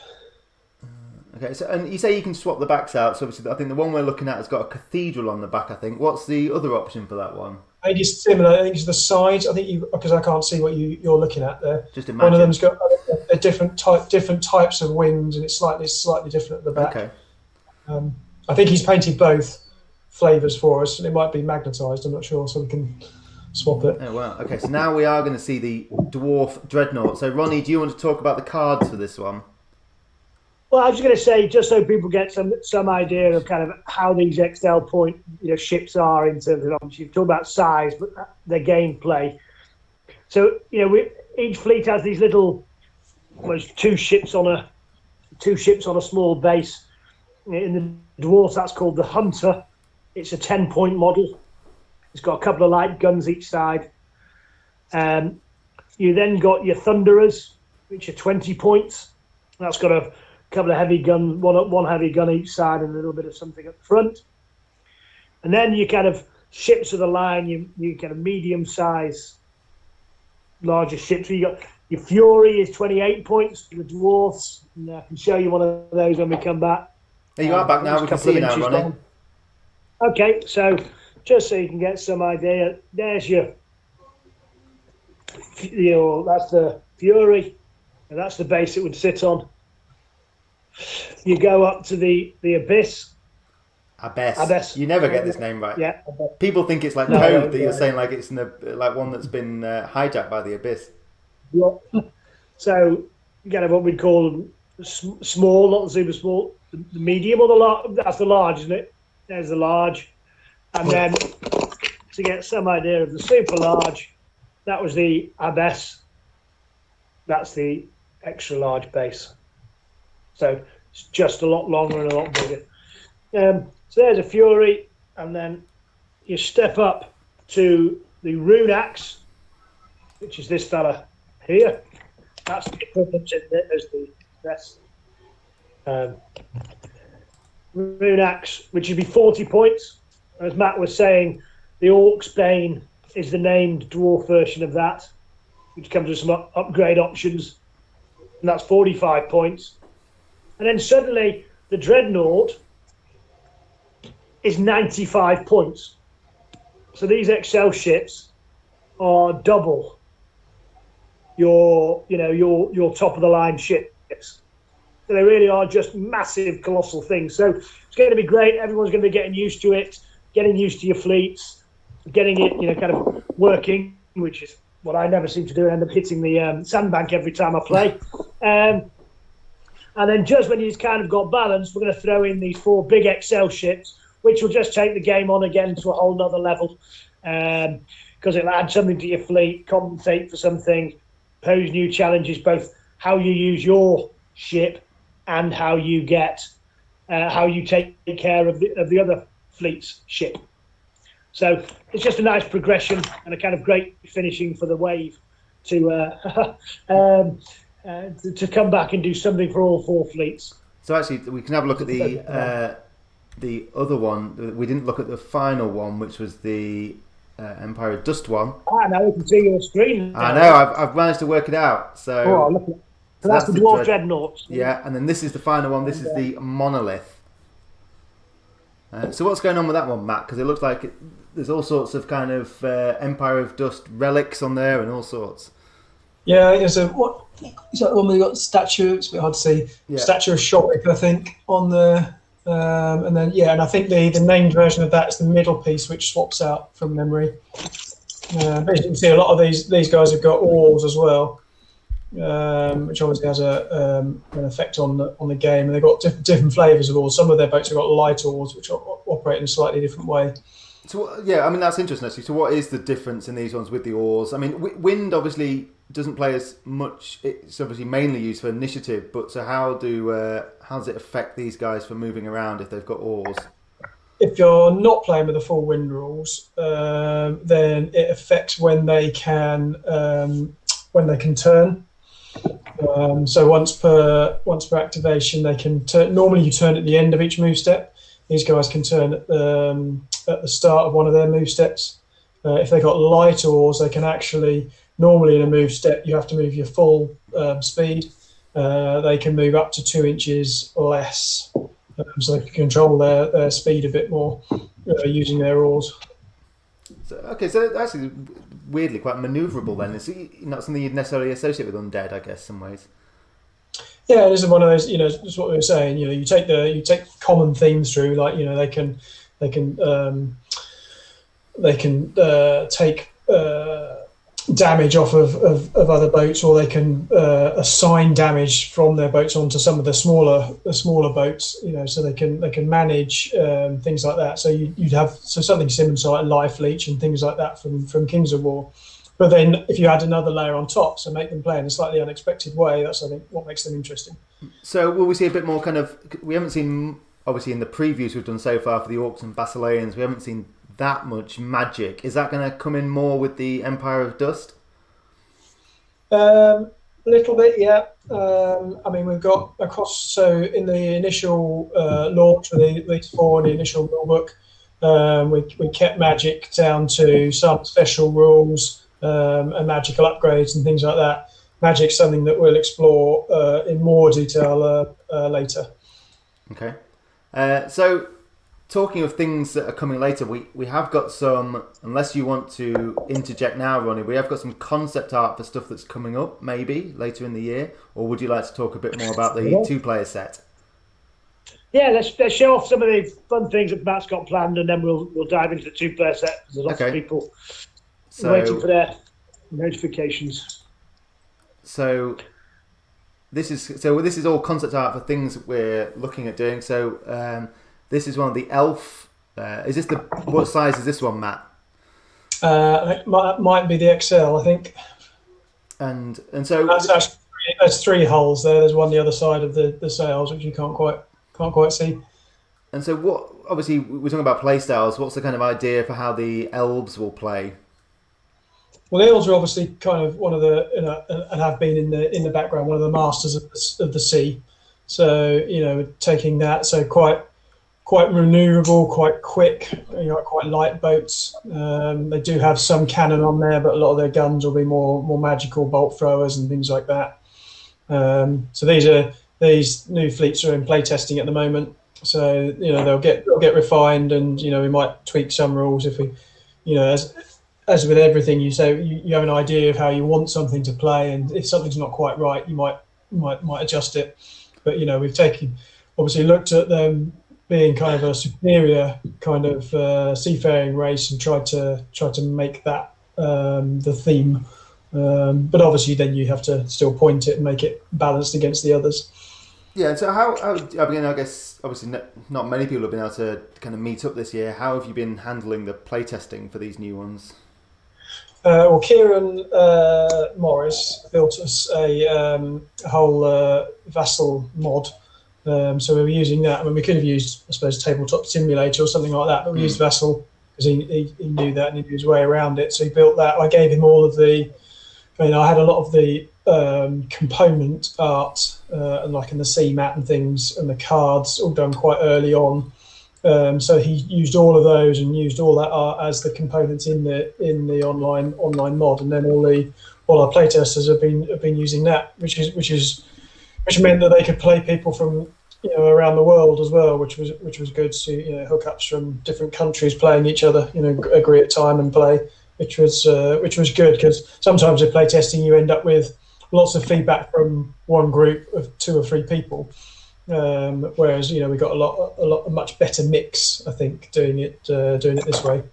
Okay, so that's the elves. So now we'll move on to something else, and so this is a big dragon. So hopefully you can see this, Matt. This is the big dragon one for potentially the Northern Alliance and the Varangur potentially. So are they sharing ships? Yeah. So the idea we're here, well, because obviously they share kind of with the Shatter clans and the Northern clans. They have quite a shared history in the past, even though they're very separate and gone their separate ways now. But yeah, so the idea here is that the ships will be shared, but the cards that you get will play either as the Varangur or the Northern Alliance. So they'll have different fleet rules, different upgrades, different ways that they'll play. And the XL ship will have 2 different variants, one for the Northern Alliance, one for the Varangur. I think this is a Serpent from memory. Those are like outrigger sails you've got on the sides there. There'll be that kind of bone rib cage across the back. Might take that over the buildings a bit. And I think this is a medium or a large ship. Might be a medium actually. Right. And what's the kind of plan for how? I mean, Northern Alliance, will they be able to freeze the water to stop everyone else sailing, or what else have they kind of got up their sleeve at the minute? Yeah, so they've got things in there like Icebreaker. They've got one of their upgrades, I think, is the Ice Queen. So I think one of her kind of spell that she can cast is Iceberg. So yeah, that sort of thing. But then obviously the Varangur got slightly different flavors on there, so they'll get their own flavors of slightly probably darker magic and things like that, and darker upgrades. Like the orcs have got like Morax. The Varangur will have like the Sons of Korgan as an upgrade that they can take. Okay, and then finally we've got one more, and it's a mystery one. I don't know what it is, so I might just show it, and then people can try and work out. It's got lots of question marks on it, so who knows? Yeah, I don't know. Someone sent that to me and didn't tell me what it was. So there it is. Mysteries. Yeah, that's what's coming up. Oh, so let's go back. There we go. We're back to Ronnie and Matt now. That's what we want to see. So what have you been doing? Have you been opening your box, Ronnie, or? Yeah, I can do it. I've actually, I was going to say the whole shrink wrap experience. So we've well, a little tear in it, but we can go in here. So we've got the full shrink wrap coming off. This will break Martin Thirlwell's heart because he's been spending all week actually making them up, and now we're taking them apart again. You get your Mantic points up on the top there. Very nice. Very nice. On the inside, a lovely and very full box. It's all going to drop out. Unequivocally unapologetic hobby, but there is 1, 2, 3, 4, 5, 6, 7 bags of resin. I think we were mad when we decided to spec this game. I had no idea how much pain it was. Matt's just come out in post-traumatic PTSD because he probably found half of these himself, and that really looked an RSI, yeah. Yeah. And Matt, just talk us through, I'll hold it up, but just talk us through what boats people get in their 2-player set. So you get Orcs versus Basileans. You've got on the Orcs side, you've got 2 Hammer Fists, 1 Blood Runner, so that gives you 3 medium ships, and the Bomb Boat, which is one of their smalls, and you've got a comparable force of the Basileans, so 2 Eloi, 1 Gaia Panther, and 1 Gumbrig. So both sides have got a kind of a mortar indirect firing ship plus 3 mediums. And I think it's worth saying at this point, this 2-player set on the website has sold out. We are reprinting and bringing more back in, but there might be some available from your local FLGS, local gaming store. I think even there, a lot of those have sold out now. On the website, Rob, you can get some of this, can't you? What can you get? Why don't you tell them what they can get? Yeah, so what you can do, so if you want to start out, you can get the book with the tokens, and then you can get like a Basilean fleet, and then the dice, and then there's a similar thing where you can get the book, the tokens, the dice, and an orc fleet as well. So you can kind of create your own kind of starter set, and then that's something we'll be doing in the future. When the dwarfs come out, we'll offer the same thing, and when the Empire Dust come out. So if that's your starting point, that's the way to do it. So you're getting everything to get playing, but just with you're basically getting that. Fleets. Yeah, there you go. That's what you're getting, and some dice. There is a way to still get in there. We've got a few of those left, but if you're waiting for the 2-player set, then that's probably going to be January before we'll get the reprints and the resin made. Just talk us through the rulebook, Matt. So that's we've gone with our larger size, matching what Kings of War. That's 96 pages, I believe. So it goes through all of the rules. We've got 10 scenarios in there. We've got a whole load of background and a fleet breakdown for each the 4 fleets that are out at launch. And lots of new art and some great photos in there as well. Lots very colourful. It is nice and colourful. It's lovely laid out. These are some of the scenarios here. Scenario 9, Treaty and Treachery, and it tells you how to lay your mat out with all the sandbanks and terrain upon it. It really is a beautifully laid out book. And while there's a little bit about each fleet, of course, the lovely thing is you keep your stats and all your information on your cards. Yeah. Which we could go to next. So that should be in the box somewhere. Indeed it is. Here we go. So just talk us, what's the purpose of these cards and how does it interact with the game? Do you write an army list, Matt, or do you, yes, the rule book tells you how to build a fleet, and the rules are very simple. There's nothing very complicated there, but it's enough. Just a couple of rules, but should make it that you can't build something completely disgusting, and you do a nice fair balanced list. But those cards, it's 1-to-1 with the ships. And you can use that to track your damage and any counters and stuff to try and keep stuff off the table. So keep it clutter free. And the point is there, quite a bit of damage, do they, Matt, before they die? Or is they can do. Yeah. I mean, obviously, it depends on the size of the ship, and some have got better armor or repair abilities. Like the Basileans are a little more defensive in that regard. But you get fleet reference cards as well, so it tells you your fleet specific rules and your ship special rules, and your particular special upgrades, captains, things like that. So it's all the little reference cards that you can keep the side of your side with your ship cards. So it's all in one place in front of you. Looking at this Deloe, which is a kind of ship of the line. This is this size ship in the Basilean fleet, and that's its card. Obviously, these are the guns and the direction it can fire. Yeah. So just tell us two things. We'll talk about. This is its base size. Why are the bases important? Well, the bases. So the bases define your broadsides across the lengthways. So from straight up either side, left and right, or port and starboard. So if you're trying to shoot, it's very clear now. That's one of the things where that wasn't quite clear in the game we inherited somewhere from around the hub. But actually, it's totally in line with your base. That's where you're firing from. That's your front arc. That's your side arc. Yeah. So it helps with fire arcs, and it helps with it just helps just generally with when you're colliding with things or needing to avoid things. There's no ambiguity. Once you put a base on something, there's no ambiguity with or someone's modelled something in a slightly different way, or the prow of a ship sticks out. It doesn't matter. You're using the base rather than the ship. And a couple of things. There's two options with basic, isn't there? There's either using these baggers of MDF basic. Yeah. And then we've already seen people modelling those up and looking beautiful. Using that water effect that you can buy from suppliers.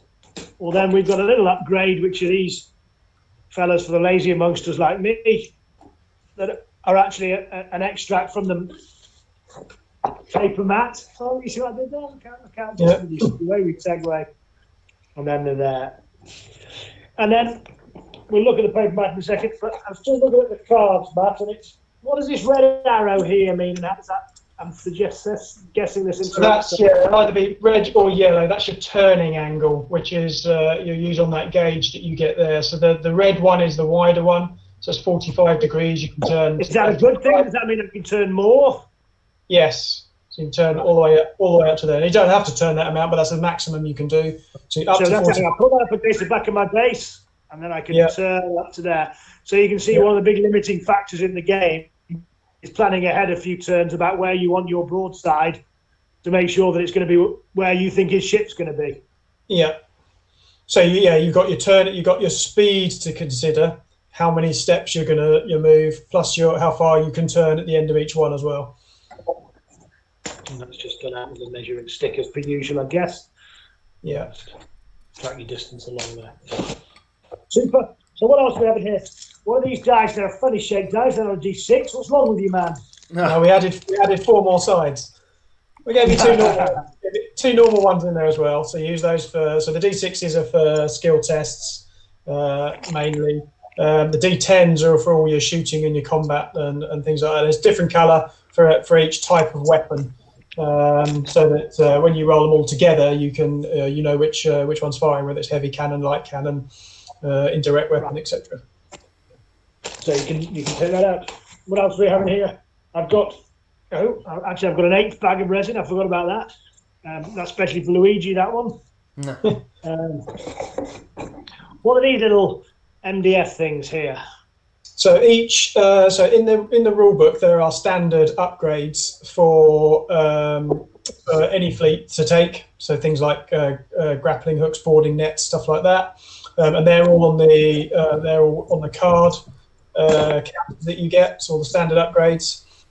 Each fleet has some unique upgrades, captains, magical upgrades that are unique to that fleet.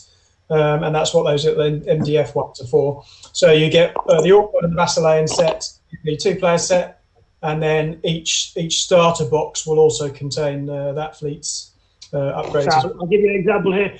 The Orc one, more axe, more guns. You can see where they're going with this. More guns. Gorfang Bluejaw, War Drum of Spite, and Yin Grey Thunder. I'm guessing more axe means you can attack a bit more when you get close. Yes. More. Yeah, better boarding actions, better shooting. And you've got 2 captains, and then you've got the war drum as well. Beautiful and very large and playmat in here, so you can get up and get playing. I'm not going to unpack it all the way, but that's lovely. What are these? Is this just for prettiness, or is there a purpose for those? Both. So it looks pretty, and there's one in each corner, plus down the side. So that's your compass locations. So as the wind moves, as you move your windrows, you know exactly where to put it. Right. And you know what? Since it is an opening, we will actually unwrap and we can look at the 4-card counter sheets. And we've probably been through everything you've got in here, haven't we? One question we have had, Ronnie, and I don't know if you've got any of these here, is are we doing official MDF card holders? Have you got any of that there? I don't, and I think what you're planning at the moment, Rob, is that we. I think the idea there is that we'll tie in lovely with this. So, what's on this sheet? What's on this card sheet, Matt? Let's talk us through this. That one, if I can see, you've got your turning template, your fire arc template for the front. You've got your windrows. And just tell us about that fire arc template. What do you do? That stick it up under the base, front or back, yeah, for your rear. And that shows those guns at the front or back. They can wiggle about a bit. If it's in that front arc, you can number a shot at someone. Yeah, correct. Windrows, which is what you move around as the wind moves. You just show its location.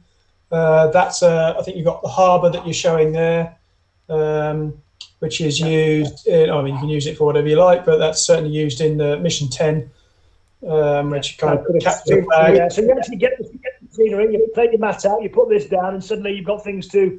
Most people avoid, and I seem to sail into every single bloody time. But that's the kind of. Yeah. Okay. Sheet 2. Lots of counters and things.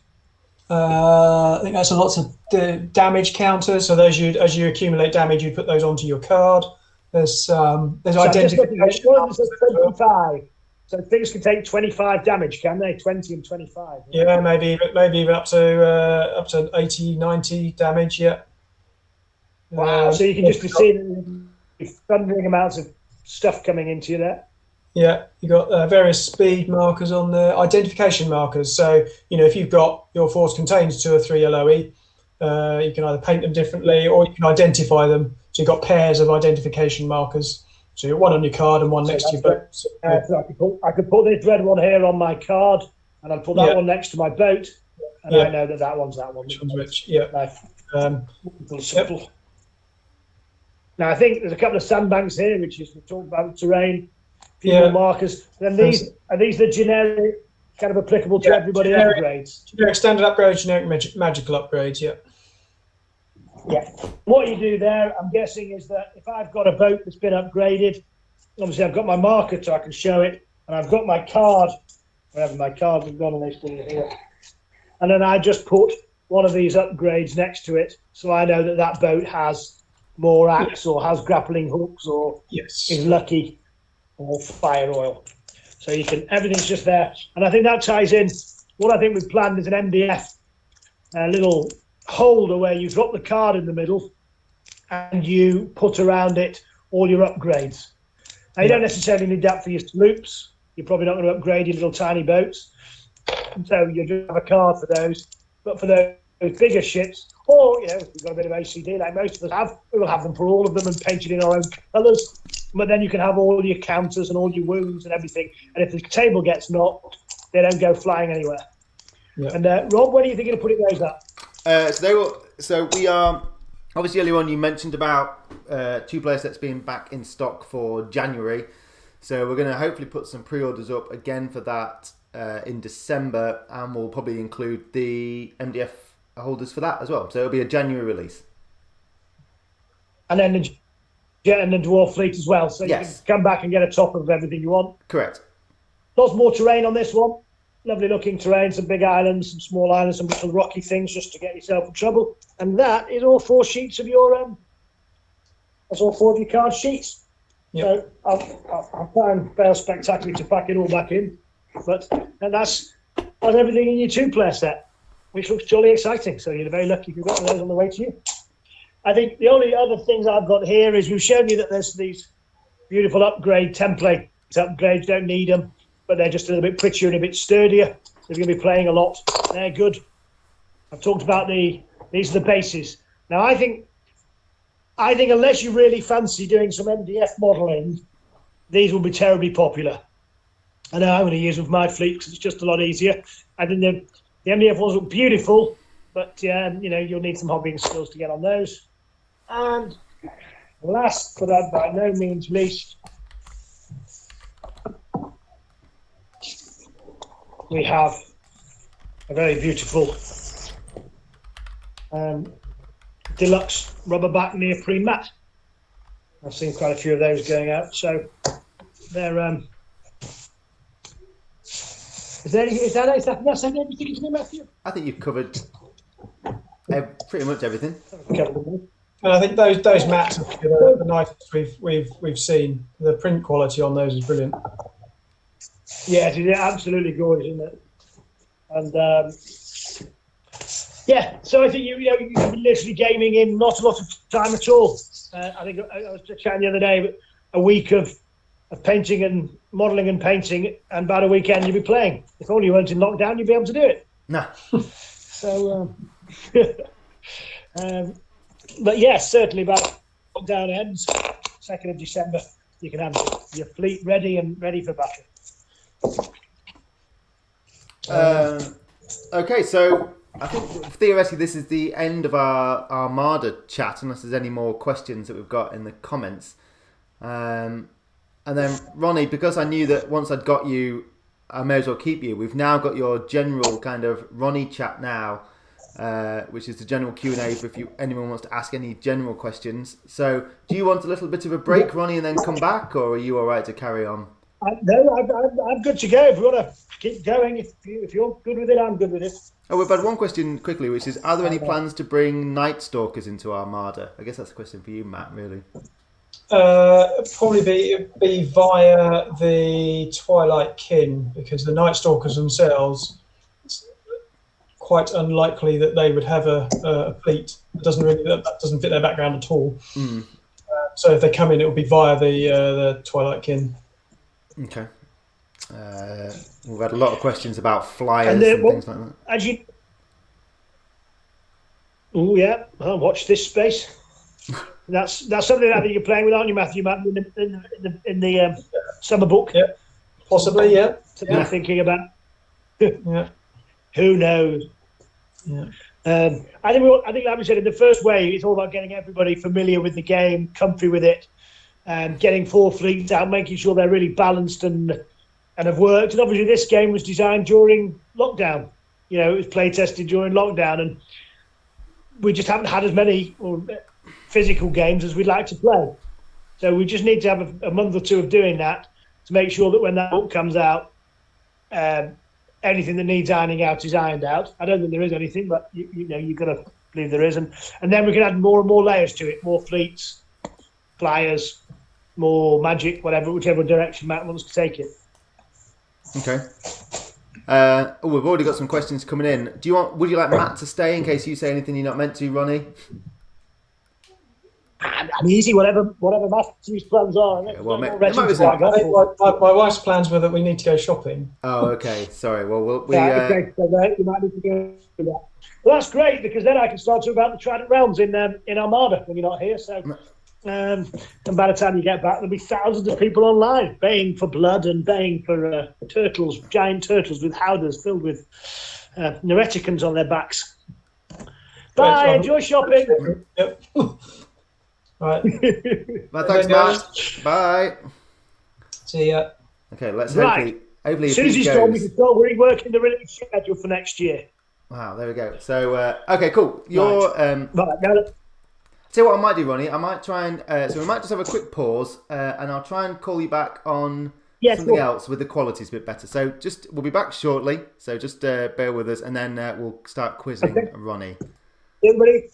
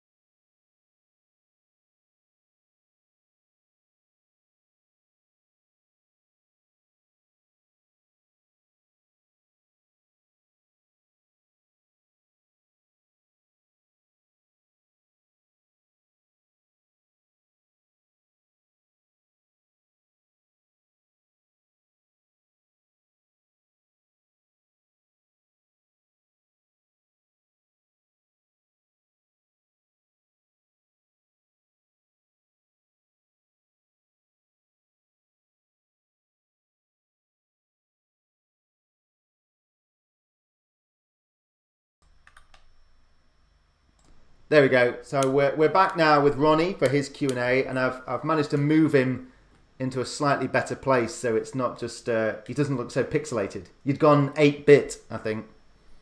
Just an 8-bit Ronnie.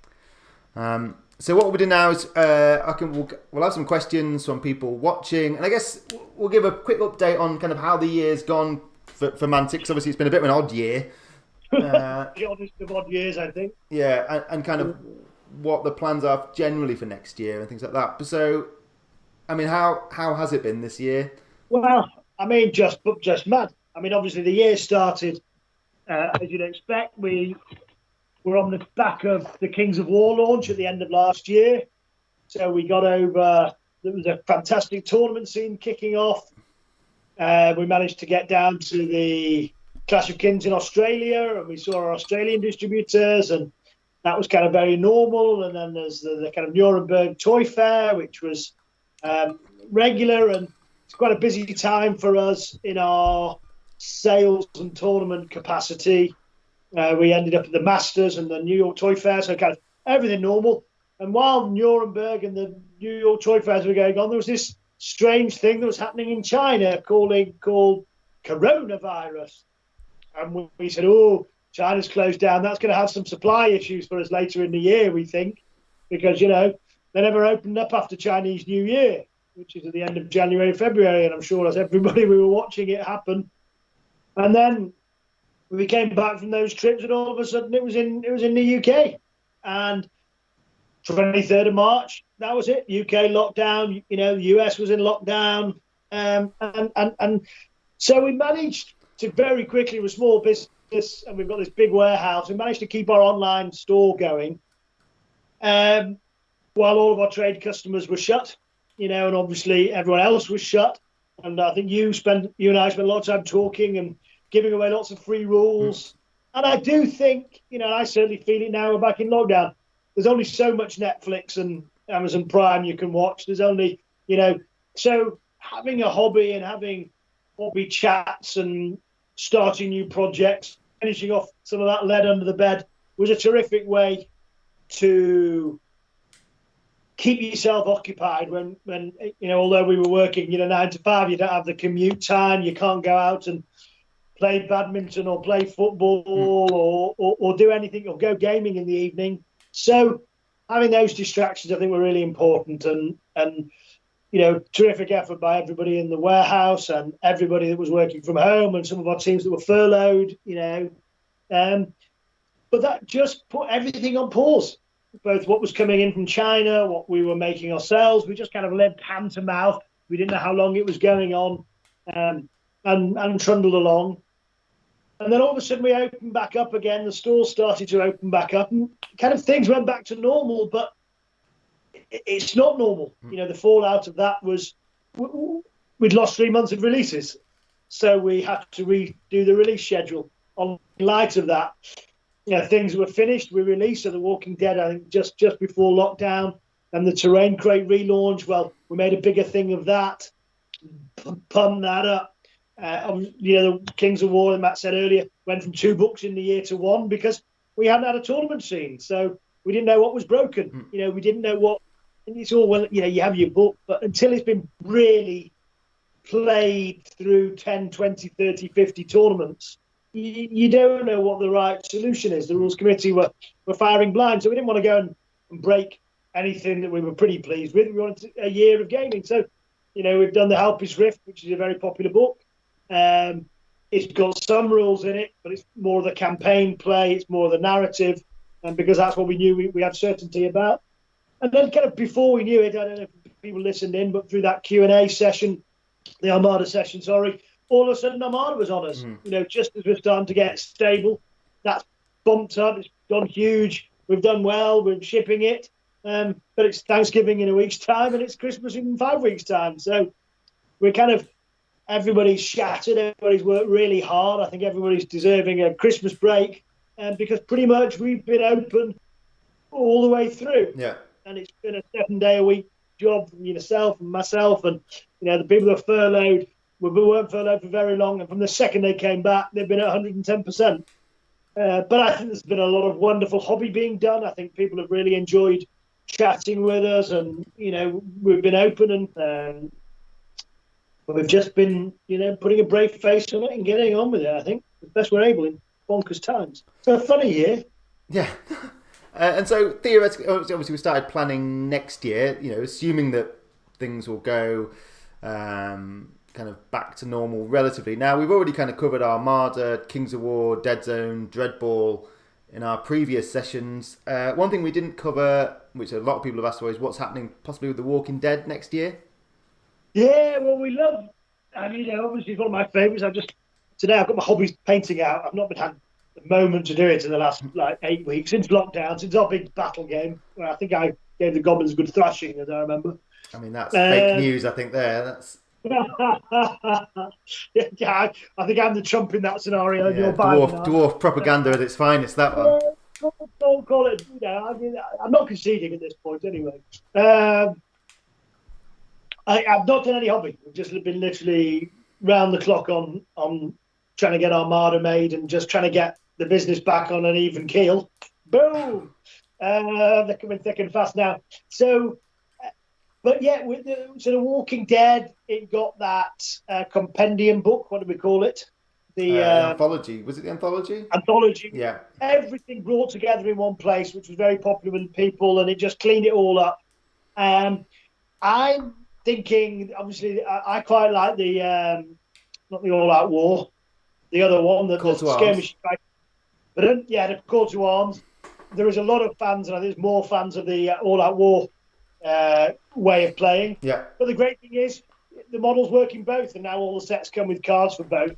I would love to see the Kingdom. I think they might be good fun because suddenly you've got this cavalry, a lot of speed, which is a different way to play, and they could do both there's a load of scenarios there because there was a lot of big stories in that story arc, and also the Lee and Clementine. We've done the Lee and Clementine story. I'm not going to have any spoilers there, but Clementine goes on to become all powerful and all ass kicking.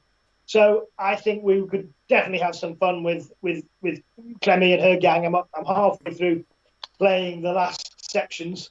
Didn't play very well on my PC for some reason, so I'm actually going to get it on my tablet. But I think we could do more with that. So yeah, I think we're going to keep supporting it. It's got a lot of love and there's a lot of big fan base for it, so it keeps rolling around and keeps trundling on Walking Dead. Obviously, I think you've talked about most of the other things, Armada, Dead Zone. That is one of the things, we do less other things because we have more games to support now. Mm. I think if you go back 5 years, our trade releases were, kind of re-warmed up Kickstarter lines, whereas they're not now. I think this year, almost everything was launched direct to retail. I think everything was. I think this year, yeah. Is there any maybe some of the Hellboy expansion box sets early in the year? The Terrain Crate stuff, we shipped the Terrain Crate, second Terrain Crate, the modern, that's come out. But by and large, we've done a lot of direct to retail. That's kind of the future. That's where we're at, and that's what we want to be doing. And next year's going to be lots more of that. Lots more for Armada, Vanguard, Kings of War, Dead Zone, Walking Dead. We've had a few people asking what's happening with League of Infamy, and we've given an update before. I say it's obviously COVID hit us a bit with that one. We've got an update to the back has just come out. I think we just got caught with what I was talking about earlier in the year.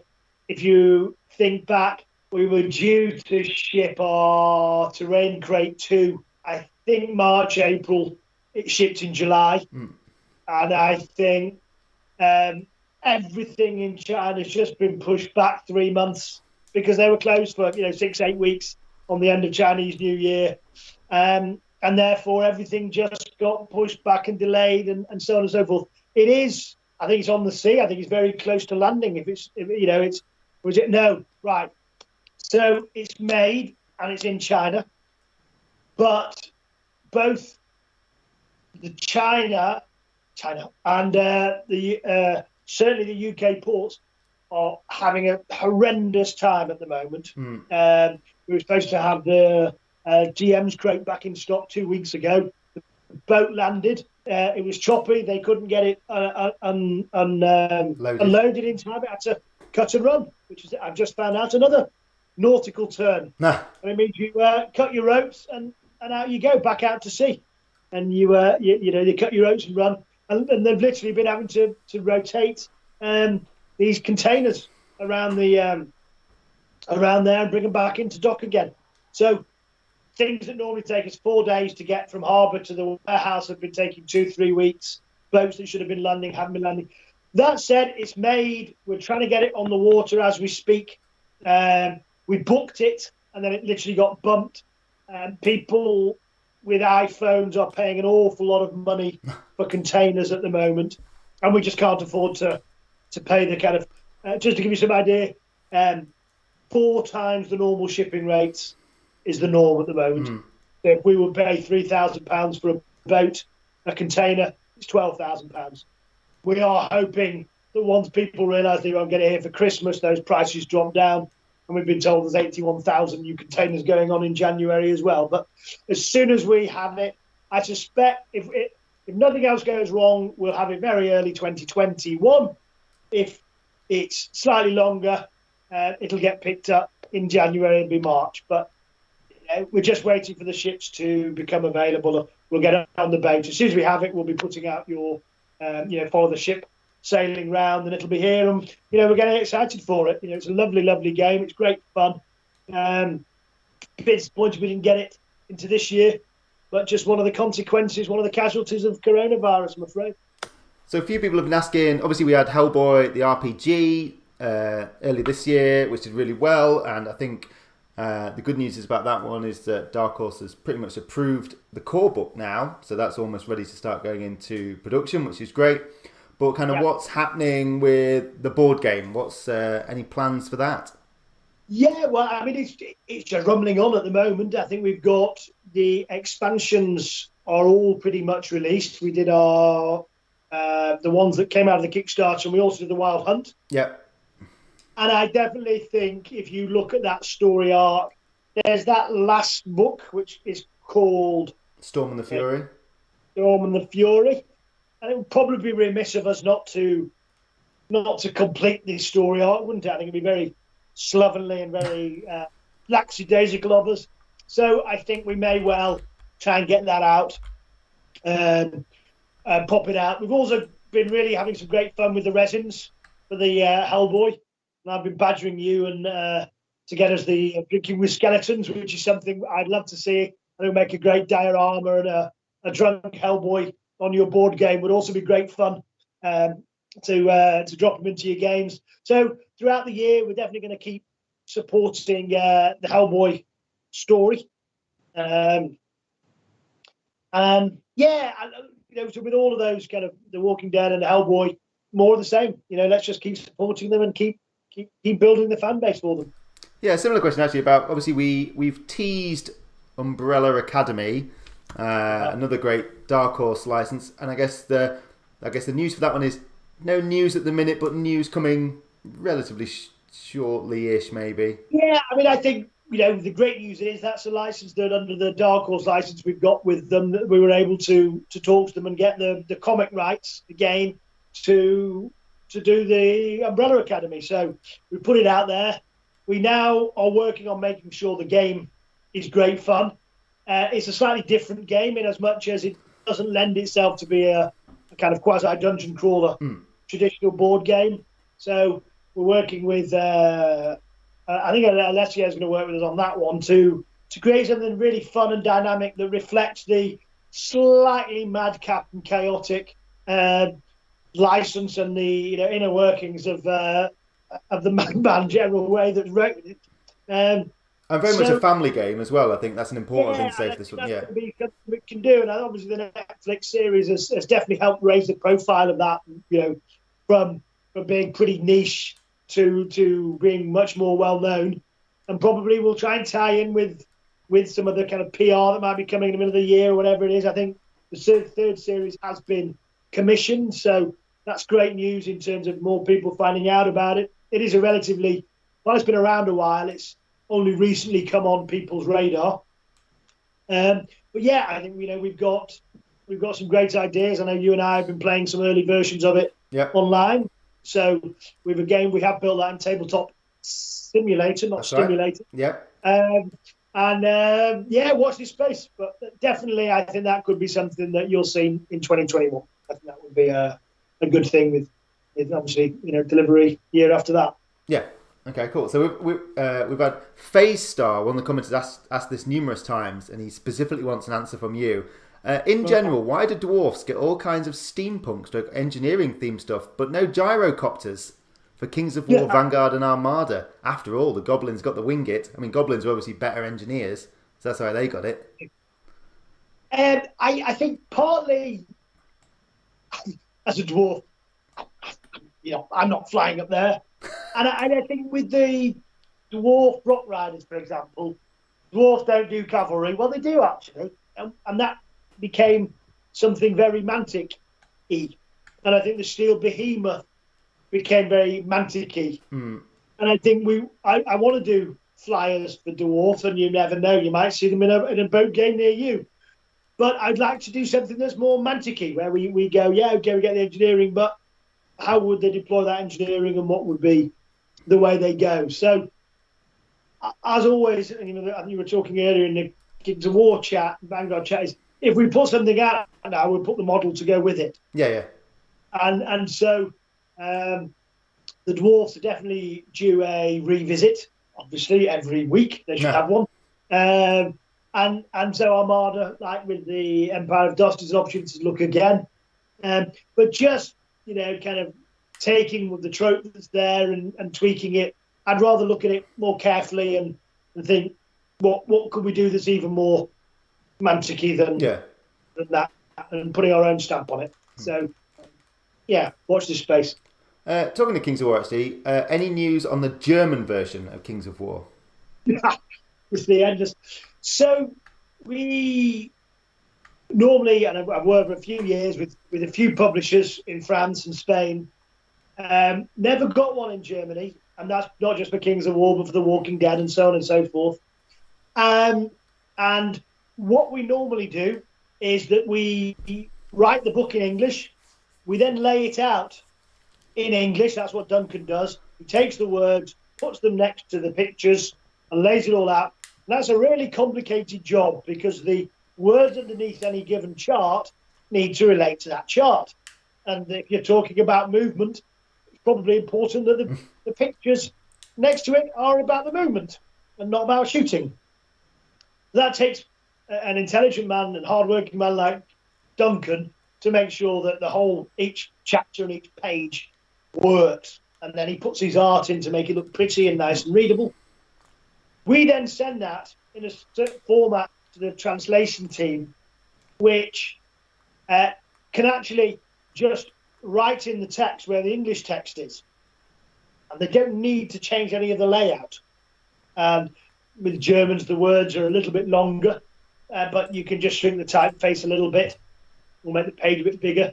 And it's a relatively easy job. With the German company that we work with, they'd never done it before. So they took our translation and then wrote a Word doc and put it in Word. And so now... So they just stripped out the text and just translated it, basically? Correct. Right, okay. So it's not laid out. Suddenly, that is now a very hard job because you need someone who can read German, who understands our games, and that can put every single title back on every single picture and put the words next to the read page. So basically, it has to be the whole layout job all over again. And you can't retro-engineer it because Duncan can't speak German, so he can't go in and do it his own way. So unfortunately, it made a bugger's muddle of the whole thing. We've asked a few people we know, but they're busy and they've got projects on, and we've therefore had to work with this, with the company to try and find them someone that can do it. So it's underway, but it's just one of those, just a combination of that plus COVID plus everything else, just meaning it didn't quite get sorted out and it's just dragged on for ages. But we have a German translation. It's just in a Word document right now and not laid out, but it will be being done, and it's something we hope to see sooner rather than later. And and then we'll come over and support it at the RPG shows and get the tournament scene going, because it's a shocker that it's not happening in Germany. Yeah. And we've got some great fans there. So yeah. They're good. Jared asks, and he said pretty pleased, so I better ask this one. Can we get an update on Warpath and Firefight? Now, we did talk a little bit about that in Dead Zone and said that we kind of obviously we've been working on stuff in the background, but I think he maybe missed that one. Wants to hear it from the big man himself, I guess. Yeah, well, I can only tell you that if I show you around my room, I've got my Armada stuff just over there on the painting table today. Next to it's my Walking Dead. But here is a large sci-fi, obviously, as you can guess, dwarfs. And there's lots of terrain, my Dead Zone terrain, as you know, I have a terrain fetish. So we've got some sci-fi plans, I think it's fair to say, isn't it, Rob? We've got a walk scheduled. We love a bit of sci-fi. We've got Winged Hussar writing some books. I think Dead Zone is one of the best skirmish games, if not, one of the best skirmish games in the world at the moment. I think it's just fantastic the way that the terrain interacts with the play. Everybody that's played it loves it. We're going to do a Pepsi challenge with it one of these years. No. And I think we were going to get that out in April. No point, not time enough to do it properly. So let's get that out later in the year and do it properly with some new terrain, new factions, new minis. But all of that has just kind of got our sci-fi juices flowing. Yeah. So watch this space. But, Jared's been sending me emails from the US. He's built this fantastic, using the battle zone tiles, he's built a fantastic complex that peels away. And I've lined up, he's going to be running a kind of weekly update on that over the new year. Cool. So we're building to to show it off. Some of the things that people have now been able to do with the terrain is just awesome. Yeah. So keep watching this space, but we have not forgotten about it. It does need some TLC, and we need to get it picked up and get it going again. I think this has been asked a few times, and I think, well, I can answer it or you can answer it. Are we going to have any crazy boxes this year? I think no is the kind of honest answer, because we're so busy with Armada that it would, I think Zach in the warehouse probably would kill Crazy Bobby. Yeah. We just can't, we literally don't have the bandwidth at the moment to do anything other than make what we've got. Yeah. And we've had to shut down shipping anything but Armada for the last 2 weeks. So last week and next week, we're not shipping anything but Armada. We literally have had to switch the trade sales, put their orders in. They managed to order at the end of October and November, and then we'll come back to them at the end of November. But we are at 300% staffing. On some days, our resin capacity compared to, let's say, pre-lockdown in February, we are producing 700% more per day than we were in February when we were going at full speed pre-coronavirus. So it just gives you some idea of the task we've got ahead of us. So no, we're not doing anything there. You may have a little digital sale, I think, Rob, because I we can do that. Plan. Yeah. Crazy Bobby might come out for a Black Friday digital, but at the moment we're just gonna focus on making sure everyone gets the toys they've ordered under their bed, under their Christmas tree. Yeah. Actually, talking of COVID, one says, if COVID measures continue into late next year, would you consider doing leagues/competitions on Tabletop Simulator? We actually already have been doing quite a few this year, working with the community. So Matt James did Into the Rift. That's currently going on. And also we did a Dreadball tournament as well in the summer. Kieran Morris did that, which was really good, actually. I got to play people in Israel, Spain, even as far as where's Scotland. Oh my gosh! Yeah. Oh my gosh! So and that was great. It has forced us to look at that, and now the digital, today's virtual open day. It's one of those things that outside of either someone getting on a plane over here and coming to our open day, or me getting on a plane and going out to the Masters, or the Rules Committee, or you going over to Gen Con, the world's a big place, and we don't get out and about to all of the far-flung corners of the world.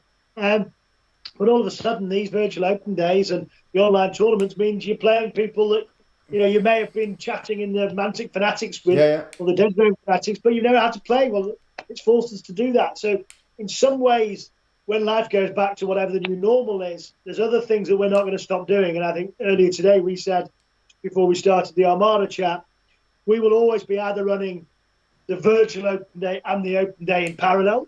Yeah. Or we will have virtual open days and open days, because it's an opportunity for us to really talk to just such a big, wide group of people all around the world. And, it runs from 10 in the morning till 6 at night. So, those down under can get a few hours before they go to bed, and we can get, the Americans get a few hours in the afternoon when they've woken up. Well, some people were up at 4 a.m. this morning to watch the Dead Zone one. So that's commitment. Yeah. No, it is. And it's brilliant, isn't it? So there is definitely things that we've got to make sure we keep doing afterwards. Yeah. Another important question for you. When will you restore Dwarf Honor through a victory in another mega battle? Yeah, I mean, we enjoyed that, didn't we? I think it was... I'm ignoring Matt James's comment before. That's not relevant. So I just want to emphasize... I just want to talk about your defeat, not Matt James's. No, defeat? I see no defeat. I left, but when I left, we were in a very strong tactical position. Wow. Stop the count. Stop the game. Yeah, I left it today for 2 turns, and what happened? No, I think it was really good. I think the thing that was fun is I got to scratch that terrain itch, building that huge big battle and repairing all the terrain that was in the warehouse, in the gaming room. Yeah. For the photography, and it's something I really wanted to do. And I think we'll set it up that once the store's back open, people can come and play on it. But also, it acted as a focus to just get a few more units painted. I know you did a lot of goblins for it. Unusual for me. Actually, I remember some people are doing, I don't know if they're actually doing it, but drinking games. So every time I say goblins, they have a shot. Yeah, so goblins, goblins, goblins, goblins, goblins, goblins, goblins, goblins. Well, I think everyone will be spectacularly drunk if they've actually been having a shot for every time you've been doing that. Because every time I've come on today, you've been checking this. But I would love, I think both me and you need to know the rules of it better if we're going to play a battle of that size. Well, you say me and you. Yeah. One of us definitely does. Well, bloody all you did was move forward 3 turns, and that was about it. Well, at least I could move. Yeah, well. Also, I mean, what you might have to work on your maths next time as well, because I'm pretty sure that we agreed on 9,000 points, and you had 12,000. Rubbish. Shut up. I think you had 9,000 just of dwarves. Just left them at the back. It didn't make any difference. No, I suppose not. Martin and Duncan got into a huge ruck and actually battered each other to death, which was fantastic. And I kind of sat on the side and watched. It's kind of dwarven, things move slowly kind of way. We'd love to do it again. I think we'd love to set something up maybe before Christmas, maybe early in the new year. Lockdown permitting. We kind of sneaked it in as soon as the lockdown came off. And I think people love just seeing guys chatting and having some banter as well, I think that's what we do miss about the tournaments. Yeah. A couple of weeks ago, we'd have been at the Clash of Kings. We'd have had an Adepticon back in March. You drink some beers, you talk. For me, it's great because I see how people are running their armies. I get some real feedback from people, and we've just all missed that. So I think we will. I'd love to have another battle, and this time probably less troops on that size battlefield. I think we had too many troops. Obviously, I had less than you, but let's not dwell on the details. Watch this space. We'd love to do it again. And it did feel like it was a job half done, because I think it was like the end of Rocky 2, wasn't it, where they kind of just started to clash and we were just about to get stuck in, and then it was home time. So. I think you would have needed about 10 more turns to actually move. So, I'll fight over there, VEER-MYN. One question. By the Halpy's Rift book, there is a fantastic battle report there with some photography of it. And if you I didn't check if you threatened you were going to change the ending of that. I didn't actually check it through. I need to go back. Absolutely paranoid. I did. And we won. History is written by the victors.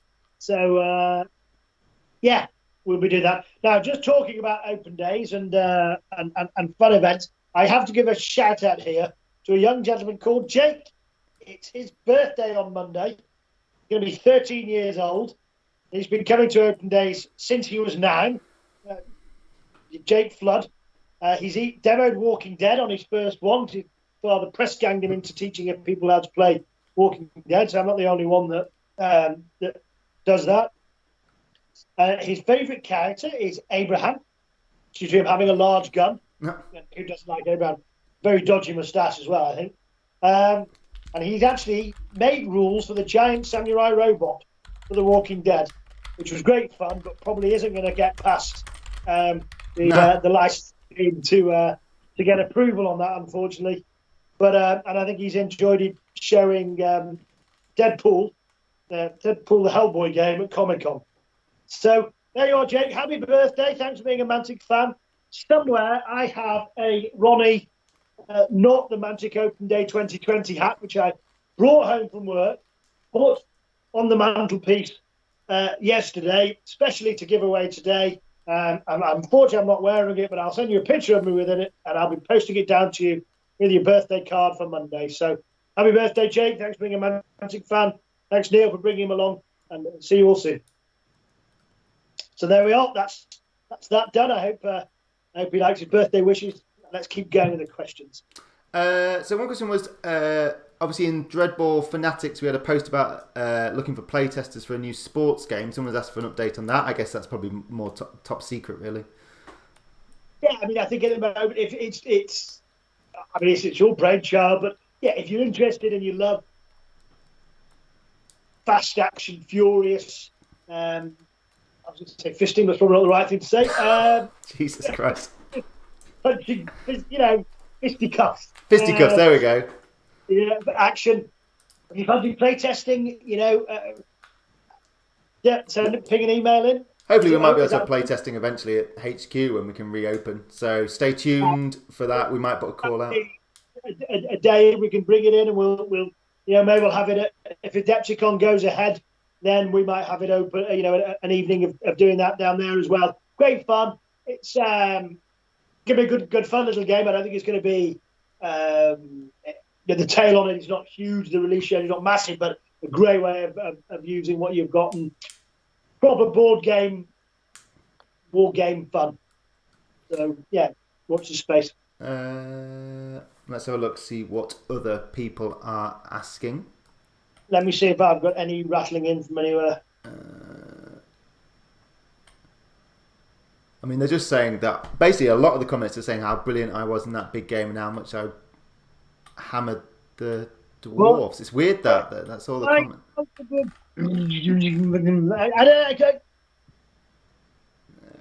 Actually, a question about us. Obviously, we work with Red Scar on the Kings of War RPG. Maybe something like a sci-fi RPG with those guys. Warpath has actually got a very rich kind of background with the source book. That idea of sci-fi RPG. Yeah, well, I think there could be some great fun there, and it's one of those ones we could do. If we're clever, we could do something that's not been done in an RPG for a while. Yeah. Because it's such a rich universe, I think you could really we could carve something out there that could be an absolute hoot. It's just kind of getting the time to give it some brain space, and from which angle do you take it on? Yeah. Red Scar's done amazing work particularly on the Hellboy role-playing game, to catch the atmosphere of Hellboy and take 5th edition and turn it into something totally different, really, actually, when you play it. It's been fantastic. So, yeah. The guys, and I think, I want to get that Kings of War one out and get it shipped to backers. Yeah. That's I think their priority now is to make sure that the backers get their toys, and then we'll see where we go from there. Yeah. What happened to the Hellboy Dice Stroke card game that was rumoured? Well, it was rumoured, and it's somewhere on my shelf. A great little game. We were going to take print 1,000 and take them to Gen Con. Yeah. And have it go to Gen Con exclusive, and then do something. Then just put it in the release schedule. It was one of those, one of the casualties of COVID. I'm afraid we couldn't even take it to Gen Con. It lost its release slot, and so it sat there. It will go on next year's release schedule, I think. A fun little drinking game, goblins, and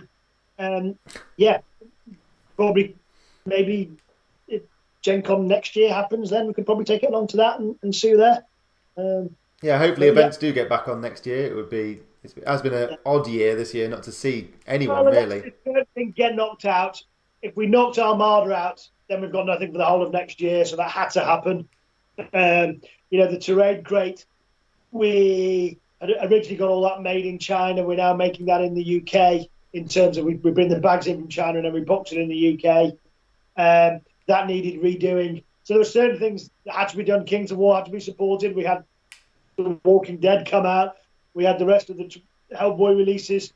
So once you put all of those in, there was just no room to get there. So there's a few other things. We managed to Kings of War smash 2 books into one, but there was just some casualties. But that's kind of the funny year that we've had.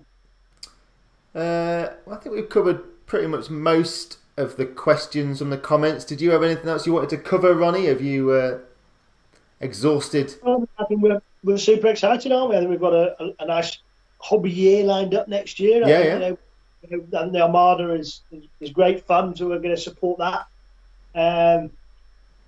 Try and get up, back on even keel, but just with a small business like this and the headwinds and everything else that's been going on, it's just very disruptive to the plans of what we plan to do and what we can do. Because when you're in lockdown, you've just got to respond. And this one feels like a short one, but again, if this drags on for 3 months, the stores aren't open at the moment. It's a good example. With Armada, we have to phone up every single UK customer and say, hi, what do you want us to do? Should we push the UK release back to the beginning of December when you're open again? Are you happy to have it delivered to your house? Can you go to your store and get it? Are you doing click and collect? And so Clive had to phone up every single UK customer, and as it happened, most of them said, no, just ship it and we'll either release it on the 2nd ourselves, and my locals can come down, or we'll do a local click and collect. Yeah. And we can dispatch. But, it's that stuff that's just hugely disruptive, because a lot of our, places where our products go out to are closed or closing. The US, some's in lockdown, some's not. Spain's back in, Italy's back out. So every time you build a momentum up, an event stops, an event goes, and people have got to get gaming again, because there's only so many armies you can pay before you get a bit bored of it. You want to get some gaming done. Yeah. Get down to your gaming club. It's your, picks you up again, doesn't it? When you've painted your second army, come on, you're paying your Armada fleet. You want to use it, or at least go and show it off and talk boats. Yeah, it's really frustrating because we just, particularly the UK one, we just maybe kind of got things in a good swing here with the gaming hall, and we were starting to open late on a Friday, all that kind of stuff. And then it just... People are coming over to visit, WW down the road. Yeah. We're all popping up and seeing us, and, we just... And Bush, all of a sudden, that's been closed for 6 months. No one's travelling. Yeah. So... I'm hoping that the vaccine works. We get Armada out, and the first 6 months is a nice, stable. Fingers crossed for Adepticon. Fingers crossed for Salute. I think if these vaccines start rolling out, there is the spring, summer arrives, the flu season's over. We might get lucky. Similarly, you could see them just everything before May being cancelled again. Yeah. So all of a sudden, that changes what we can do and. Or we can support and show off, and respond. So Okay, well, I think we're about done. I think really now, unless you've got anything else you want to say, Ronnie. Obviously, thank you to everyone for tuning in and what have you throughout the day. Yeah, absolutely. Thanks for everybody. Thanks for people that have got their Armada. We're working hard to get it out to you. Thank you for League of Infamy. Thank you for being patient. It's on number one priority to get it shipped. We're working hard on that. The RPG, Hellboy RPG, is in good shape. Yep. Probably printing in Europe as well for that one. Goodness knows what's going to happen on the 1st of January, because we've got Brexit to play with, just on top of the global pandemic and everything else. So we'll keep that on the radar. But and a big thank you to everybody at Team Mantic at the moment, who is just doing a colossal effort, from the accounts team, through the warehouse team, through the dispatch team, particularly the resin team, yourself and our online team, the videos that are coming out. We've had loads of great videos. All of this is hard. The sales team, the studio guys, of course, didn't take a day furlough between them. They've just worked non-stop. Ben, Duncan, Paul Duncan took his computer home on the 23rd of March, and I think he's symbiotically bonded with it now. I don't know if he's left the house. Yeah. So just colossal efforts at difficult times, and everyone's just been really fantastic at making it feel as normal as it has, and keeping things going on. So thanks to all our fans, and thanks very much to Team Mantic for keeping rolling in trying times.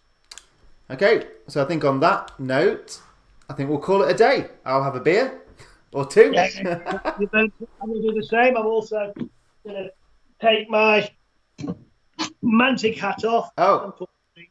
Man City hat on. I don't want to see that rubbish. You can't have offensive material on these live streams. Pardon? You can't have offensive material like that on these live streams. YouTube will ban us. So thank you very much, everyone, for tuning in. And he's gone.